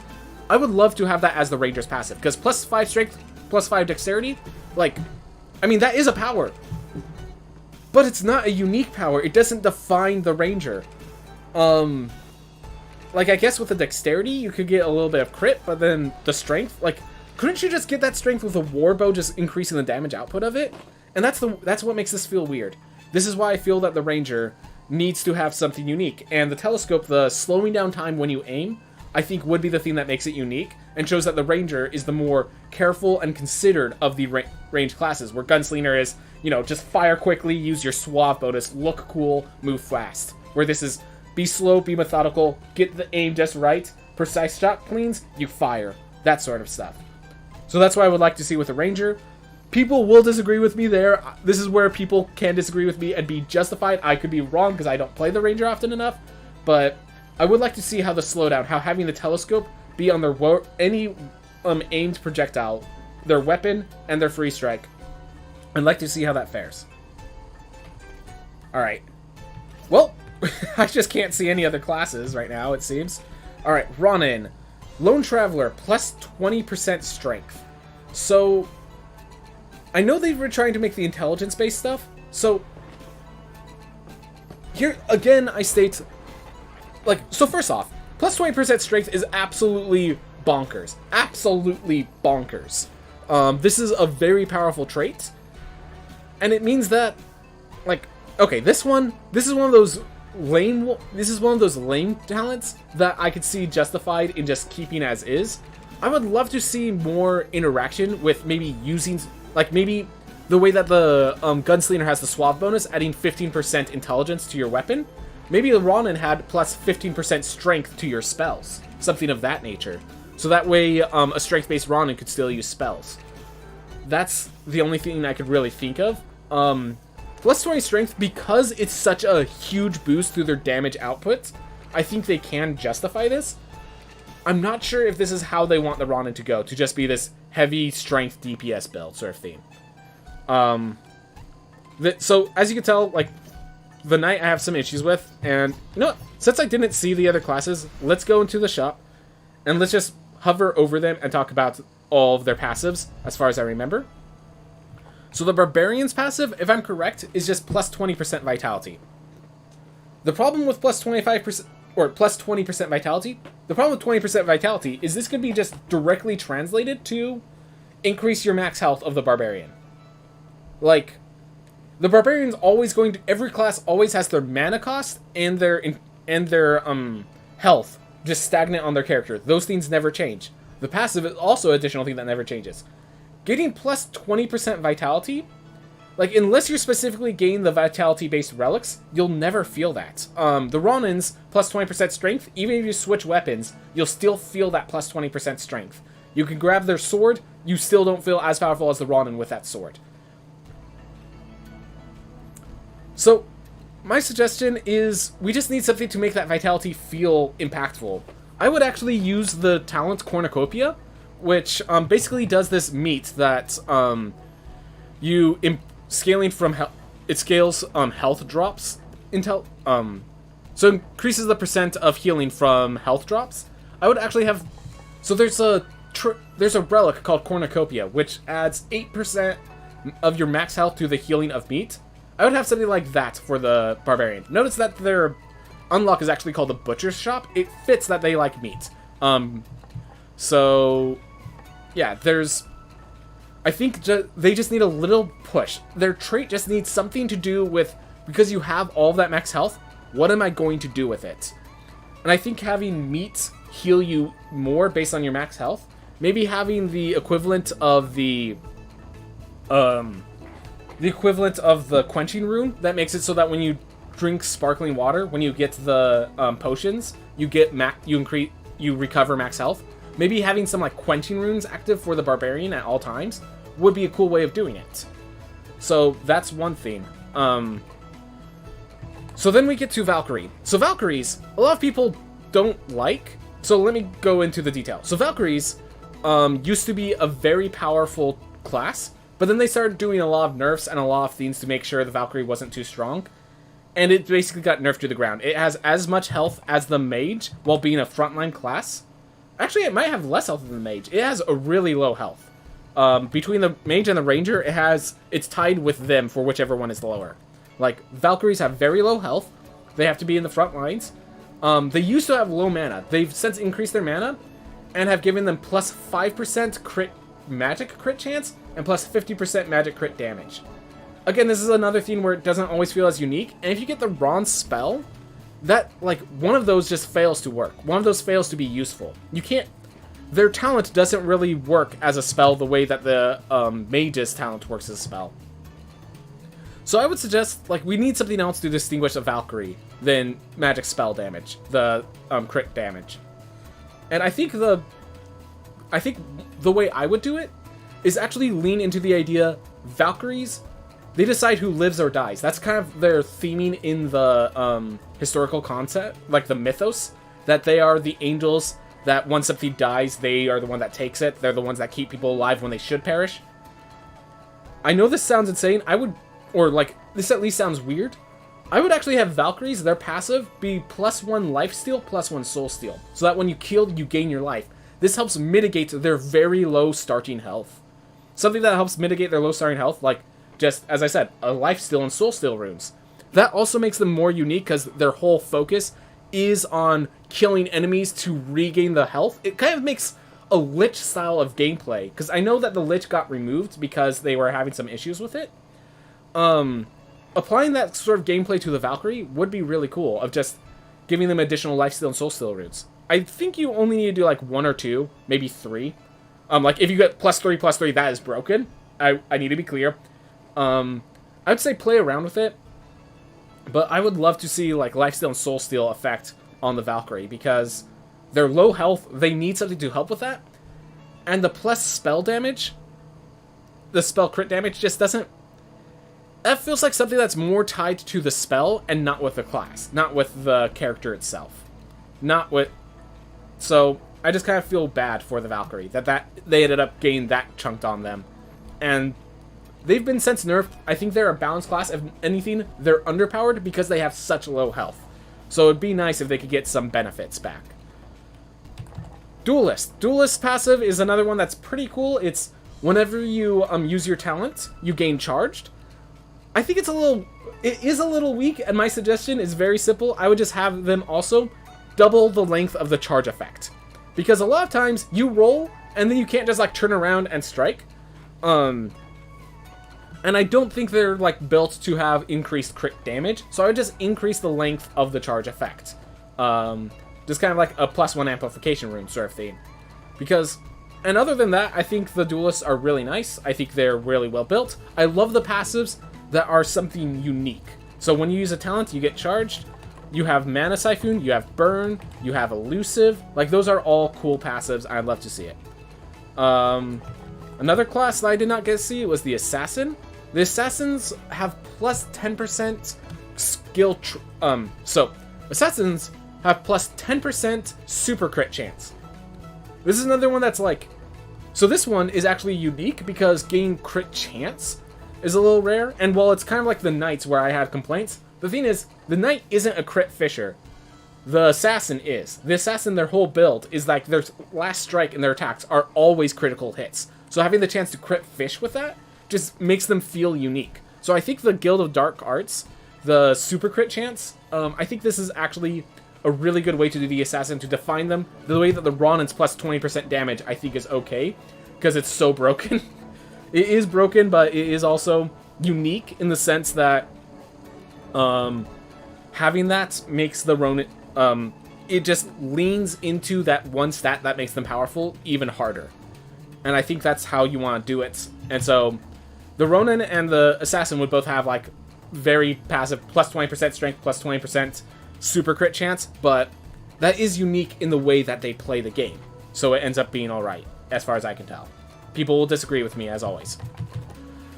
Dragon Lancers are the last one. And if I remember right, they're just plus 20% armor.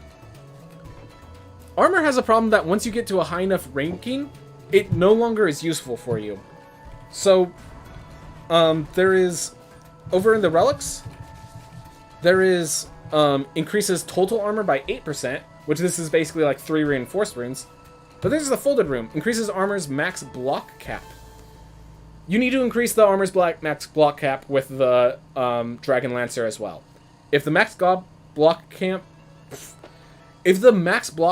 is not increased, if you are already blocking the maximum with armor, then the Dragon Lancer has no effect. If it only increases armor, then once you hit the max block cap, it has no effect. So you need to increase the max block cap as well. That's it. If you don't hit it, then, yeah, if you haven't hit it, the plus 20% armor helps you hit it further. And if you did hit it, then the plus block cap helps. Like, either way, it helps. It makes this more armor-based class. And it just makes sure it's useful either way. Anyways, that's, I think, all the classes. A lot of these passives, I love the idea of passives. I hope you get some awesome ones, but as I said, so I think the Knight needs to be changed. It needs to just be like plus 25% resolve or something of that nature. Something that the Knight could be more of a stable fable instead of a crit fisher. The archery, I do like the telescope idea. Again, I'm not sure how that slows down the pace of the game, so you can disagree with me there.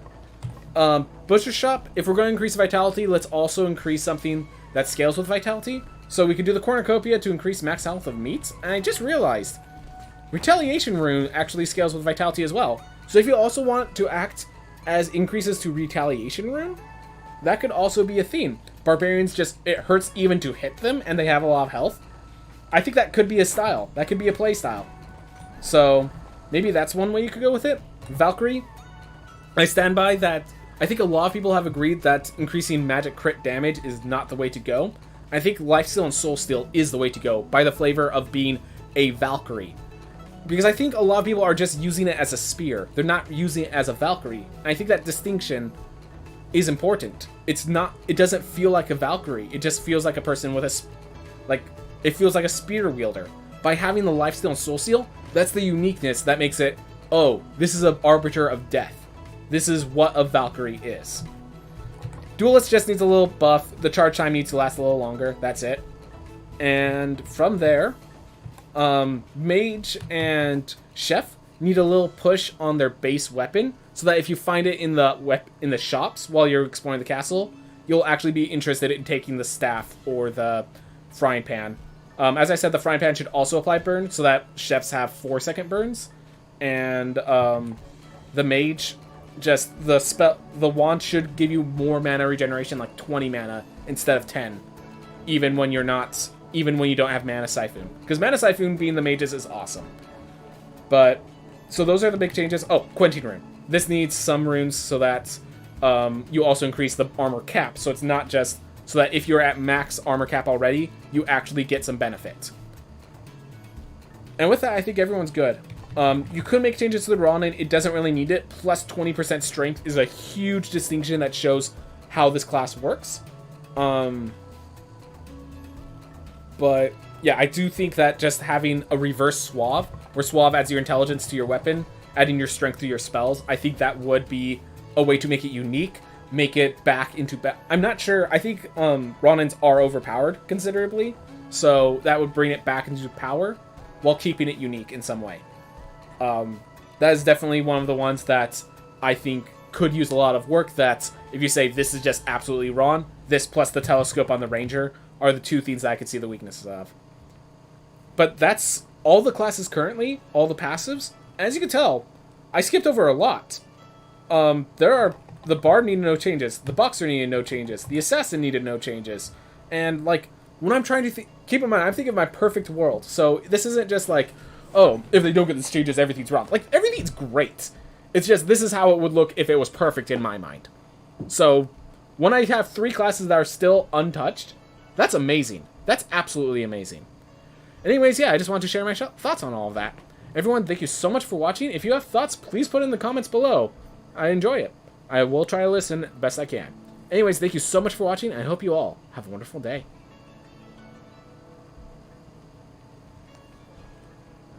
Alright.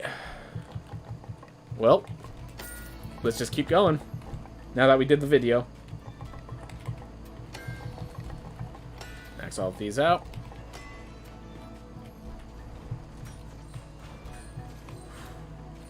I kind of want to retire the hero just to get the confirmation that that's how it works, but I'll worry about that later.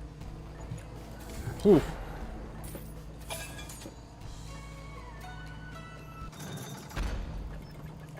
So note to self, I have a video to clip.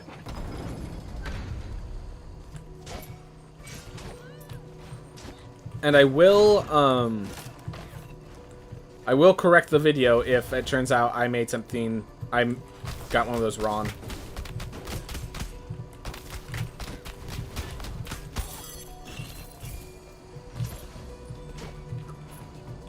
Yeah.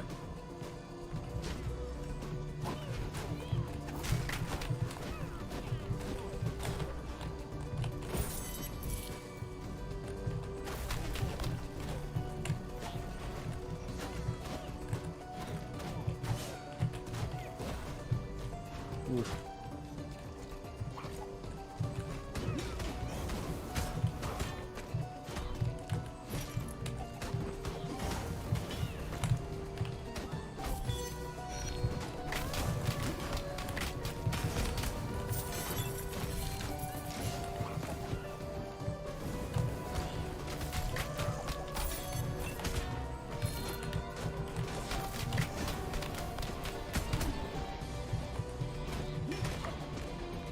Ooh.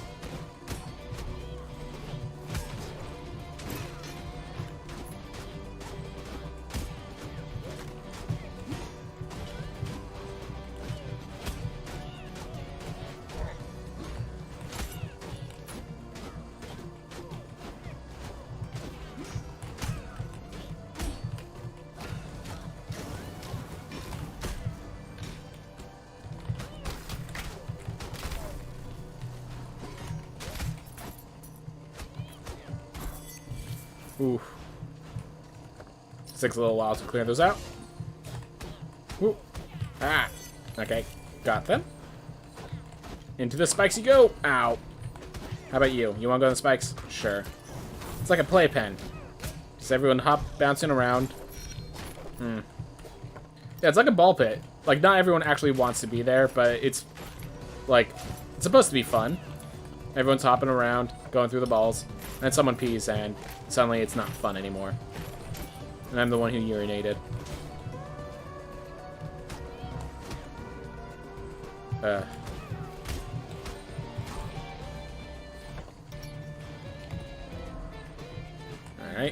Lotus Stem or Tropos Scissors. I'm gonna go with Lotus Stem is the stronger one. I'm definitely going to end up not using it to the degree I want to. Like, just 100%. I'm going to end up using it and then feeling like, gosh darn it.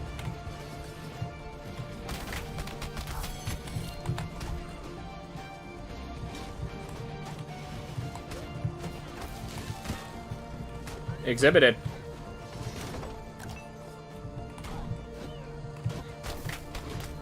Well, I got a mana potion still, so all's well.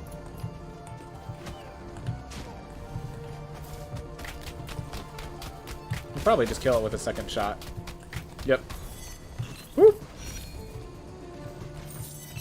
Uh-huh.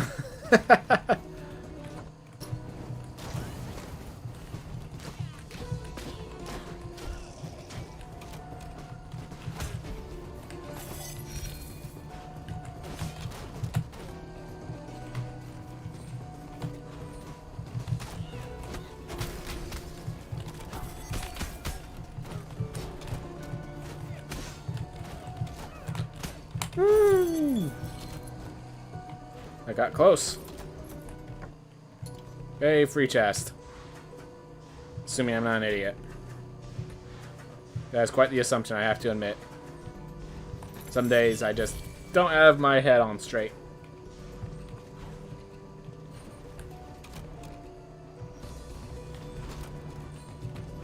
Oof. Alright.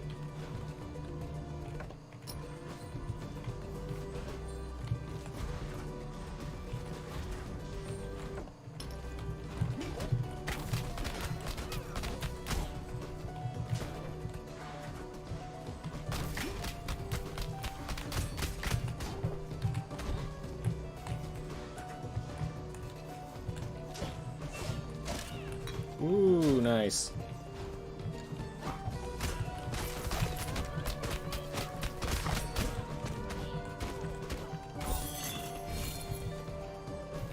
That's a lot of meat. Trick or treat, man. Trick or treat.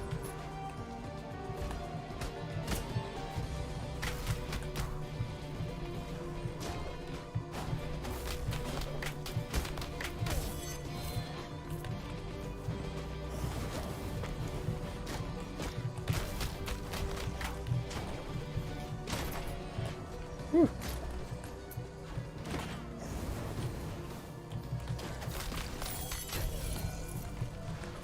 Alright. Keep it moving. Just getting the gold. Trying to find Lamech so I can actually get rid of him.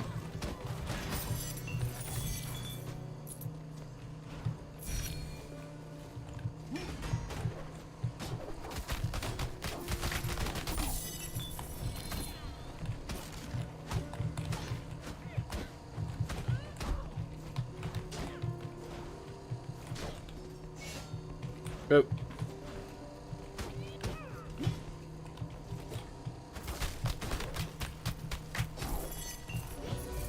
Whew.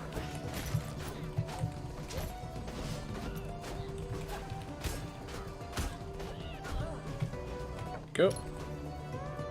Did I just circle back? I did. Alright. So there's paths down and left, but let's... Nah. Lose no health was added to the list. I just didn't feel like it. War drums plus 12% damage already. And the fact that it's just flat plus damage is part of what makes that so insane.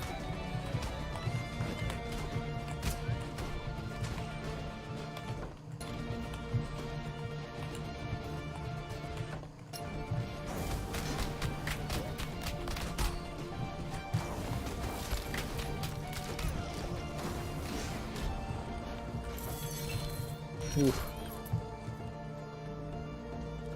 All right.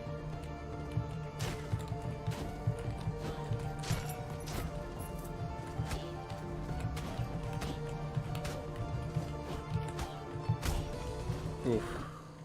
Well, we're back. Down and to the right we go. Two paths before me. Ah, I see why I left. Are there any particularly messed up MTG cards? Arlen's Epiphany's pretty absurd, and so I guess I have to ask the question of what do you mean by particularly messed up? Because I'm assuming you mean overpowered, and Alrund's Epiphany is just the most... I mean, for the spoilers. There are definitely cards, like, I'm excited for. There's a frog self-mill commander that showed up. And when I say commander, I just mean a legendary creature. It's not like part of the commander set or anything. It's just a legendary creature, so I call it commander.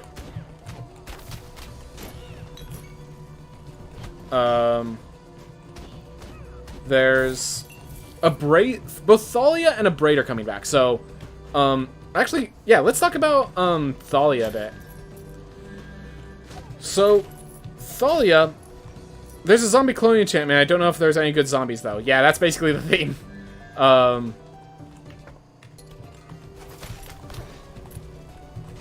Like, because it does not, like, all the good zombies are things that, like, generate zombie tokens, not exactly zombies themselves. Or if they're good, they're really aggressive, so they're out before turn 4, and gain them on turn 5, like, an additional one. No, it's Champion of the Parish is what I'm looking for, which is a 1-mana zombie that gets bigger the more zombies you play later. Like, sure, it makes it playable on turn 5, but I'm supposed to be playing that on turn 1. It's a 1-drop for a good reason. The card that really stands out to me is Thalia. Well,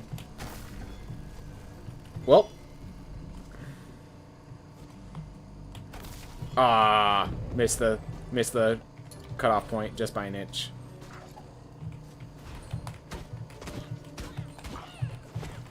But so Thalia is a card that it's a 2-drop with First Strike that has non-creature spells, costs 1 more to cast.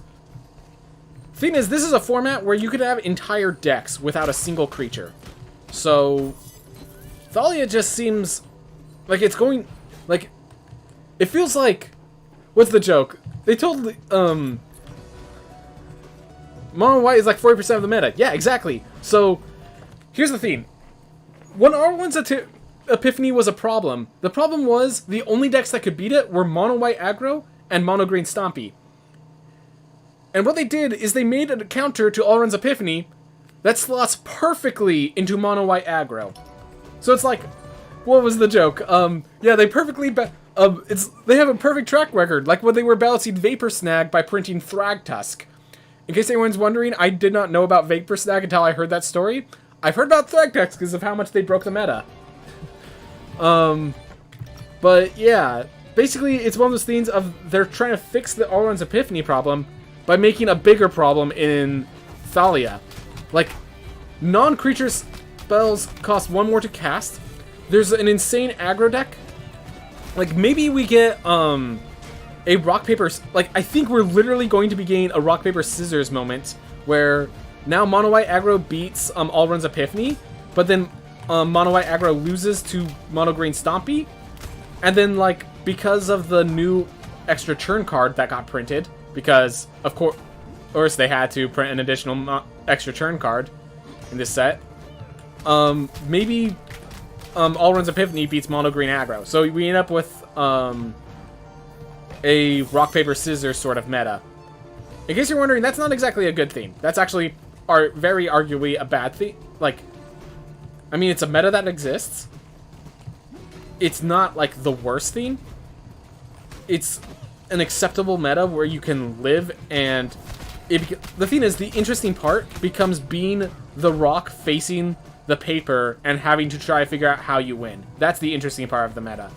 Not which, it's like, it's better than an unhealthy meta, but I wouldn't call the meta healthy, is how I would describe it.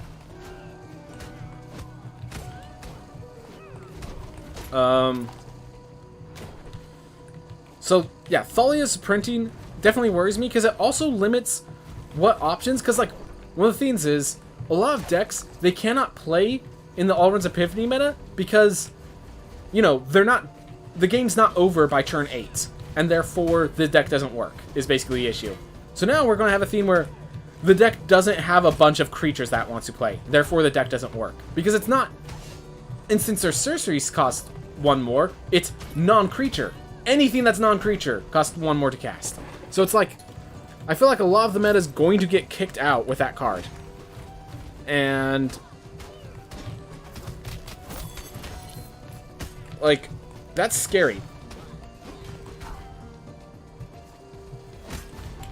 Like, I understand that this meta, as is, shouldn't remain, but I'm worried about the meta that's coming after.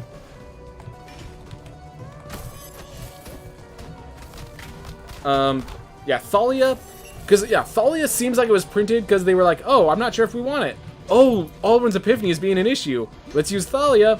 I mean, maybe they wanted they might, like, I cannot see them printing Thalia without wanting it to be a broken powerhouse of the set. Like, I think that this set is going to be it's either going to be very expensive, like in net worth, or it's going to reduce the value, or it's going to reduce the net cost of Modern in a lot of ways. Like, I also know a Braid is like a sideboard option in Modern, and they just recently revealed that they're reprinting a Braid. I feel like there was another card that they reprinted. I can't think of it on the top of my head, but definitely, this seems like a powerful format. And I died because I was too busy focusing, but like, I want to focus. So, anyways, I am worried about the meta because it's like, fixing Alrund's Epiphany with Thalia sounds like, you know, fixing a problem with the nail sticking out by bringing out a maul and just like, or like a wrecking ball, not a hammer.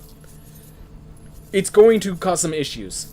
Mono white is it's like, oh, Alrund's Epiphany's monster and that's bad? Alright, we'll make mono white aggro the monster. How does that feel? Well, given that their 2-drop stops us from playing and their 3-drops, they literally have like 3 or 4 3-drops that are banishing lights on a stick. As in, they remove the card you played, and then they're also creatures themselves. So, I am worried for the meta in the future.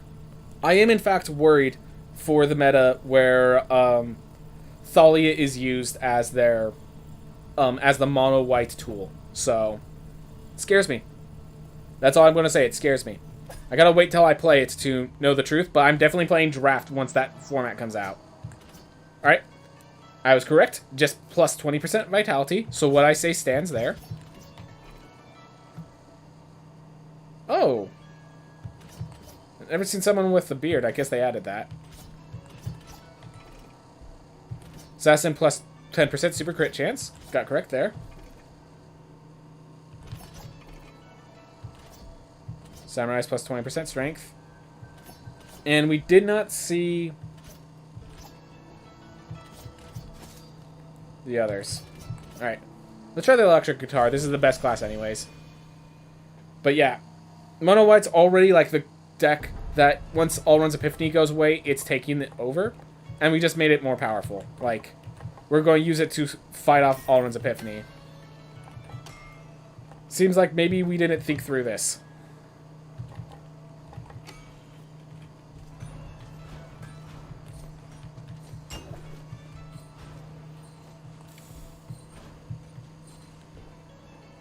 Do you already feel like this game is now better than first? Oh, yes. I've been feeling like this is better than the first. For a while. Definitely by the time Sun Tower came out. If it was before Sun Tower, I'm not sure.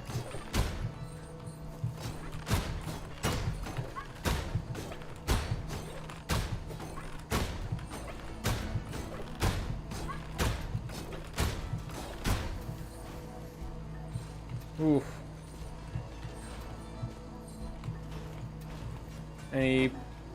Alright, 6 rate that I can still use. Not yet. Okay. Oof. But yeah. Mono White's already 40% of the meta. Thalia's getting reprinted.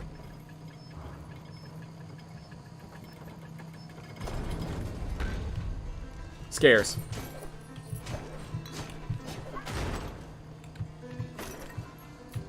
So the question of whether or not this character is going to be good against Lamech is whether or not...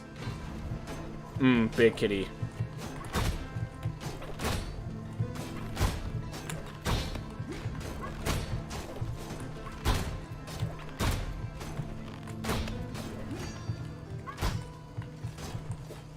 Oh my gosh.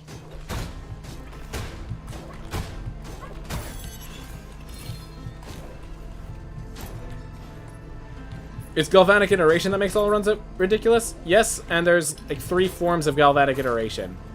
And even in decks without galvanic iteration, they still run all runs Epiphany as a finisher. Example being there is a Dragon's all runs version of the deck that does not. So let's see, there's a galvanic all runs, there's a Dimir all runs. The problem with all runs Epiphany is that even if you're like Dimir or not otherwise not Izzet, it's still, if you want to counter all runs Epiphany, like you're playing a blue deck. If you're playing a blue deck and you want to counter all runs Epiphany, then like you might as well also run all runs Epiphany yourself. That's the problem with all runs Epiphany. And then galvanic iteration. So let me explain it this way. It's not a control deck. The problem isn't that it's a good control deck. The problem is it's a combo deck where every piece of the combo is good individually to the point where they all fit perfectly in a control deck.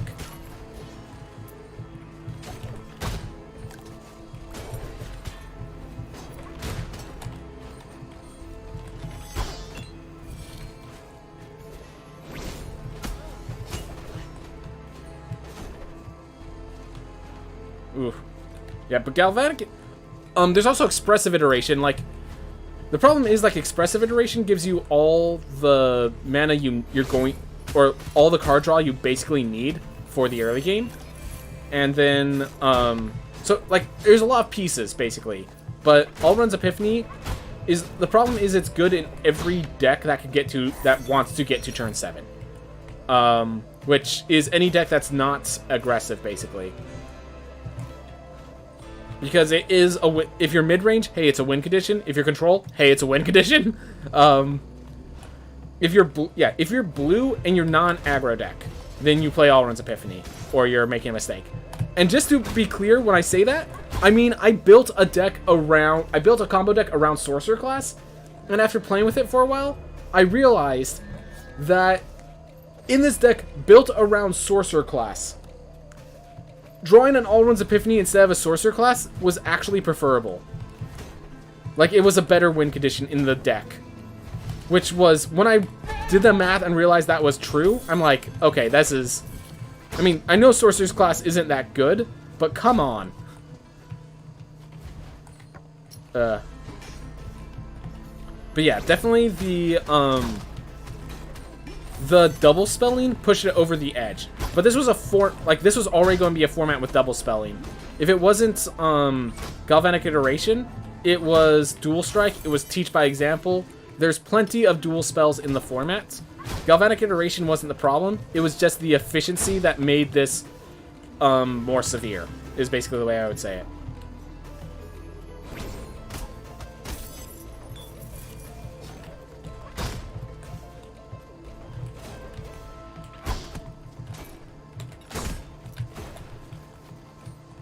Oof. But like here. You know what? I'm going to pick it up to see if I'm wrong. I do have the Leviathan set, so I should be healing 15 mana.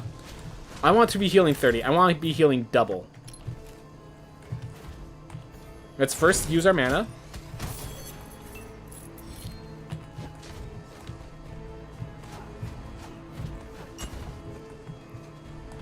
Oof.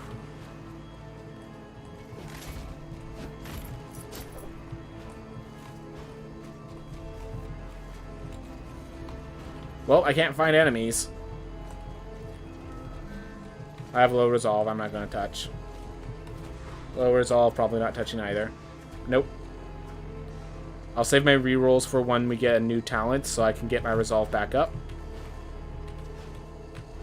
But yeah.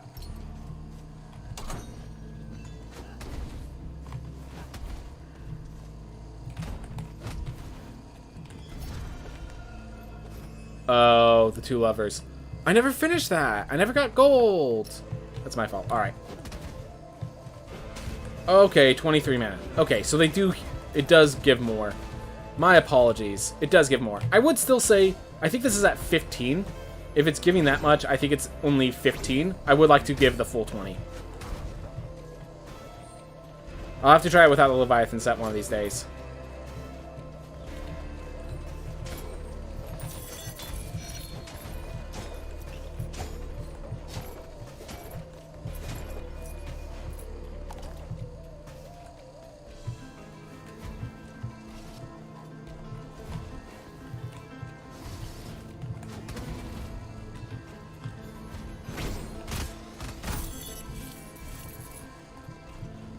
I think... Oh, yeah, so they have, yeah, so the question... So they do have that. They did intend for it. They have an additional drafting... They have additional draft packs that are both sets combined.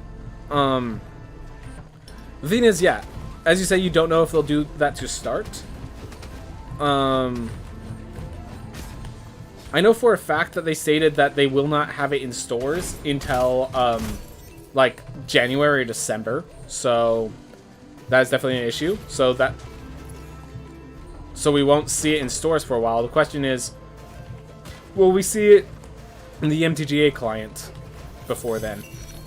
How's it going, Carasino? Glad to have you here. Glad to have you, man. We're just chilling, playing the game. I'm technically going over time, but I want to finish some stuff up, confirm a few things before I head out.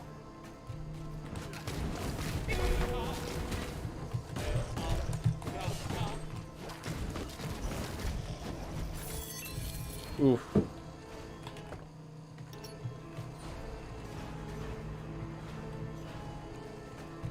But yeah, how's it going, man? How's your life been? Hope your mom's doing better and all that. How did Halloween go? Well, I am a freaking coward. So how Halloween went is I decided I'm going to try to do something a little scary. I'm going to at least watch a friend playing a video game that's scary. And the end result was I had nightmares last night. And so it ended poorly for me. But I knew that coming in. Just sad that I'm that scared. My new dog is exhausting. Right, you got a new dog for your mom. As you said that was too early. That's right. You said it was a little too early. But yeah, new dogs are pretty exhausting. Alright, see if there's enough that they all kill each other. Close. Close, but no cigar.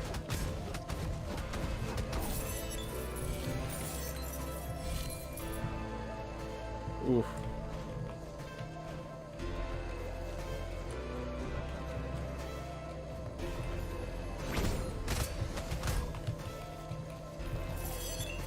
Woo.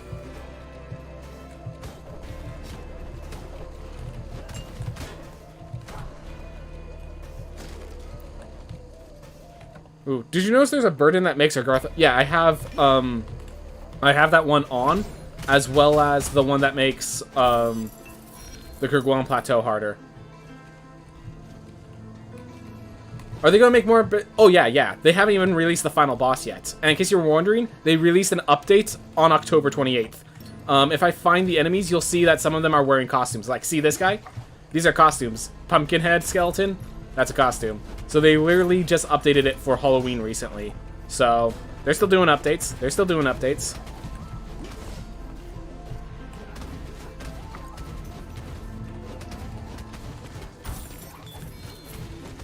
Ooh.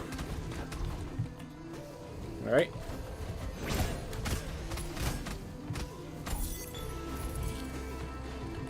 I need to use my talent more often. Just destroy projectiles, deal damage. It's great talent. Alright. If CDG asks you directly about one thing you wanted added, changed, or removed, what would it be? Ooh. That's a tough one. Well, the first thing I'd do is I'd ask them, hey, can I have like a week to think on this? Because I want to make sure I give you the right thing to work on. So that'd be my first thing. I'd ask for time. From there, oof, I don't know. Because I want to keep it simple. I don't want it to be... I want it to be something that's good for all players, not just for speedrunners. Or if it is for speedrunners, it'd just be like... Something like, hey, can you add the in-game timer, like, to the menu, like, maybe in house rules or something? Like, in settings, you just allow C in-game timer. But, like, I would definitely keep it simple. I would not do something like, I want you to add this class. I want to give it an option that they could do with as little work on their side as possible. So that that's just like a slice of life or like a belief of the path that we're going sort of change, you know? Don't want to rock the boat.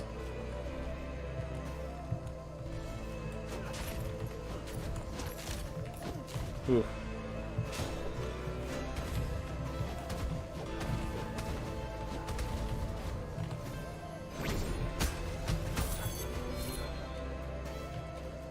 Ooh.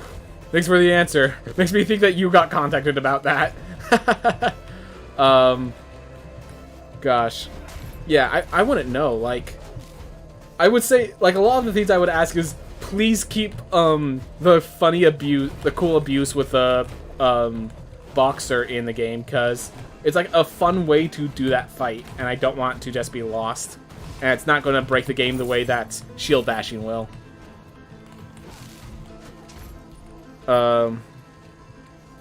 Try to move forward, but yeah, it's not easy, man. Yeah, no, I think there's a certain point where it's like, I haven't moved forward, but I'm ready, like, it still hurts, but I'm going to move forward anyways. That's what I found in my experience. That, like, we think of moving forward as it no longer affects us. But I think the actual truth is, move forward means it affects us to a degree that doesn't break us. Yeah, you're in the house for 2 more years. But yeah, like, I had some... I'm not sure I want to get into it, but yeah, I've had some rough cases myself where it's just like, I just want to move forward. Can I get help with that? And the end result is, it's been... The thing that I'm thinking about happened in 2018. And I still haven't, like, fully gone over it. But I wouldn't say gain over it is moving forward. It was the fact that I'm not letting it stop me anymore. And that's what's gain over. Met a girl, she already broke me inside. Yep. Then boom. Yep. Similar story. I don't want to get into it, but yeah, similar. Did you see they had more hitboxes for 2-ball for Boxer? So they made that the... As far as I can tell from the description they gave, it sounds like they didn't nerf it. They just made it so that 2-ball, that the Boxer isn't just... It's not brain dead easy to do the maneuver. That's it.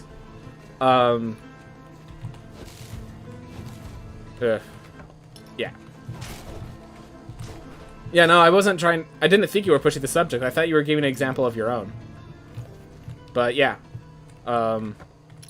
Just, like, moving on is sometimes just...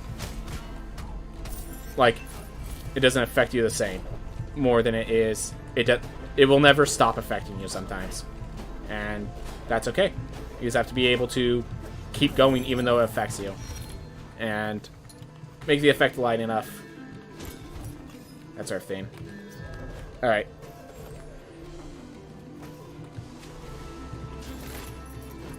Oof. Anyways. Yep. Drizzled. I'm assuming is how I'm supposed to pronounce that. Because I'm assuming the 1 is supposed to be an I. How's it going, man? Glad to have you here. Oop. That was a little unfortunate of a positioning. Well, I don't think we're much of a jester anymore. Much of a dancer. I'm a bard. This looks like a fighter. Oof. Yep.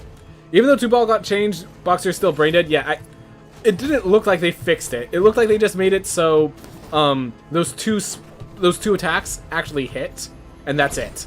That's all that they did. And given that they increased the health, I'm 100... Like, the one change I was like, increase his health. And I'm happy with that. But yeah. Not surprised. You just have to be slightly more careful. Exactly. You can't fall asleep at the wheel. You can still doze. You just can't fall asleep. That new car smell can't take you out.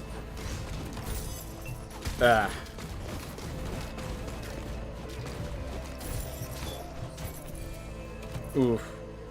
Found another outstanding roguelike. It took me completely for a week. Yep, roguelikes do that. That was not the timing I needed. I was trying to hit both of them, but it seems like that was not happening today. I just realized I have 2 reses. Even though I neutered my character pretty heavily, I think I have enough health that I'm going to be able to beat the boss if I find them. Oof. Hey, found him. Let's get 2 more kills so I get the Coleus shell. And then we jump on in. Hey, 2 kills. Look at that. 1, 2. Alright. Let's just go for it. This is a really weird theme. We have the duelist roll. We have a damaging spell. And we have... I was literally taking this item to see if it was any good when I'm picking up as a non-mage. Thinking the answer is no. And the answer is... It's better than I thought it was going to be. But generally, no.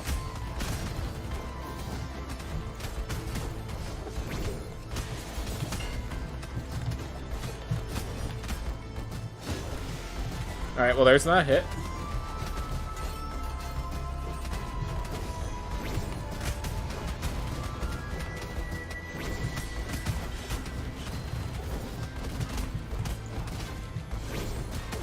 Let's try and get out. That was foolish. That's okay, I have 2 reses. I mean, it's not okay, but we live with it.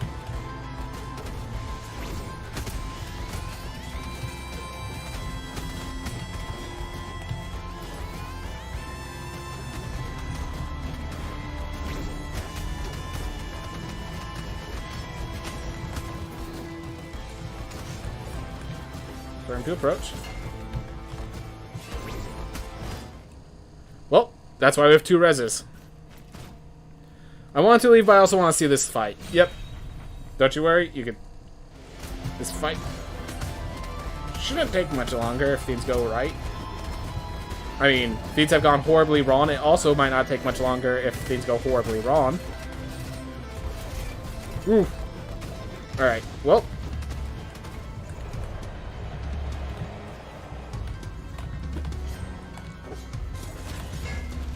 Needed to use my roll.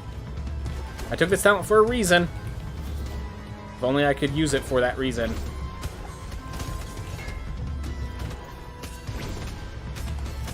Oh. Misunderstood where they were throwing that. Alright, well, I could take 2 hits, I believe. Or no, I could take 1 and then... No, I could take 2 hits. Cool. Just have to get through the other half of this fight. I only got through half of the fight.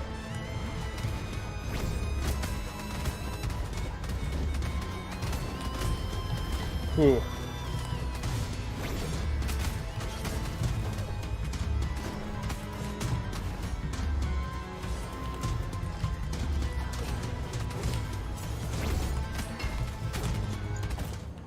Well,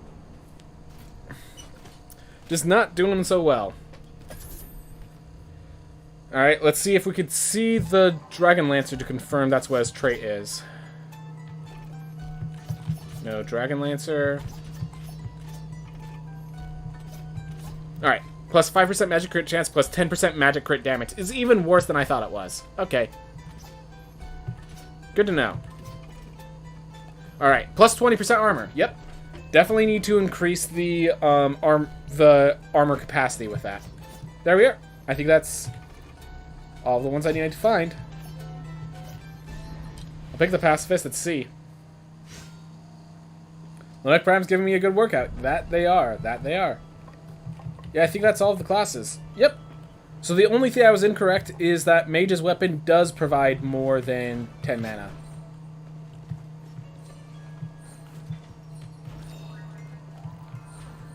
Oof.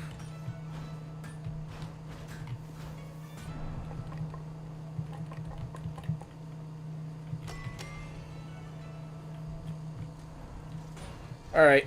Yep, I need to go myself. I stayed extra long because I wanted to confirm that everything I said was correct. But we'll be starting next time with the Gunslinger Pacifist. Whew. Everyone, thank you so much for watching. I hope you all have a wonderful day. Now let's get a raid. Let's see what channels are good to raid. Also, if anyone has a suggestion in the chat, feel free to throw it out. Alright. Well, there's only one option, and that is just Paranoid Fiends. He is played through Metroid Dread, so I'm going to raid, and then I'm going to vanish. I'm going to not stay, because I need to not spoil Metroid Dread for myself. But, awesome dude. See you guys in a bit. He's also a speedrunner for Mario 3D World. He's just played through Dread first. So, if you like speedruns, you'll love him as well.